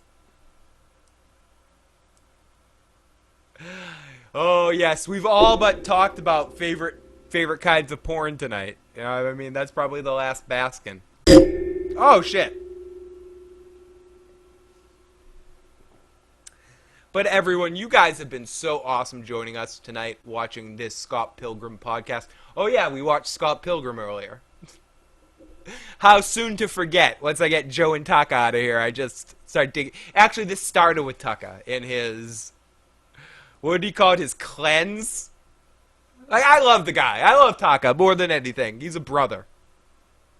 But a cleanse, I went on a cleanse for 4.5 years once. You know what that was called? That was called that I wanted it so bad I stunk of it, so no one would give me any.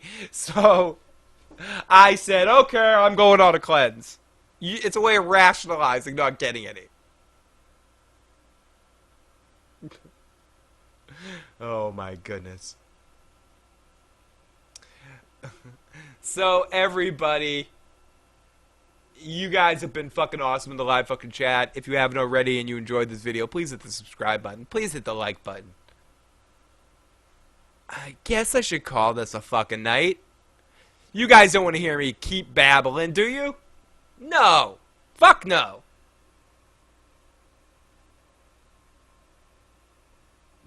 Holy shit, you guys are serious up there. Damn it, that's your time right now. Oh my god, 4 years. Yeah, I went 4 years at one point in time. basically, I was in a relationship, and I got involved with this girl that I was so into for a while. And then we broke up, or excuse me, she broke up with me. And I think we all become this at one point in time in our lives. I became kind of not stalkery, but it was hard for me to understand what happened because she didn't verbalize it. She actually met someone else and got involved with them that I found out years later, but she didn't say that. She took the high road and said, oh, I felt, I had a dream or something and I couldn't be with you anymore. It was some surreal thing that she couldn't say because she couldn't live up to the fact that she cheated on me and ended up liking or wanting to go with the other guy or whatever, liking the other guy better. So it fucked with me for a while, and then I ended up going to college, and I was a lot older than all the other kids I was going to college with, and I felt like if I got involved with anyone, I was taking advantage of them or something. So that turned into 4 years of college without getting involved, and yeah, it perpetuated, and next thing I know, it was close to 5 years, and I was like, holy shit. So I know what I speak thereof.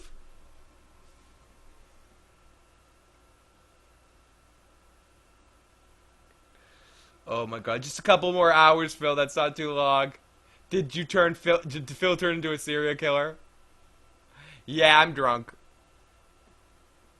Oh, you messaged Jonnie motherfucking Stark? It's always better to deny cheating. Always better. Learned that the hard way. I know! Exactly, Timo. None in college. And I feel so bad. Like, I don't want to get into it, because, don't want to get too personal, but I have several regrets. Huge regrets from that period of time, because I was stupid. And I don't want to see Taka be that stupid.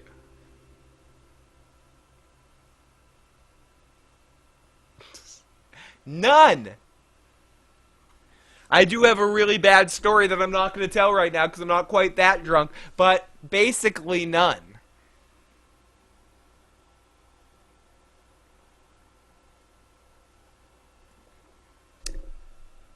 Claudia, good to see you. Good to see you, Claudia. But everybody... Oh, it's only 9? It's only 9:49. It feels like it's so much later, probably because I'm so buzzed. I'm not a cheater, but only because I didn't have time to cheat. Damn, my college years were very colorful. Couldn't imagine having done none. Yeah, I'm hoping my later years are very colorful. And very fun. Life's not over yet. Missed you, Claudio. I miss all of my friends, and it's so great to touch in with you guys on summer vacation here. We've turned into sex talk. We're at the lowest common denominator here. The best possible the best possible option of discussions. Why do you keep trying to leave us, Phil? It's so early.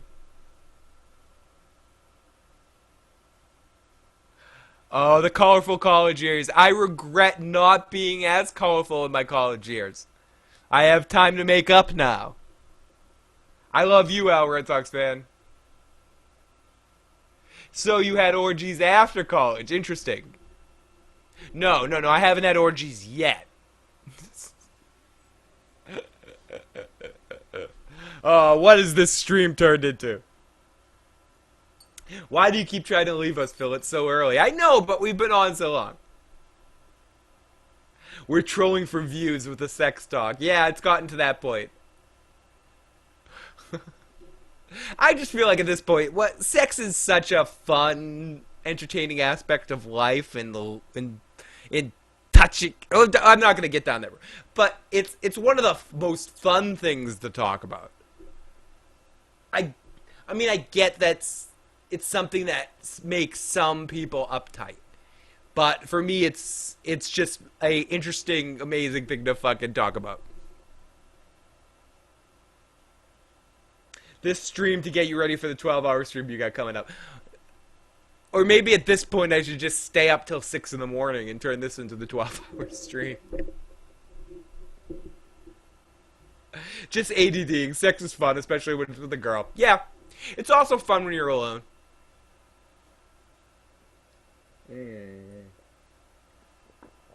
I gotta go out and get bread for sandwiches if I did a 12-hour stream. It really is. You got a joystick and everything, Al. It's the best video game ever. Exactly, Timo. It's just a fun thing to explore and talk about. Amanda says it's also scientific, so that's good for the more reserved people. Yeah, you can explore it on a more scientific level. Speaking of sex, I keep biting my fucking tongue, and it sucks. Oh my goodness. Ow. I'm going to be doing the podcast on this in the fall because of all the shit I'm fucking doing to my mouth.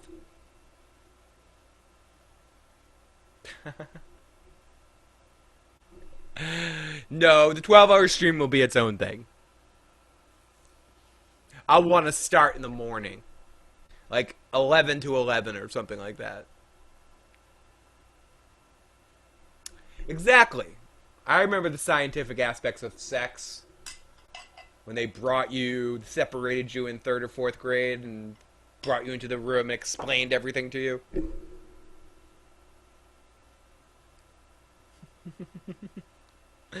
Oh, good.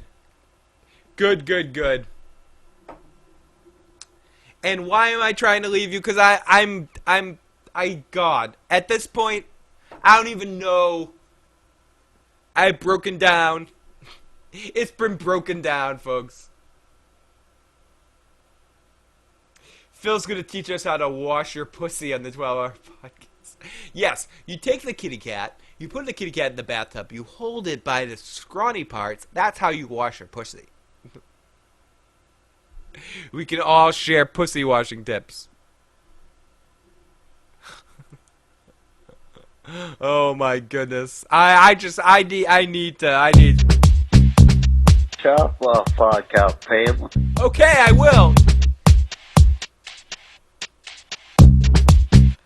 Amanda, you went to Catholic school K through 8. They didn't really teach us shit about sex. You went to Catholic school. That even more makes me want to go in for that hug. People that went to Catholic school, for whatever worth, I always want to corrupt. It's weird. I was sent to a Roman Catholic all-girls boarding school. Oh my goodness. Between the two of you guys, you're gonna fucking make me explode. Taught by nuns. I wrote a song once called Nunfuck. Let me get the guitar out and play it, for Christ's fuck. Chikia says, me too. Amanda says, me too, Amanda, except if you sit on a guy's lap, you have to put a telephone directory on the lap first. What's going on in the live chat? There's some corruption going on. Lotus, what are you doing?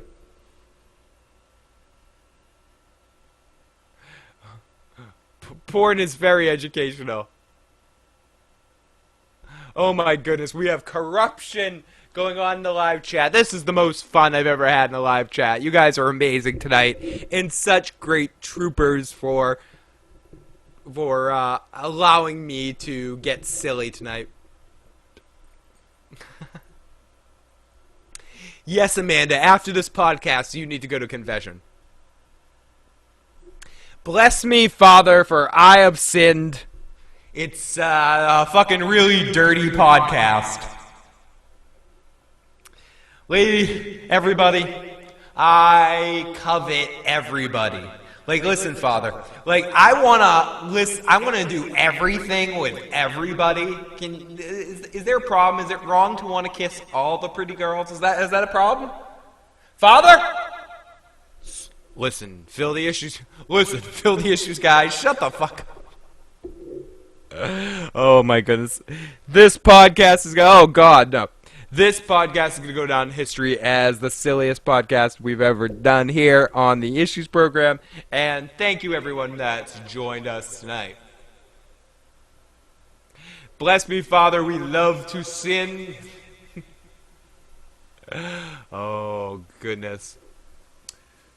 Okay, everybody, I know Timo's like, you keep trying to say goodbye. Why are you saying goodbye? I should probably go while I'm ahead here. Tom himself says, Father, it's okay to kiss all the boys. He's Catholic too. Oh my goodness. This is, yeah, you're learning a lot more about me, Timo. You're learning how much of a pervert I am in this podcast. How touchy-feely I am. I'm a kissing slut. Phil, you kissing slut. Phil, you're such a kissing slut. Issues After Dark. Talk about porn and sex and religion. Yeah, this is basically the Issues program. Welcome. I almost have to change the topic. The Scott Pilgrim and an Issues program. Imagine people that just want to hear Scott Pilgrim. They find this podcast randomly, and then they tune in to hear Scott Pilgrim, and they stay for this discussion. I haven't seen it yet, Tom. I love you too, Ario. I'm such a kissing slut. Al. I'm not saying where I like to be a kissing slut, but no. I'm such a kissing slut. Or I'm like I'm a flirting slut, I think is the best way to say it. I really love to flirt. And I'm touchy. I'm real touchy. Not touchy like you can offend me easy, like touchy, especially when I drink. I get very touchy. I mentioned this earlier. I definitely said this earlier. I'm like Richard Dawson. Like I get Richard Dawson drunk. I want to kiss all the pretty girls. I'm like, hey, I gotta kiss. Oh, good to see you. Never, Amanda.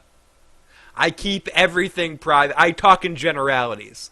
When it comes down to it, what happens privately, I like to keep privately, but I don't mind telling certain stories if stories are okay to be told. But for the most part, I think when the doors close, the hat turns around like Sylvester Stallone over the top, and it's like you sign a confidentiality agreement. You want to be alone with me, you're gonna have to sign a confidentiality agreement. No, I'm half kidding. But when it really comes down to it, it's fun to shift and turn into, shift your hat around and turn into kind of a different person. Yes, Tom, I'm very creepy. Super creepy. Yes, Phil's Bill Cosby. No. I'm a has to be willing Bill Cosby. Lotus.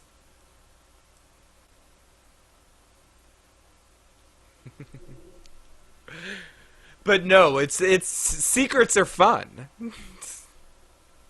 I love the questions, love the Q&A, guys, love all the feedback type shows and letting you guys lead the discussion. And as always, when we do these kind of free-form end of discussions, it's awesome to have you guys kind of lead what I'm babbling, and especially when I'm drunk, you guys are like being suggestible. I'm almost like a person that's taking sodium pentothal right now, and I know. I am completely honest. I cannot tell a lie right now. Yeah, secrets are too fun, Amanda. It's fun to have little secrets, especially when, yeah. I'm gonna shut up. Phil, Jonnie is mean. He's blackmailing me. He just sent me an invite. That Jonnie fucking Stark. You tell that Jonnie Stark to get here now. Get that Jonnie Stark in here right now.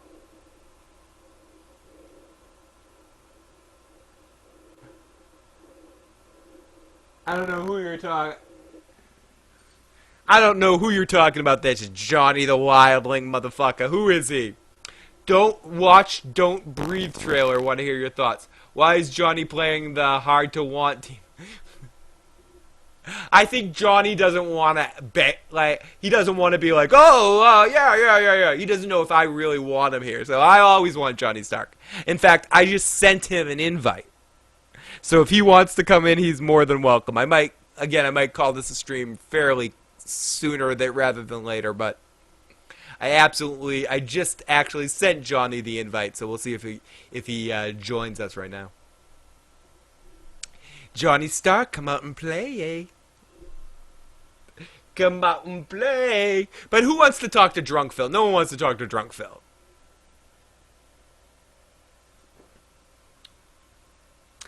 Come out, Counselor. Come out wherever you are. Plus, I don't know if this setup, in fairness, I don't know if this setup is set up for good audio for if I have a guest via the internet, since I'm not in the studio. He might end up just hearing himself. But I sent the invite. I am Drunk Phil. Hear me roar. I keep biting my tongue and it doesn't even hurt. I'm soldiering through. Soldiering through. Phil drunk. I fucking hit myself. I spilled beer on myself. Alcohol abuse. Where am I going? Where am I going? I don't know if you guys can hear me right now. Lotus is going to get scared. Lotus is going to get very scared.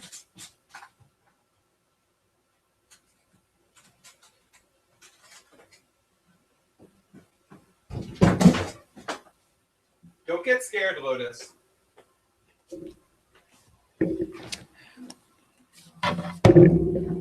No, I'm out of control. Drunk Phil's coming. Yes.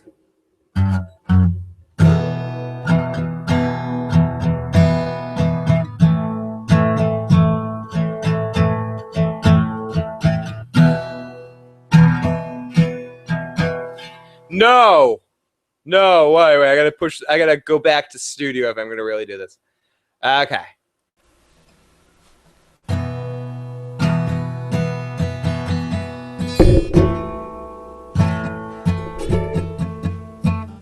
When I'm tucking in,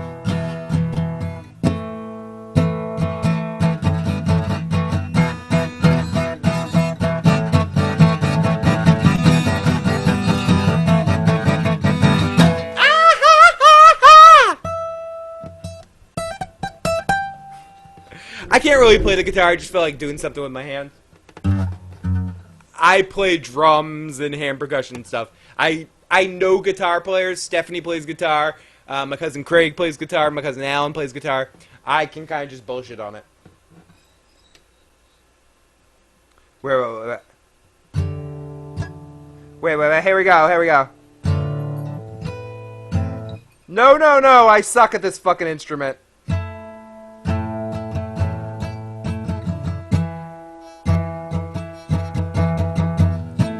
Holding you down.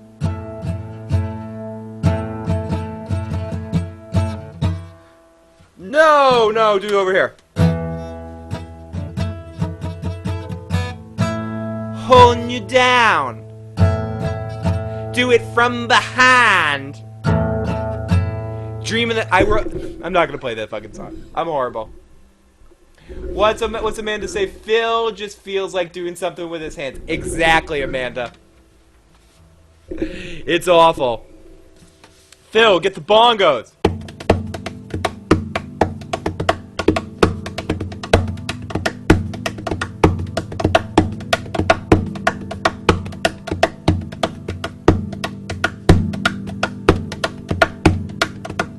So Phil says he's good with kissing the pussy, now he's good with his fingers? Whoa, hey!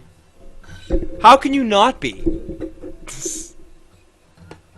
It's a beautiful thing.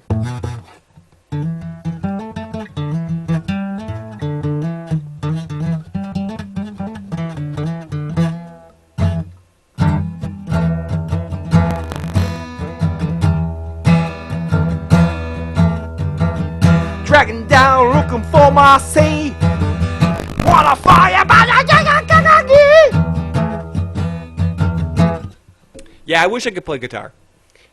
It's one of those talents I wish I had, but I don't have dexterity in my hands. I'm too clumsy.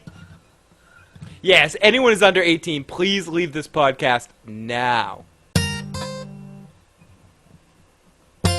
Amanda and Timo, you guys are fucking amazing. I can't wait.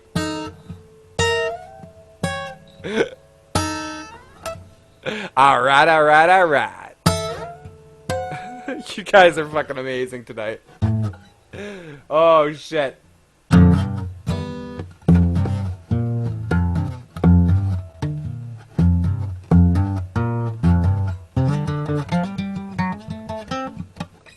Yeah, I cannot play the guitar. I'm horrible at it when it really comes down to it. I can play the bass better than they can play the guitar, speaking of Scott Pilgrim. But, yeah, I can't. I can play like two chords on the guitar, and I wrote a song with those 2 chords. Where it's...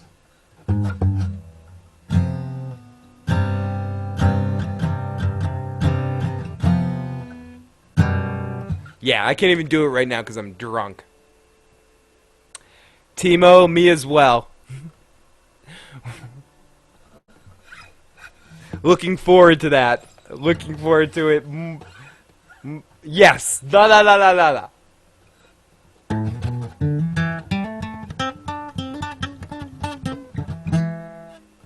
Play Freebird.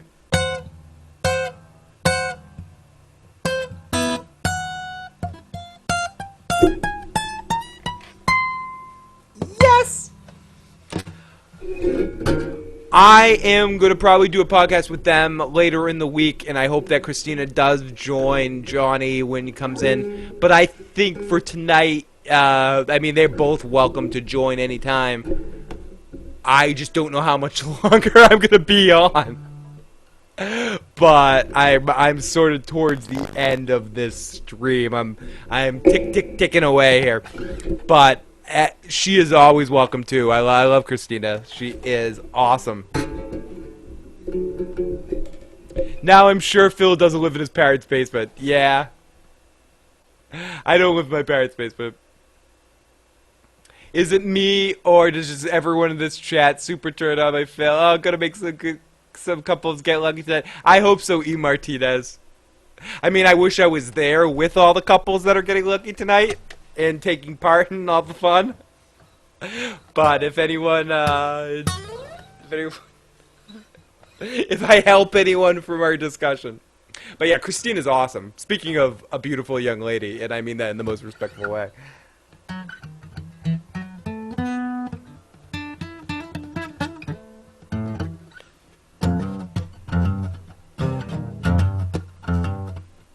Piggas in the mud.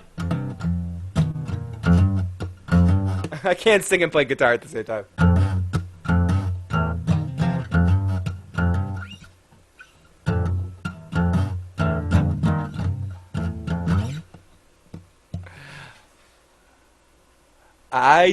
I'm not sure if I have her. Let me see.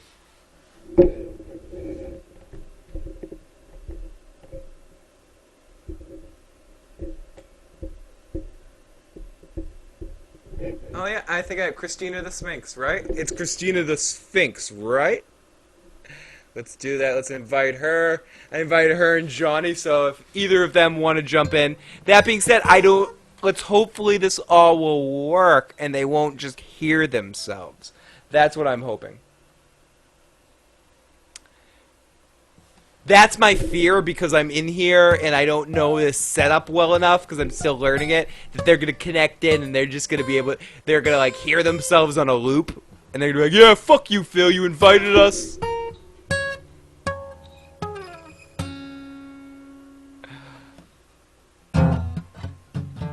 I don't even know why I picked up this guitar.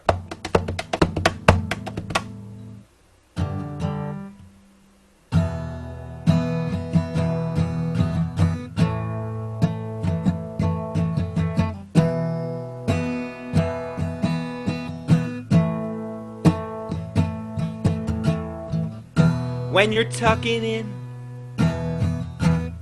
free from all your sins, waiting for that lady in your life.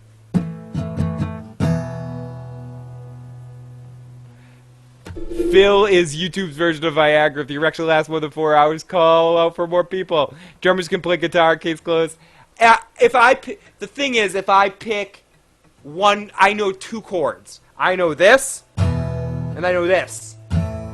E and A.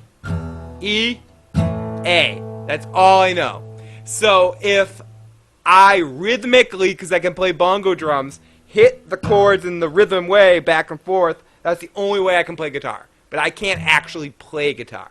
But you're right. I agree with that. I think rhythm is the most important thing. I think a drummer, if you just put their hand, I think drummers are more likely to be able to be multi-instrumental. Because if you know rhythm, you can play anything.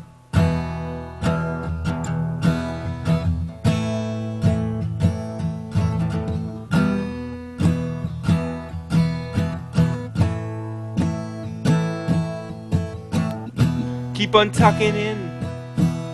Oh shit! Is that the fucking man? Jonnie, I gotta be honest with you.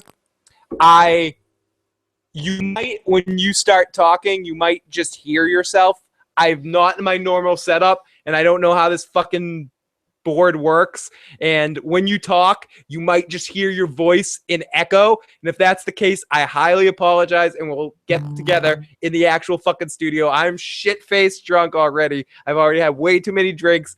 Fucking Timo is a fucking forcible person. We're in dirty sexual conversation. We need Chris Hansen, a.k.a. Jonnie the Wildling, to step in here and correct the situation, because this is all way too dirty. We've got way too dirty of a discussion here, Jonnie. And I got to say, Jonnie the Wildling, you can find him on YouTube. Does some amazing Game of Thrones discussions this off season with him and Christina. He's shaking his head like no, but he's fucking awesome. I've been enjoying his live talks. Used to watch him on Ustream on my PlayStation as well.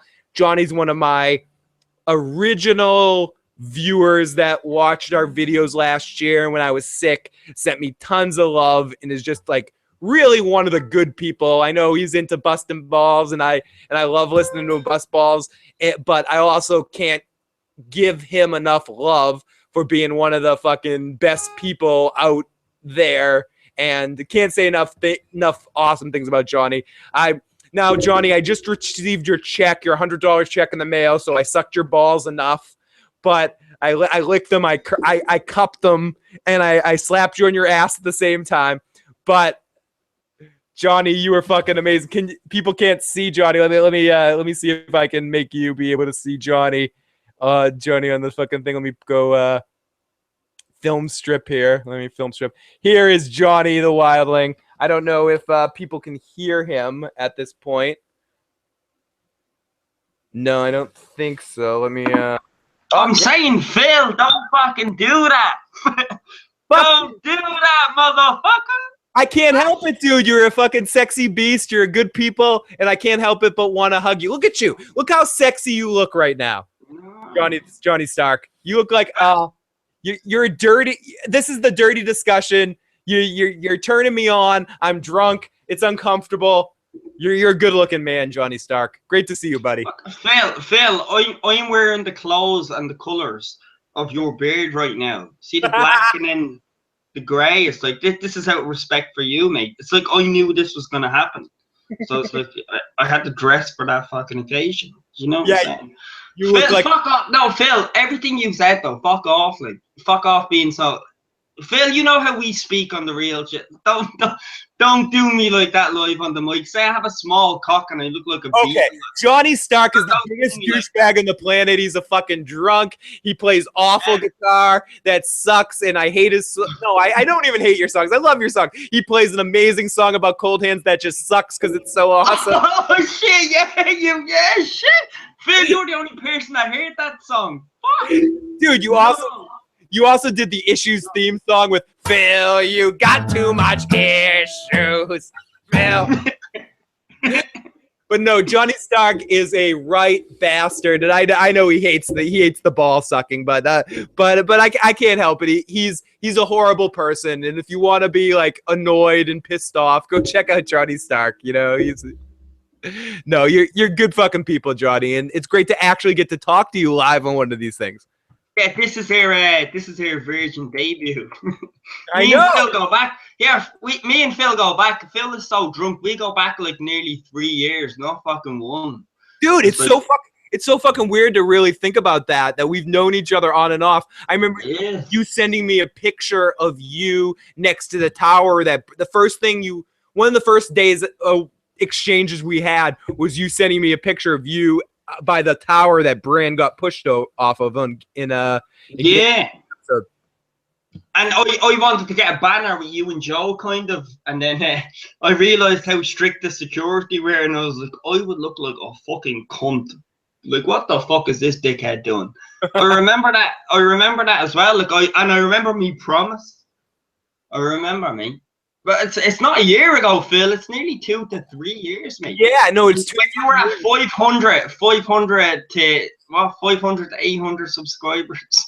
I was like, shit, you were going far, mate. And look at you now, you cunt. Now you're drunk as fuck, playing the banjo like Ted Nugent over there with dark hair. Oh yeah. Fuck. I'm Steve Vai. I'm playing it with my cock. I'm like, yeah. I am Johnny Stack. This is fucking crazy that the first time I talked to you pissed. Like Timo's like, yeah, why don't you connect with Johnny now? Because you're shit-faced. The perfect opportunity, man. Yeah, perfect fucking opportunity. For me. Oh, people in the live chat, couple of more piggas. I'd fuck them all. People are liking Johnny Stark. Timo's very happy to finally see us together. Johnny and Phil, awesome combo, says Alan in the live chat. Johnny is one of the best people out there busting balls too. I love listening to Johnny fucking get in on people. He's really awesome. Oh, and we have joining us right now, someone who's been doing a lot of awesome videos with Johnny about Game of Thrones off-season content, Christina. It's great to see you.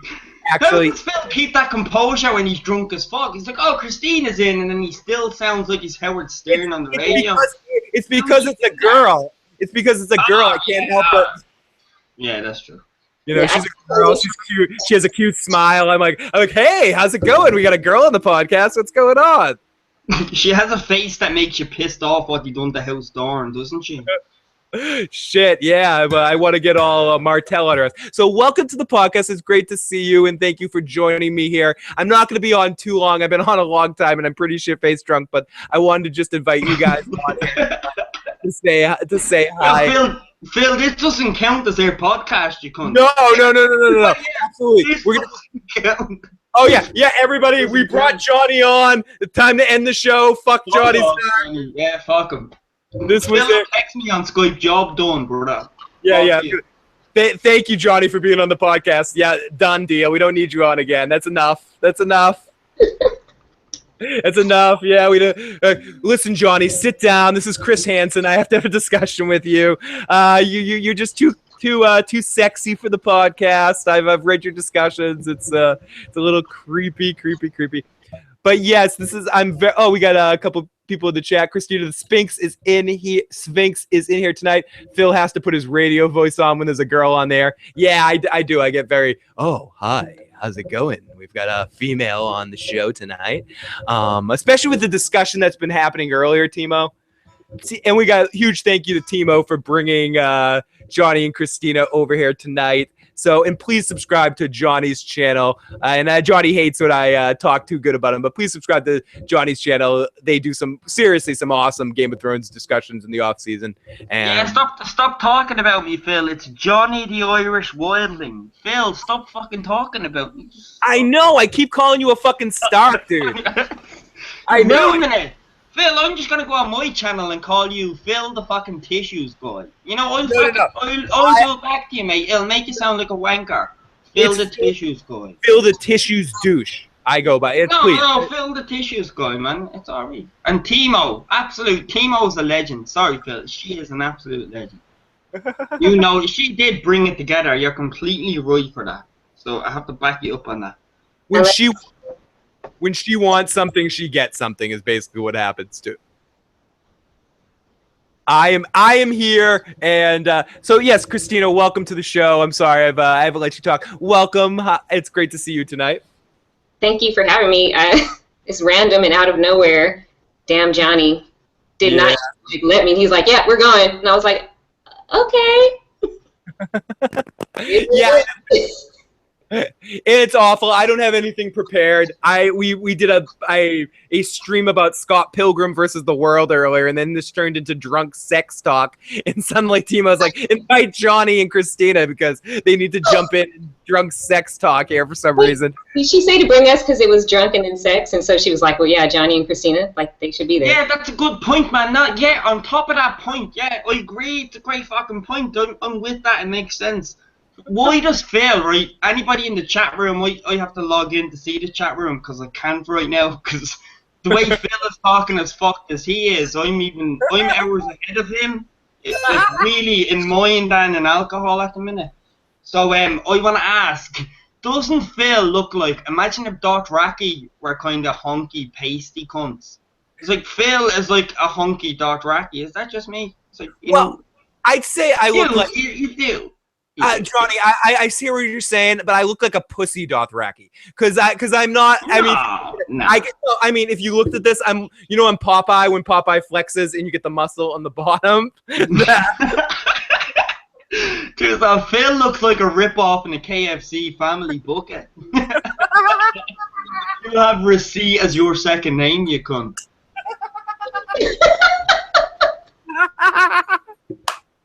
Oh my god. Oh fuck this Jonnie Stark. I can't handle this. You're gone. No, Phil, it's Jonnie the Irish Wildling. I'm sorry, Jonnie the Irish Wildling. Fuck Phil you. knows me too long. Yeah, Phil knows me years, man. Dude, I can't handle name changes. I'm too much of a fucking hippie. I know. I smoked too much ganja in my life to deal with name changes. Give me a break. If Khal Drogo became the Calcium Kid with Howard Stern. That's what on the live chat, Phil would probably be baked with hot pie. Oh, hot pie! I would keep hot pie with me at all times in that world. He'd be my personal servant, cooking me meals at all time. When you in a world like that, when you find someone like hot pie that can do what hot pie can do, you don't let that motherfucker go. He can make you like custom cakes and pies, like shaped in the sigil of your house. You need that guy by your side, like all the time. All the time. You never let that fucker go. He can put in all sorts of dirty things, you know. You never can tell what he can do with pie. So don't sleep on hot pie. And his kidney pie. Pretty good from what I hear. He can cook special brownies, really yummy too, as someone in the live chat says right now. Free pie as well. Yes, delicious free pie. I love the theory that Arya got hot pie to prepare those pies because that's the only way she could have prepared them. She borrowed him. Nice. Yeah, I could see that because she definitely cannot cook or sew. Yeah, where did she learn to cook? I understand some of the training she's had in her life, but come on, she didn't learn to cut up the meat that fine and cook a pie. No fucking way. I don't buy that shit. Well, it wasn't even well done because like there was a huge finger in it. Like maybe she did cook it. That thing ground up. Is that what this is? Yeah, is that what this is? Oh, we're all hipsters because we read the books and the show didn't go by the books. Let's all hate on the show. Like, fuck off. Yeah. Did you not accept that after season 5 where you were like, right, this is a separate entity? If you were still believing in the books continuing through the show, then you're crazy. Just because Phil looks like an off bastard born Dothraki with a bit of calcium sprayed on his face, and you look like a Dornish chick with a bit of fucking calcium sprayed on your face, ironically. It's like, do you not separate the book and the show at some point? When do you come to the conclusion where you separate them? I'm just enjoying the show as a pantomime. Does that make sense? As a pantomime. A very sexual pantomime. Oh, yeah. Oh, yeah. Oh, yeah. But no, I agree with you 100% that you need to enjoy both elements individually amongst themselves. Enjoy the show for what it is. Compared to other television, it's just good fucking television. It's good fun. And anyone that tries to get too wrapped up in it's not this, it's not that, I feel bad for that in a sense, because I mean I care about the books and I care about what happens in the books, but it's as you said, Jonnie, it's a completely separate entity, and I enjoy both things in a completely different way. I enjoy getting spanked, I enjoy getting pinched. Both things feel good. They're two completely different things, and sometimes I like getting pinched, sometimes I like getting spanked, and both are good, and both are good at different times in my life. Do you like them at the same time? Be separate. You ever spank and pinched at the same time? No, but sometimes I like to get spanked and pinched at the same time. I like reading and watching at the same time. Simultaneous things are very enjoyable. Oh shit! I'm just digging. I'm just in a bad place tonight. You're just going down. It's like saying I like listening to Spice Girls when I'm around females, but when I'm alone, give me that Nirvana. That's essentially it. The books are the Nirvana, and then the show is my Spice Girls. It's a secret pleasure. I do want to be your lover. I want to get with your friend. You know what I'm saying? That's. I agree. Pinched and spanked though. That is an amazing analogy. Pinched and spanked. Simultaneous is preferred. Like, do I pinch me book or do I? Both of them. At the same What do time. I do? I couldn't agree more. Every boy, every girl, spice up your life. Every boy, every girl, spice up. Yeah. Don't get me started on Spice Girls. Yeah, that's a deep cut. I'm going the deep cut of Spice Girls. Spice World, great fuck, underrated movie. I separated the book and the show. Honestly, I'll just say like episode 1 of the last season when the Dorn stuff popped off, I was like, okay. I can't think that I'm going to get George R. R. Martin on HBO. You know, I just have to just let it, this is my show and this is my book. And then I was able to enjoy it because I had all these great expectations and then all that stuff. I was like, yeah, okay, it's fine. Because it's still a great show. Even at its worst, it's still like the best show, one of the best, you know, that's been made recently. It's awesome still. But even at its worst, sorry, Phil, it's just. Oh, no, it's okay, go. Even at its worst, look at that Hodor episode. I know that G.R.R. Martin said that was one kind of inkling he did give them, which was absolutely amazing. But it's like, even at its worst, episode 6, I seen your review on episode 6 and 7. You say I murder it. Fuck me. You and Joe, shout out to Joe. Absolutely killed him. And Joe, I know you love Tristan if you're watching. I know you love him. Oh, you love him. Yeah, he loves him so much. But it's like episode 8, Arya, they fucked up the Arya. I think, now I'm not speaking for everybody. I think it's just the consensual. Is that even a word? Am I trying to be clever right now? Same again, Brahma. But it's the consensus around everybody, I think, is they fucked up the Arya storyline so bad where even people who didn't read the books were pissed off. Do you know? So that means that's just really bad. That's when it's bad. Yeah, that's when you know it's bad. Where like book readers are like, oh hell no. I mean, non-book readers. It's just book readers are cunts, though. Let's be fair, man. Even if you read them, book readers are cunts. I'm a cunt about the show at times. Phil, you read them. You're a cunt. Christina, you're a fucking cunt as well, man. Come on. Beyond, we want the details and the specifics, and it's like we forget about the show aspect where it's like. It's all about the aesthetic kind of pleasure and then story. You know, we forget that. So it's so difficult when you read something because your imagination just goes crazy. So whenever they put something to a visual form, it's never going to be as good. It's just like the fantasy is never as good as the reality. Excuse the other way around. The reality is never as good as the fantasy. And ultimately, the show, people build it up and it's going to be this, it's going to be that. But then you have to enjoy... You have to enjoy a hand job as much as you have to enjoy a blowjob. Both feel good in the right situation. And the show is ultimately, some things just feel good in the moment. And I agree with what Christina was saying. For television, this is one of the best shows on television. If you judge it comparatively to other TV shows, it's excellent. If you judge it compared to the source material of someone who's an excellent writer, one of the best sci-fi or fantasy writers or multi-genre writers of all time, it's hard to compare that and judge it. And I agree with you, Christina. Once you free yourself up of that, that burden, it's just set me free. You set you free and you can truly enjoy the show for what it is. If you get so wrapped down that, and I know the writing's not perfect, shit sucks. Jonnie was mentioning the Arya stuff. And some stuff that was going on with her in the chase, and that it was just, maybe a little poorly done. Some of the balance with the cut, her getting stabbed and all that. I mean, that's bad, bad moments. People point that out. But ultimately, the show is so good for a television program. You just need to enjoy it for what it is. And sometimes television is what it is.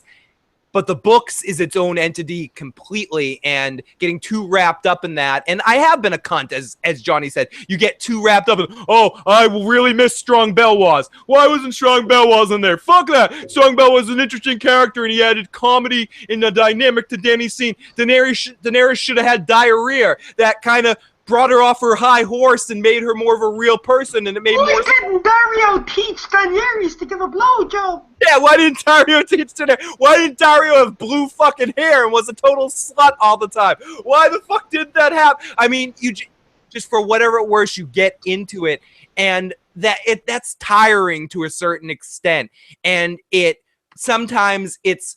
I had a shrink once said to me, you worry too much about things, Phil. You overanalyze everything. I want you just to enjoy life. Sometimes it's best to just shut up and enjoy things. And that's how I feel about the show more than anything. I feel really bad about the people that are still like expecting this great thing, and then they're just pissed because we have what we have with the show. You know, because why keep watching? Just like let it go then. You know, they'll watch every week after week after week, and they're just like, this is shit, and it's crap and hell and shit. I'm like, just let it, it's just a show. It's not something that took years and years and years to write, like how George does. Like, it's a show. They probably write it in like a few months. And, it still looks great, and it's great. Like, it's fine. It's fine the way it is. It has this little stuff that's stupid and doesn't make sense, but it could be a lot worse. Chat saying, I'm good at not seeing diarrhea, Phil. Oh, come on. I just want to see Daenerys dirtied up a little bit. I think she's too, I'm perfect. I'm amazing. Look at me. But I can walk through the fire. I feel like when they brought her down and showed how when she was just smelly and raw, they really brought it down. I feel like you had one half of an episode at the beginning of this season where you see her walking where she's down. And the next thing you know, she's, burning Dothraki chiefs and stuff like. I just wanted to see her deal with a little bit more adversity on some level. Yeah, that would have been. Sorry, I'm just that makes it seem like when Daenerys was likable, when she was rebelling through the times, and she was relatable, and she was an actual icon to an opinion, and she wasn't a silver pussy little fucking cunt, arrogant. Oh, my dragons, my pussy. I'm sorry if it sounds Russian, but my impersonation of Daenerys sounds Russian. You want my dragons, you want my silver pussy. Da, you're Russian, привет. Back to the fisherman, yes. Da, you're Russian. I have to admit to watching a video that you guys did, and when Jonnie starts going on his Daenerys hate, I start cheering and shouting along. I'm like, yeah, Jonnie, yeah, get at her, go, Jonnie, fucking go. I know you hate the fucking kneecap sucking Jonnie, but I'm like shouting at the screen with both you guys. Christina gets into it too. I'm like, yeah, fuck Danny. I watch you guys all the time. It's fucking fun shit. You watch our BS? Don't watch our BS. Oh yeah, I watch your BS. Don't watch that. Yeah, that's what Jonnie was saying. Don't watch that shit. Okay, I'm telling you, fucking don't listen to these two people. Fucking these two people are awesome. Don't listen to them. They're fucking humble as shit. I'll fucking sell them for you. Subscribe to Jonnie the Irish Wildling. Subscribe to Christina. They're both fucking awesome. Check out their shit. Okay. Yeah, I'm so humble, man. Don't talk about me. Look, I put me fucking banner on the end of the fucking camera. If you don't subscribe to me, you're a dickhead. Yeah, Jonnie's like, shh, let me put that shit up quick. You think I'm gonna lie about that shit now? Quick, before he ends the podcast. Put that shit up. Phil, this doesn't count. This doesn't count as air fucking. No. Coming up soon. Hopefully, Christina could join us too. We're gonna do. I do in the channel during the season a feedback show where we're gonna get questions from the live chat and just kind of dictate it. Hopefully, either this coming week or the week afterwards on a Thursday evening. I want to get Jonnie and Christina, if she's around as well, to jump in and just do a podcast. And no, this doesn't count because literally at any point right now, I'm just gonna be like, okay, guys, I've been on for like 4 hours. I'll talk to you guys later. Bye. And I'm gonna cut you guys off, and I'm gonna feel like an asshole. I'm gonna be like, bye, guys. It was really great talking to you for like 10 minutes. Click. But bullshit. You're one of the nicest dudes on this community, and I've spoke to most of the little top dogs on this community. Phil is genuinely, and this is from another perspective, he is genuinely, you hate the way I hate you kneecapping me. Phil is genuinely one of the nicest motherfuckers. Phil, right. You shut the fuck up. Shut the fuck up. You little calcium. Yeah, calcium. Yeah. I'm a cocksucking asshole. Ari. You little calcium kid looking Dothraki, fucking off-born bastard. Yeah. Hang on. Yeah. Hang on. You okay? I'll deal. Yeah, you look like Khal Drogo if someone poured a liter of milk over them. Khal Drogo's been starved. I bet Khal Drogo's been starving himself a little bit. Yeah, let me get to me point, Phil. I'm more drunk than you cunt, yeah? So just let me get to me point, yeah? You just take that milk in your mouth for him. Oh, that sounds so wrong, doesn't it? You want me to take your... Wait, Jonnie. You want me to take your milk? Has this podcast gotten weird? Is Christina a part of some really dirty stuff going on here where you're giving me your milk? I don't know what's going on here, Jonnie. I don't know what you heard about me, but it's all... Don't be lactose. Don't be lactose intolerant. No, I love the lactose. Give it to me, Jonnie. Yeah, now we got weird. Lactose, please don't give me. Yeah, I'm totally gonna give him. I'm bi lactose. Feed it on here, Jonnie. Come on. Yeah, I really had a good message to say, and then it's like they just. Yeah, I noticed how I really did. Notice how I did.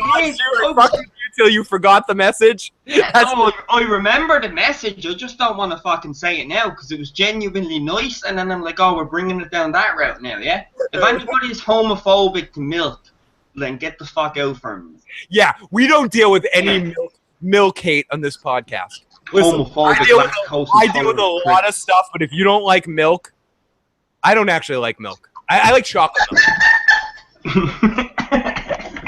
I fucking hate milk, actually.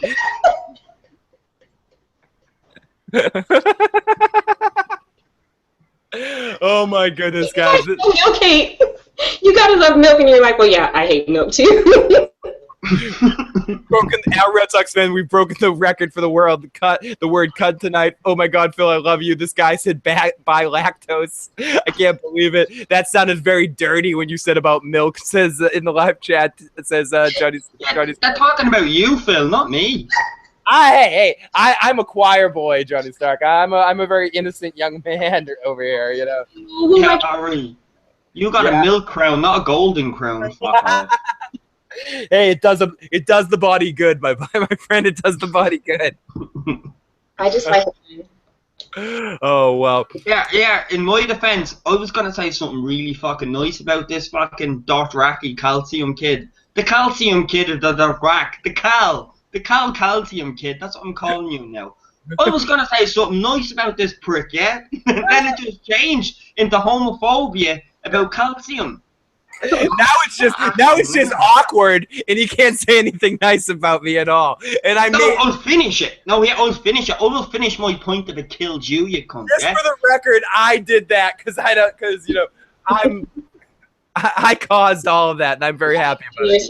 You brought this up. I know why. Yeah, you know why he did that. So he did that on purpose. So because he attacks me because I attack him, saying don't be giving no fucking compliments. As soon as I was given an inkling of a compliment, Phil is jumping in there. Phil is that cunty mate. No, I have the smallest dick. No, I have the most regular testicles. You don't understand. Johnny, I have the smallest dick in the world. Yeah. Do you think you will outworse me? Not outbest me. Do you think you will outworse me? What it really comes down to is I think the secret of life is under expectations. And if you prepare people for the worst, they're constantly surprised with the best. So I kind of fake. It's all fake. I'm very fake. It's a fake aw shucks. Oh shucks. But really, I just want more compliments. I'm like, feed me more. I'm hungry. Seymour, feed me, Seymour. Feed me all night long. You sound like Final Fantasy X, man. If Titus and Seymour got along. Feed me, Seymour. So basically, that's the secret. This podcast. Let me get me compliment after you little cunt, and shut the fuck up for a second, yeah? Let me finish the fucking compliment, yeah? I'm finishing it. Even if it killed you, I'm finishing it. Do it. I'll prepare the sandwich. Phil, here you go. I'm gone. Phil, you go, Jonnie. Phil, hear me out. I'll fucking finish my point if it killed you, you cunt. I'm gonna. Phil is one of the dudes. Jonnie, Mute I'm yourself, gonna mute myself. I'm gonna mute. Fucking do that on your own stream. Do that, yeah. Jonnie the Irish Wildling, yeah, the dickhead. Real talk though, Phil is one of the only dudes from the only Phil is the only dude I've ever donated money towards on the Game of Thrones community, and he never asked. I forced it upon him. And then, you know, when I see people on Game of Thrones, not that I see many people. Jonnie, I love when you... Shut the fuck up. Wait, 1 second. Give me 1 second. Give me 1 second. No. I love when you force yourself on me. I love when you force yourself on me. Oh, you think you can. Let me get me tea back on. Right? But it's like, I'm not saying that everybody in the Game of Thrones community like forces people to donate. They don't. I'm just saying, with Phil, it was a genuine thing. I've never donated to anybody, ever. I work and earn my money. That's bullshit. With Phil, he's the one where I'm like, and it was only a small amount of money. Like, that dude earns his own wage, but I'm just saying, he is genuinely one of the nicest motherfuckers you'll meet. If you speak to him on a solo level, probably you won't get a chance because he's a little fucking B-side celebrity on YouTube now. But he is realistically one of the nicest motherfuckers you'll meet, even if he looks like a calcium kid. I'm so shut the fuck up. I'm not done. Let me come. You're ruining me money shot. Okay, I'm sorry. You're ruining me money shot, mate. You're ruining me money shot, yeah? Ironically, yeah? My money shot was €10, yeah? There you go, Phil. Fuck off. You ruined it. It's gone, Phil. It's gone. I'm blocking you. Don't fucking give my money. Unsubscribe. He's a cunt. Splatted me all over my face. No, Jonnie, I appreciate that, and I appreciate all the support you gave me. And I am just an asshole that I've convinced everybody I'm a nice guy, but really, no. I'm just the biggest freak on the planet. Phil, my whole message from that wasn't like, it wasn't about me doing that. It was about just the kind of persona you are. You are genuinely one of the nicest. Where you can see, if I don't like someone, I'm straight out, I don't fucking like them. Done the cracking, we can have a round two another day, but like, leave that. But in real talk, I don't hold back on people I don't like, and it's like, Phil is genuinely sincere as fuck. I want to support him. If he didn't work and YouTube was his job, I would want to give him a donation to it, because his content is fucking, it's genuine, it's realistic, and it's relatable. Just as a normal, common class, working class dude, it's relatable. And I've never donated to anybody but this cunt, and that's a lot for me. So if me and Phil ever fall out, he's gonna kill me for that. So sorry. No, Jonnie. Real talk, mate. Jonnie, thank you for the love. I cannot say that. I cannot appreciate that enough. You have fallen into my trap. I've officially I've convinced you that I've fooled you. I deceived you with fake niceties and hippie activities. And that's what I'm doing right now. Sorry guys, we're getting some technical difficulties. So my THC, vitamin THC is low, so I need to charge up right here. But everybody, no, I thank you guys so much, and I appreciate you guys popping on here with me tonight. And Jonnie, that means a lot to me. I try, I'm really secretly the biggest prick in the world, so I know that does mean a lot. No, you're not. No, you're not. That's just you trying to be Jon Snow. Oh, I'm Jon Snow. Jon, you got brought back to life. Yeah, but what's life? You know, that's what Phil is. You know, if you spoke to Phil about his subscribers and you were like, Phil, you have 1,000 subscribers. You'd be like, yeah, but what's the 1,000? Yeah, Phil, you have 10,000 subscribers. Yeah, but what's Yeah, all right, Jon Snow, fuck off. But we don't have 50. You know, we only have 10. Zap to everybody in that chat. Zap. No, you guys are fucking awesome, man. No, yeah, that's Can I just say one thing? That I've been subscribed to you for like ever, and I watch you all the time, but only when I'm alone because you cuss a lot. And Oh no, that's not the only reason you watch me when you're alone. Let's be honest. No, I'm kidding. I'm sorry. But my kids know, like, they hear your voice and they're like, "Oh, you're watching that guy, the one that we can't come in the room." Do you know what's really funny though is that for my job that I was working, I haven't worked too much in the last couple of months because I ended up losing my job when I got sick. But that's beside the point. is I work with kids and I work with a very young audience. So my shift, like when I'm doing my work, it's working with a very young audience. Hi, everybody. My name is Phil, and we're going to go on an adventure around the universe. Oh, my goodness. What is this? I'm a cow. I say moo. I taste great on the barbecue. Oh, that's so funny, kids. I play congas and drums and sing silly songs to kids. That's basically what I did for 5 years for a job. I was doing elementary school and daycare shows for kids. So it's funny because it's true. I would never. It's funny to shift that hat, to turn the hat around and just start cursing like a motherfucker. Because I would never I curse every other word. It's very true. But you're awesome though. So I still watch you, but I just have to watch you like alone. Yeah, but it's the big red button though, isn't it? Don't tell me it's like I work in retail for fuck's sake, Phil. I have to sell fucking retail more or less. Like it's like fridges and all the bullshit. You know that your other half annoys you to buy. And I have to sell that to other people, and it's horrible. I hate it. But I know the people. Well, it's horrible. Do you want to buy a fridge? Do you want to buy? Now I don't have to do it like you. So fuck me. Game of Thrones. I see why you fucking made Game of Thrones on your YouTube right now. Because if I had to do that in that way, it's like Game of Thrones is the perfect release. Yeah, it really is. It makes sense. It makes sense. Oh, we've got Iron Throne in the live chat right now, one of the biggest supporters of everyone in the Game of Thrones community. Al, Red Sox fan, wants to know, Jonnie, when do you guys do your live streams? Or Christina, when do you guys do your live streams usually? Or it varies. I'll let Jonnie answer. Yeah, Christina got banned, and I'm the only one that finds it funny. You know, everybody's nice about it. She got banned. I find it hilarious. You know, I don't do that. I don't do that nice. Oh, I'm sorry you got banned. Yeah, Christina's Sphinx. She got banned, and I think it's hilarious. So, yeah, Thursdays and Saturdays, because they're the days off. And, yeah, it's crazy. Well, I say it's crazy. Phil and Joe, I have to do it. I have to be gay and lame. Yeah, Christina got banned. It's hilarious. I'm sorry. I don't do that corny shit with Ramsey. The shit out. That's hilarious. Some troll fucked your account up. Let Phil chime in and say, I'm sorry, Christina, that happened to you. Go on, Phil. I'm sorry. I'm sorry, Christina, that happened to you. Shit like that sucks. I've been reported. I've had videos taken down for no apparent reason, stuff like that. That shit sucks. I'm sorry you had to deal with that crap. But you know, I have a sentence. I have a sentence I'm serving. Yes, you need to serve your sentence. You need to do it. 1.5 months in, and then I can stream again after 6 months. So I'm just biding my time, buying chocolate milk and cigarettes off guys, and trying to get some money on my books. Phil, she's using me like a side bitch. That's what's going on here. Thank you.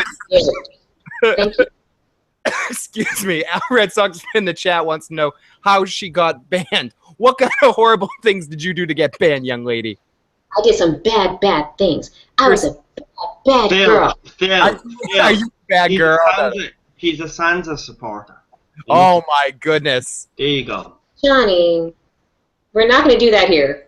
We do that? Yeah. Apparently, can I write me, Lady Diligence? Yeah, we're the prosecutors about Sansa, yeah, and then she's the defender along with others. Phil, I'm bringing Phil in as a witness to that trial when we streamed that.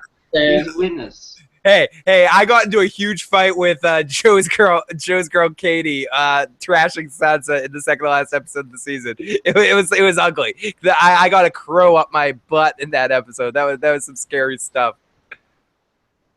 Yeah, it had nothing to do with Sansa, my banning. Johnny. It was just trolls and hating and flagging me and reporting me for stuff, and it was just I got shut down. That's what Talking about fans on a Sunday fucking afternoon when you're off work and you're chilling. I fucking report you too, mate. Let me tell you. People know Amanda says that's how you made it, Christina, when trolls come out of the woodwork and hate on your videos is what Amanda in the live chat says exactly. Oh, exactly, Amanda. I'm like reading your chat. Oh, and Christina says exactly, Amanda. Oh, yeah. But absolutely great to see everyone in the live chat. Thank you, everyone that's joined us this evening, and some of you guys that have been with us since the beginning of the Scott Pilgrim stream. And it's great to have Joe and Taka early. It's great to have now Jonnie and Christina here tonight on the channel. And now I never have to have Jonnie on again. That's good. This counts. Officially count. No, Jonnie, I'm kidding. This definitely doesn't. No, it's all. Phil, don't do that. No, don't do that. Don't. Enjoy the Ramsey. Enjoy the Ramsey, you cunt. I like him. I like it. No, I love getting to talk to you guys, and it's a lot of fun. But I guess I should probably call this a stream and let everyone go. Everyone, thank you so much for joining me tonight. Thank you. Huge thank you to Jonnie. Check out Jonnie the Irish. I said it right this time. Jonnie the Irish Wildling on YouTube. Check out Christina's the Sphinx on YouTube as well. And no, don't check her out. She's banned. Don't. She's well, banned. she can't do live streams, but you can still post videos. My other stuff. Yeah. She can't. She can't talk to you one-on-one, but you can at least check out her stuff and check that out. But definitely check out Jonnie the Irish Wildling. Him and Christina do a lot of awesome live streams about Game of Thrones off-season stuff. And Jonnie and Christina will be joining me sometime in the next couple of few weeks. We got to figure out the right time to do a Game of Thrones feedback show and do a little bit longer, and I'll be sober and in the other room and all that stuff. Bollocks, Phil. I'd smoke you on Walking Dead. Carol's a cunt. Fucking Maggie's a cunt. Marvel, shout out to Marvel. I'll dismantle that as well. They're all dickheads. And what's the latest one? The Suicide Squad. Yeah, let's make a shitty Suicide Squad. Will Smith and fucking Harley Quinn. Okay, that's all I remember from that fucking movie. Before we go, I haven't seen the Suicide Squad, so I don't care about it being spoiled. No, wait, no, don't be sorry. I don't care about it being spoiled. Was it bad? Is it worth me seeing it? Was Jared Leto a good Joker or not? Let's talk about that a little bit. I think he was. Very good. You think it was? You know the old Batman animated series from the 1990s? They kind of played stupid. They're trying to be funny. Remember the way Marvel kind of played their serious card and then they have fun with it? That's what this movie is. It's just fun. Like it just seems like it's a fun movie. And yeah, I can't give it a monumental rating. It's rubbish. The storyline is rubbish. But was Will Smith awesome in it? Yeah. Oh yeah, he was. Yeah, he was. Will Smith was awesome. Christina, what did you think of the movie, and what did you think of Jared Leto? I go in knowing what I already know, right? So I have like a medium expectation level. I'm not thinking I'm going to see some Oscar-worthy stuff in here. So I was fine. Like, I had a good time. There were tons of like epic little plot holes and stupid fantasy rule-breaking things that happened, but it's whatever. Will Smith was awesome. He was fine. Like, he was great. I enjoyed it. I enjoyed Harley Quinn a lot. Like, a lot. I think she... So did I. I love Will Smith when he's properly cast in the role. Will Smith is funny as fuck. I just think sometimes he overdoes it in some of the movies. He tries to go in and goes against what makes him awesome. And if he's wisecracking and being classic Will Smith in this, I'm very excited to see it. I think he's good casting for Deadshot, and I think he can sell a movie on his own. Margot Robbie seems like, in everything I've seen previews, really good casting for Harley Quinn. And I fucking love My So-Called Life, so how can I not love Jared Leto? He's the best Jordan Catalano, hubba, you know. But there was chemistry too with Will Smith and Harley Quinn, or I call him Will Smith and to call her by Harley Quinn, but like they had like for real chemistry. Yeah, Margot Robbie. Yeah, there you go. They always made like these eyes at each other and stuff. I was like, okay, I see them setting up for something. Okay. I think him and Jada have an understanding. I think they have an open relationship, and I'm pretty sure that Will Smith and Margot Robbie have had some relations going on. I'm gonna guarantee that Jada and Will have an open relationship. They just seem like the type. I don't have any concrete proof about that, but they just seem like the type. Can I just say though, right from the outside, with no spoilers, that's how much Will Smith killed Deadshot, ironically enough, because we're saying Will Smith over the actual fucking character Deadshot. I seen Will Smith was cast as Deadshot, and I was like, get the fuck out of here. He's a Scientologist. Fuck off. And that's my genuinely that's my first impression. I agree with you on that, Johnny. Fuck Scientologists, but this opens a bigger question. For artists, people that create things, all the shit that they believe in, the stupid crap, should that affect whether you like I know Mel Gibson fucking hates fucking Jews. He fucking hates everybody. Fuck that. Braveheart's still a good movie. You know, like I have Great point. You know, like I agree with you. Will Smith, fuck him. Scientology's stupid. He killed it, Phil. But Phil, he killed it. You're good at what you do. You're good at what you do. That's why Phil, what did I say about him? He killed it, mate. That's what I'm saying. It's like, I'm not going to be a complete hater. Scientology can suck my dick, but like Will Smith killed that fucking role of Deadshot. He killed it. He fucking killed it, mate. Killed it. And I agree with you. Like, Tom Cruise can be a fucking shithead and like fuck Tom Cruise, but fucking some Tom Cruise movies are good. Fucking I enjoy Vanilla Sky. Yeah. Go fuck me in my fuck. Wait, you enjoyed that movie? What? Yeah, it's horrible. I know. That's where you were the calcium Khal Drogo. Johnny, you and I will do another podcast together when we're cats. You know, like I fucking that movie's horrible. I love it. But I think we actually lost Christina for connection issues. But I'm gonna call it a stream anyway. Yeah, that's because you were talking about white people too much. I know she left. She's like, "Fuck this Phil guy." Yeah. I'm totally out of this podcast. Screw this guy. But you're not giving the sun-kissed fucking skin people enough credit, and you're just ruining it. I know I'm a fucking horrible racist, Johnny. Yeah, that's it. Really, I didn't want to say it. Really? No, I'll say it. I mean, let's cut through the shit sandwich here, buddy. I'm horrible. Yeah, we didn't donate to this. Racist. You donated to the wrong kind of cause, Johnny. Yeah, no, sorry, nobody here. Are you deleting the stream? Are we still live? We're still live, but Johnny, funny mess. Thank you so much. I'm fucking with you. You and I will touch base again soon, and we'll will get together. Better. We have to do a How to Catch a Predator in the Game of Thrones world. That's our skit the next time, me. Yeah, how to catch a troner. How to catch a troll in the community. No, a throner. That's just my Irish accent. It sounded like troll. TH, man. Oh, yeah, TH, that fucks us up, yeah. Remember Maris Trent? We fucking gave a whole spiel. Maris Trent logs in. Maris Trent, 1999. He likes to be spanked on the arse and rape. So what? Could you do your version of an American accent?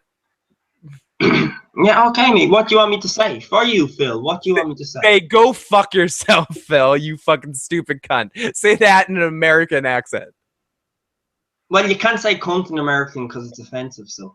Oh, yeah. Hey, Phil, I think you should really go fly with the butterflies and stop fucking teabagging Afghanistan. That's pretty rude.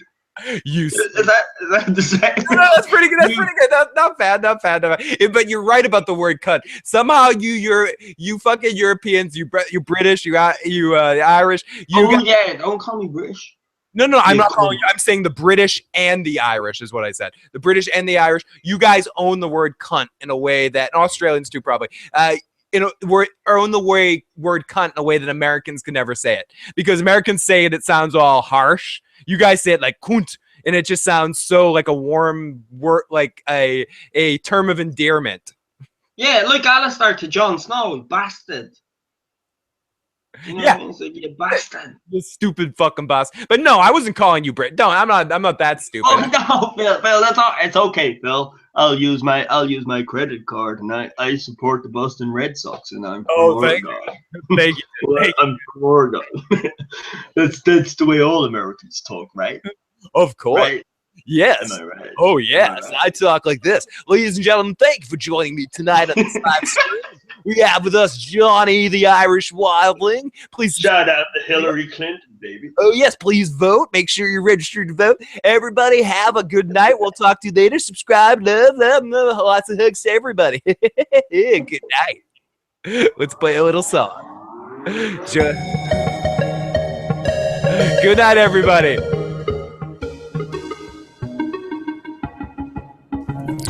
Grab your sword and shield.